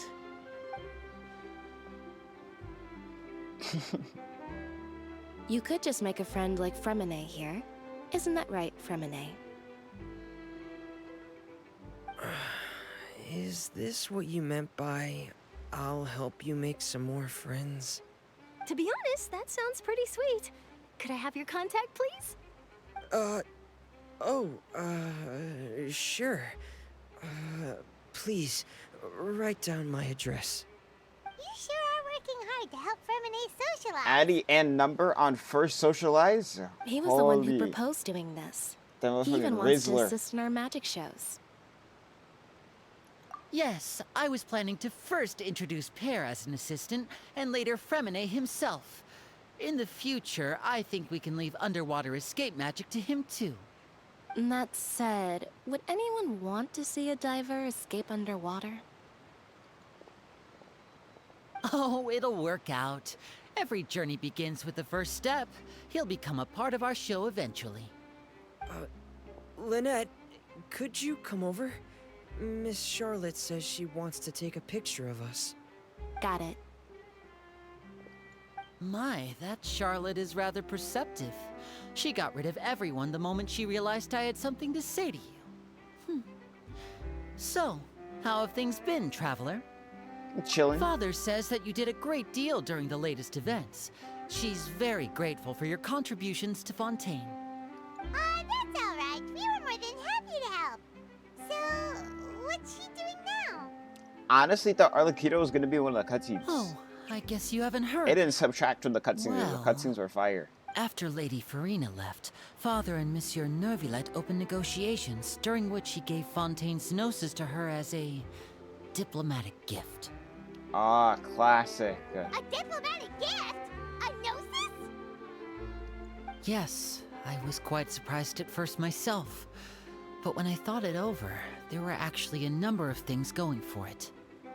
It could have been done as an apology for the incident with Lord Child, or as thanks for his help in tying the all-devouring narwhal down.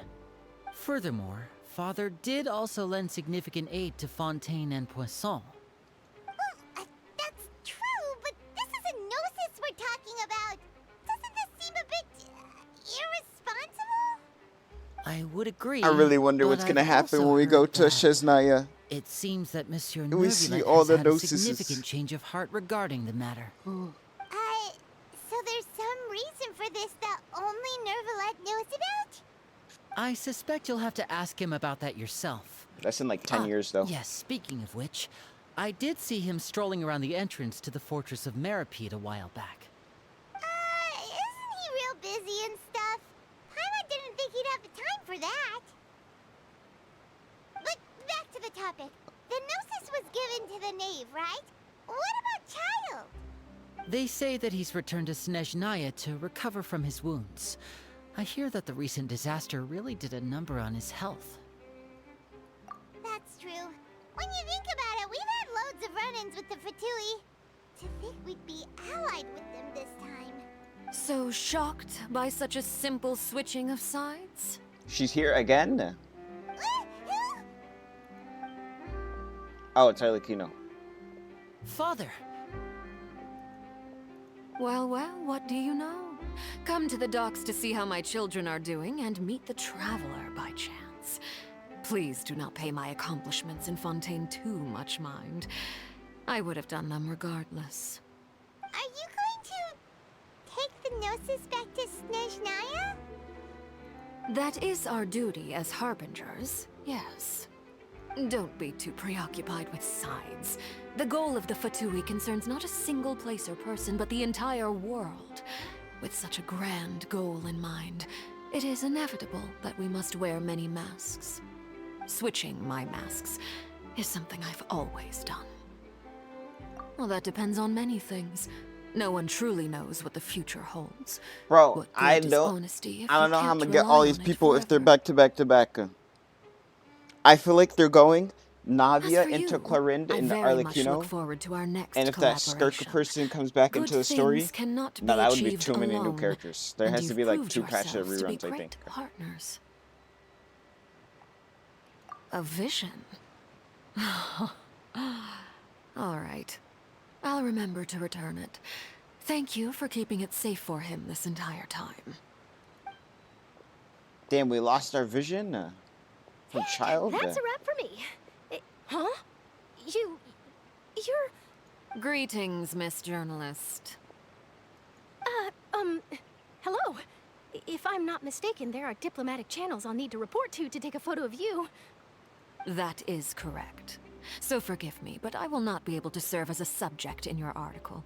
However, feel free to write as much as you'd like about our dear magicians and our upcoming rookie talent. I will. The sea breeze is quite pleasant. I shall continue my walk while the weather remains so agreeable. Farewell. Farewell, Father.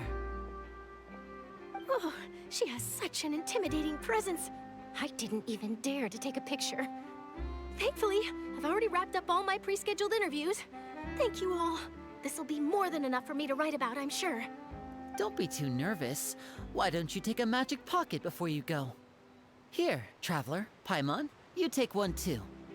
To move things about? That's right. Funny. I was giving out magic pockets when we first met too. And what do you know? I'm doing the exact same thing right now. So many things have happened, but the pockets are still the pockets. I guess this must be life. We will all follow our own paths, and serendipity will lead you to your fated friends. All right then. We'll be handing out pockets in some other districts later, so we'll get going now. Have a good day, you two. Well, guess we sent Charlotte off. Shall we go? How is this quest not done yet? Or is he not so busy that he doesn't have time to chat?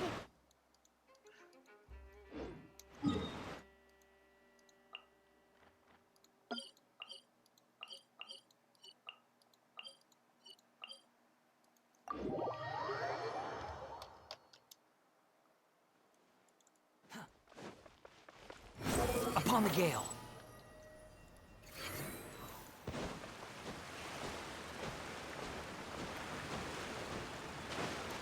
Behold! Oh, cat.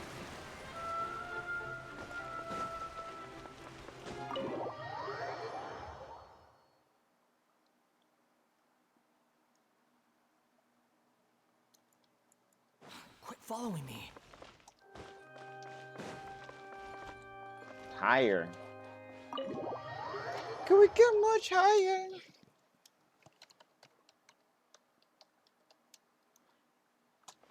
The wind rises. The entrance to the fortress! Ooh, he really is there!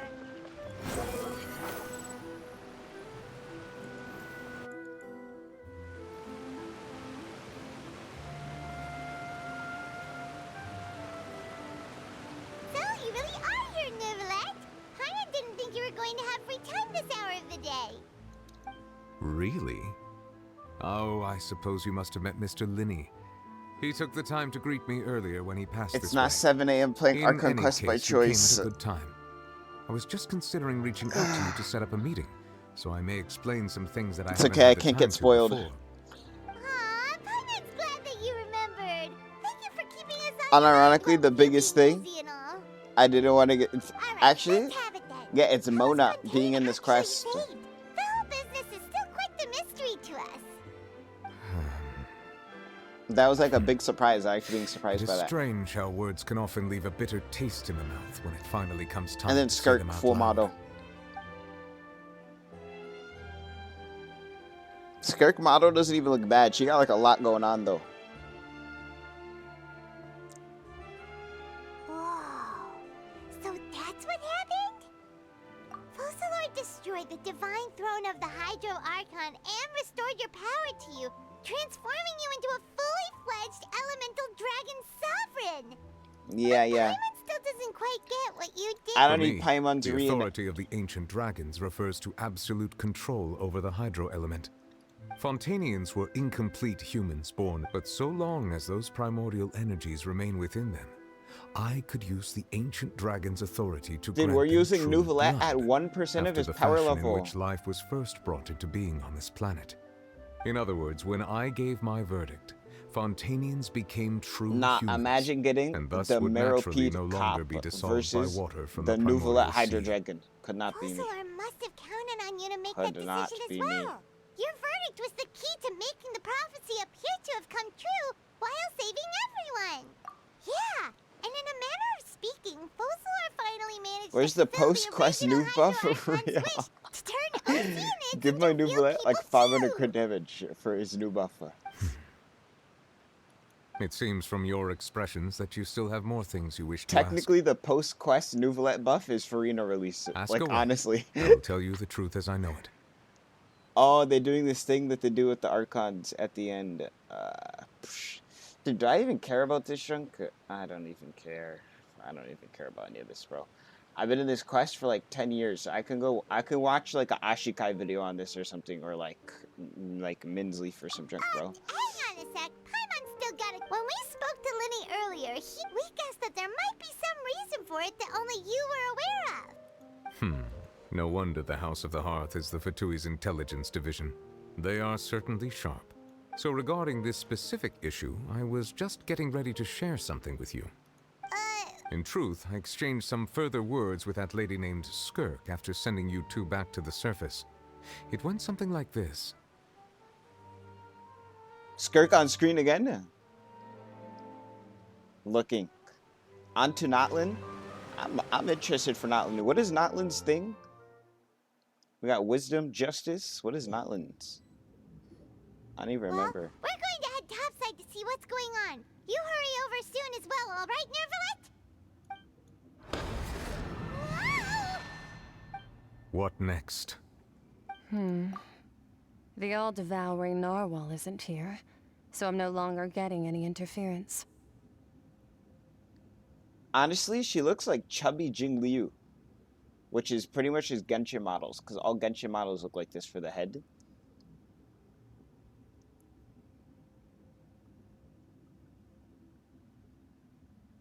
She do got the assets, though, I'll be honest.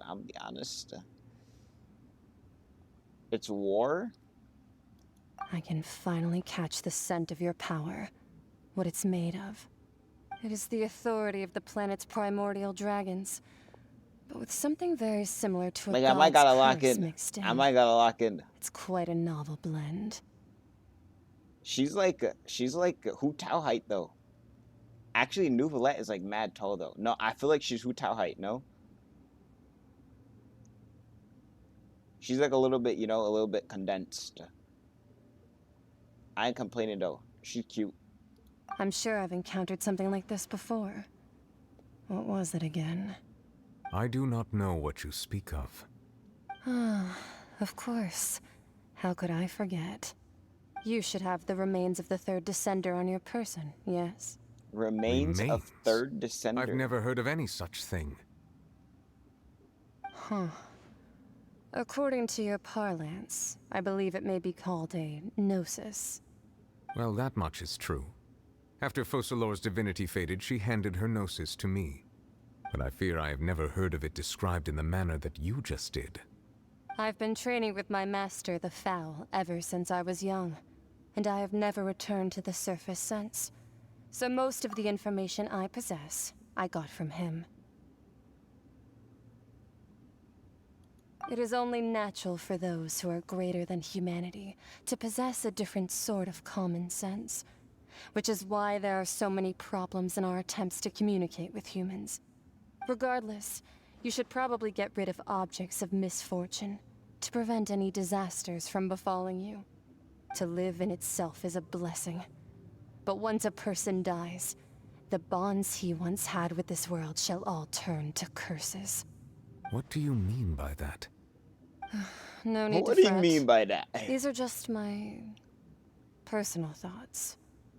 And my reason for no longer wishing to return to the surface. So she just lives in this Third galaxy dome? descender you refer to, who are they? And when did they die? Master never mentioned them to me. Perhaps it just wasn't that important for me to know. So she's child master, If you're and interested, she has a then master. I could ask him. I'll be sure to pass the answer on to you next time. Next Does time, the master of the you master believe have we a will meet master? again? I do. Wait. I have a disciple of my own, don't I? He can be the messenger then.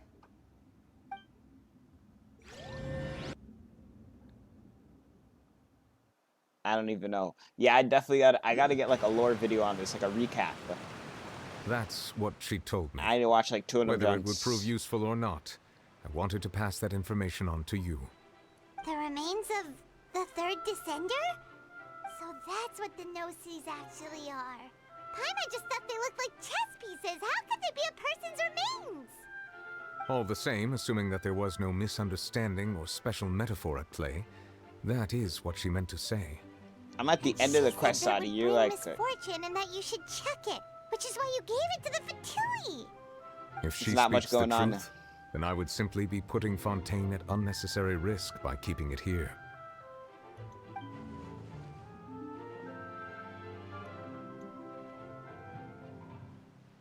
Oh yeah, we're a descender. I forgot that.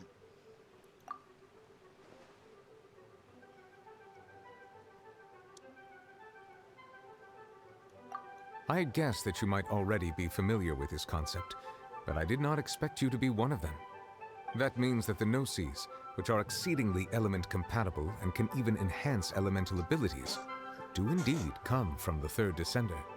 I wonder, does your body also possess similar properties? Like being able to use elemental powers without a vision. That does sort of count as special compatibility, Yeah, but our elemental right? powers are cheeks. No, let's not think about this stuff right now. It just feels creepy. Comparing the Traveler to the dead third descender and all. Don't worry, I won't die so easily. That's what you say, but this topic still feels Death can have me when it earns me. Once Child recovers, let's get some more answers out of him. Or go look for his master and get the answers that way. Let's go look I for the too believe master. it I unwise don't care to about make no too many child, blind bruh. guesses Let's get where this skirt information going. is Hold up, lacking. The same is true of being at court. All right. Whatever the case, it seems like the crisis here in Fontaine's over for now. Yes. All of Focalor's efforts were for this moment as well. But she sacrificed herself in the end as a god, and she suffered through all those years as a human. Was that really what she wanted?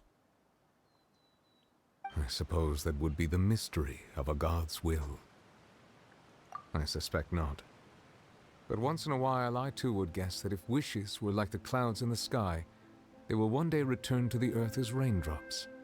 Life flows like water, and rain is the final answer.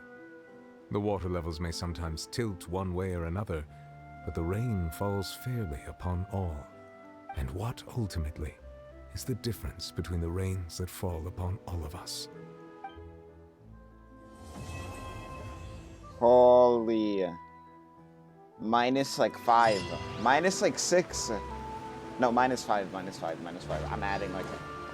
Every time like 10 minutes extra goes by, I change it to like an hour. Sheesh. It seems from your expressions that you still have more things you wish to ask. Ask away. I will tell you the truth as I know it. Oh, you can go back and ask him. Oh, wait, the next stop on my journey. I didn't even peep that. I'm actually interested. You will soon be heading to Natlan, I presume. I'm afraid that I have little talent as a travel guide, so all I can do is tell you what I know about that land. As far as I'm aware, Natlan can be said to be a nation of dragons. We're getting a dragon girl.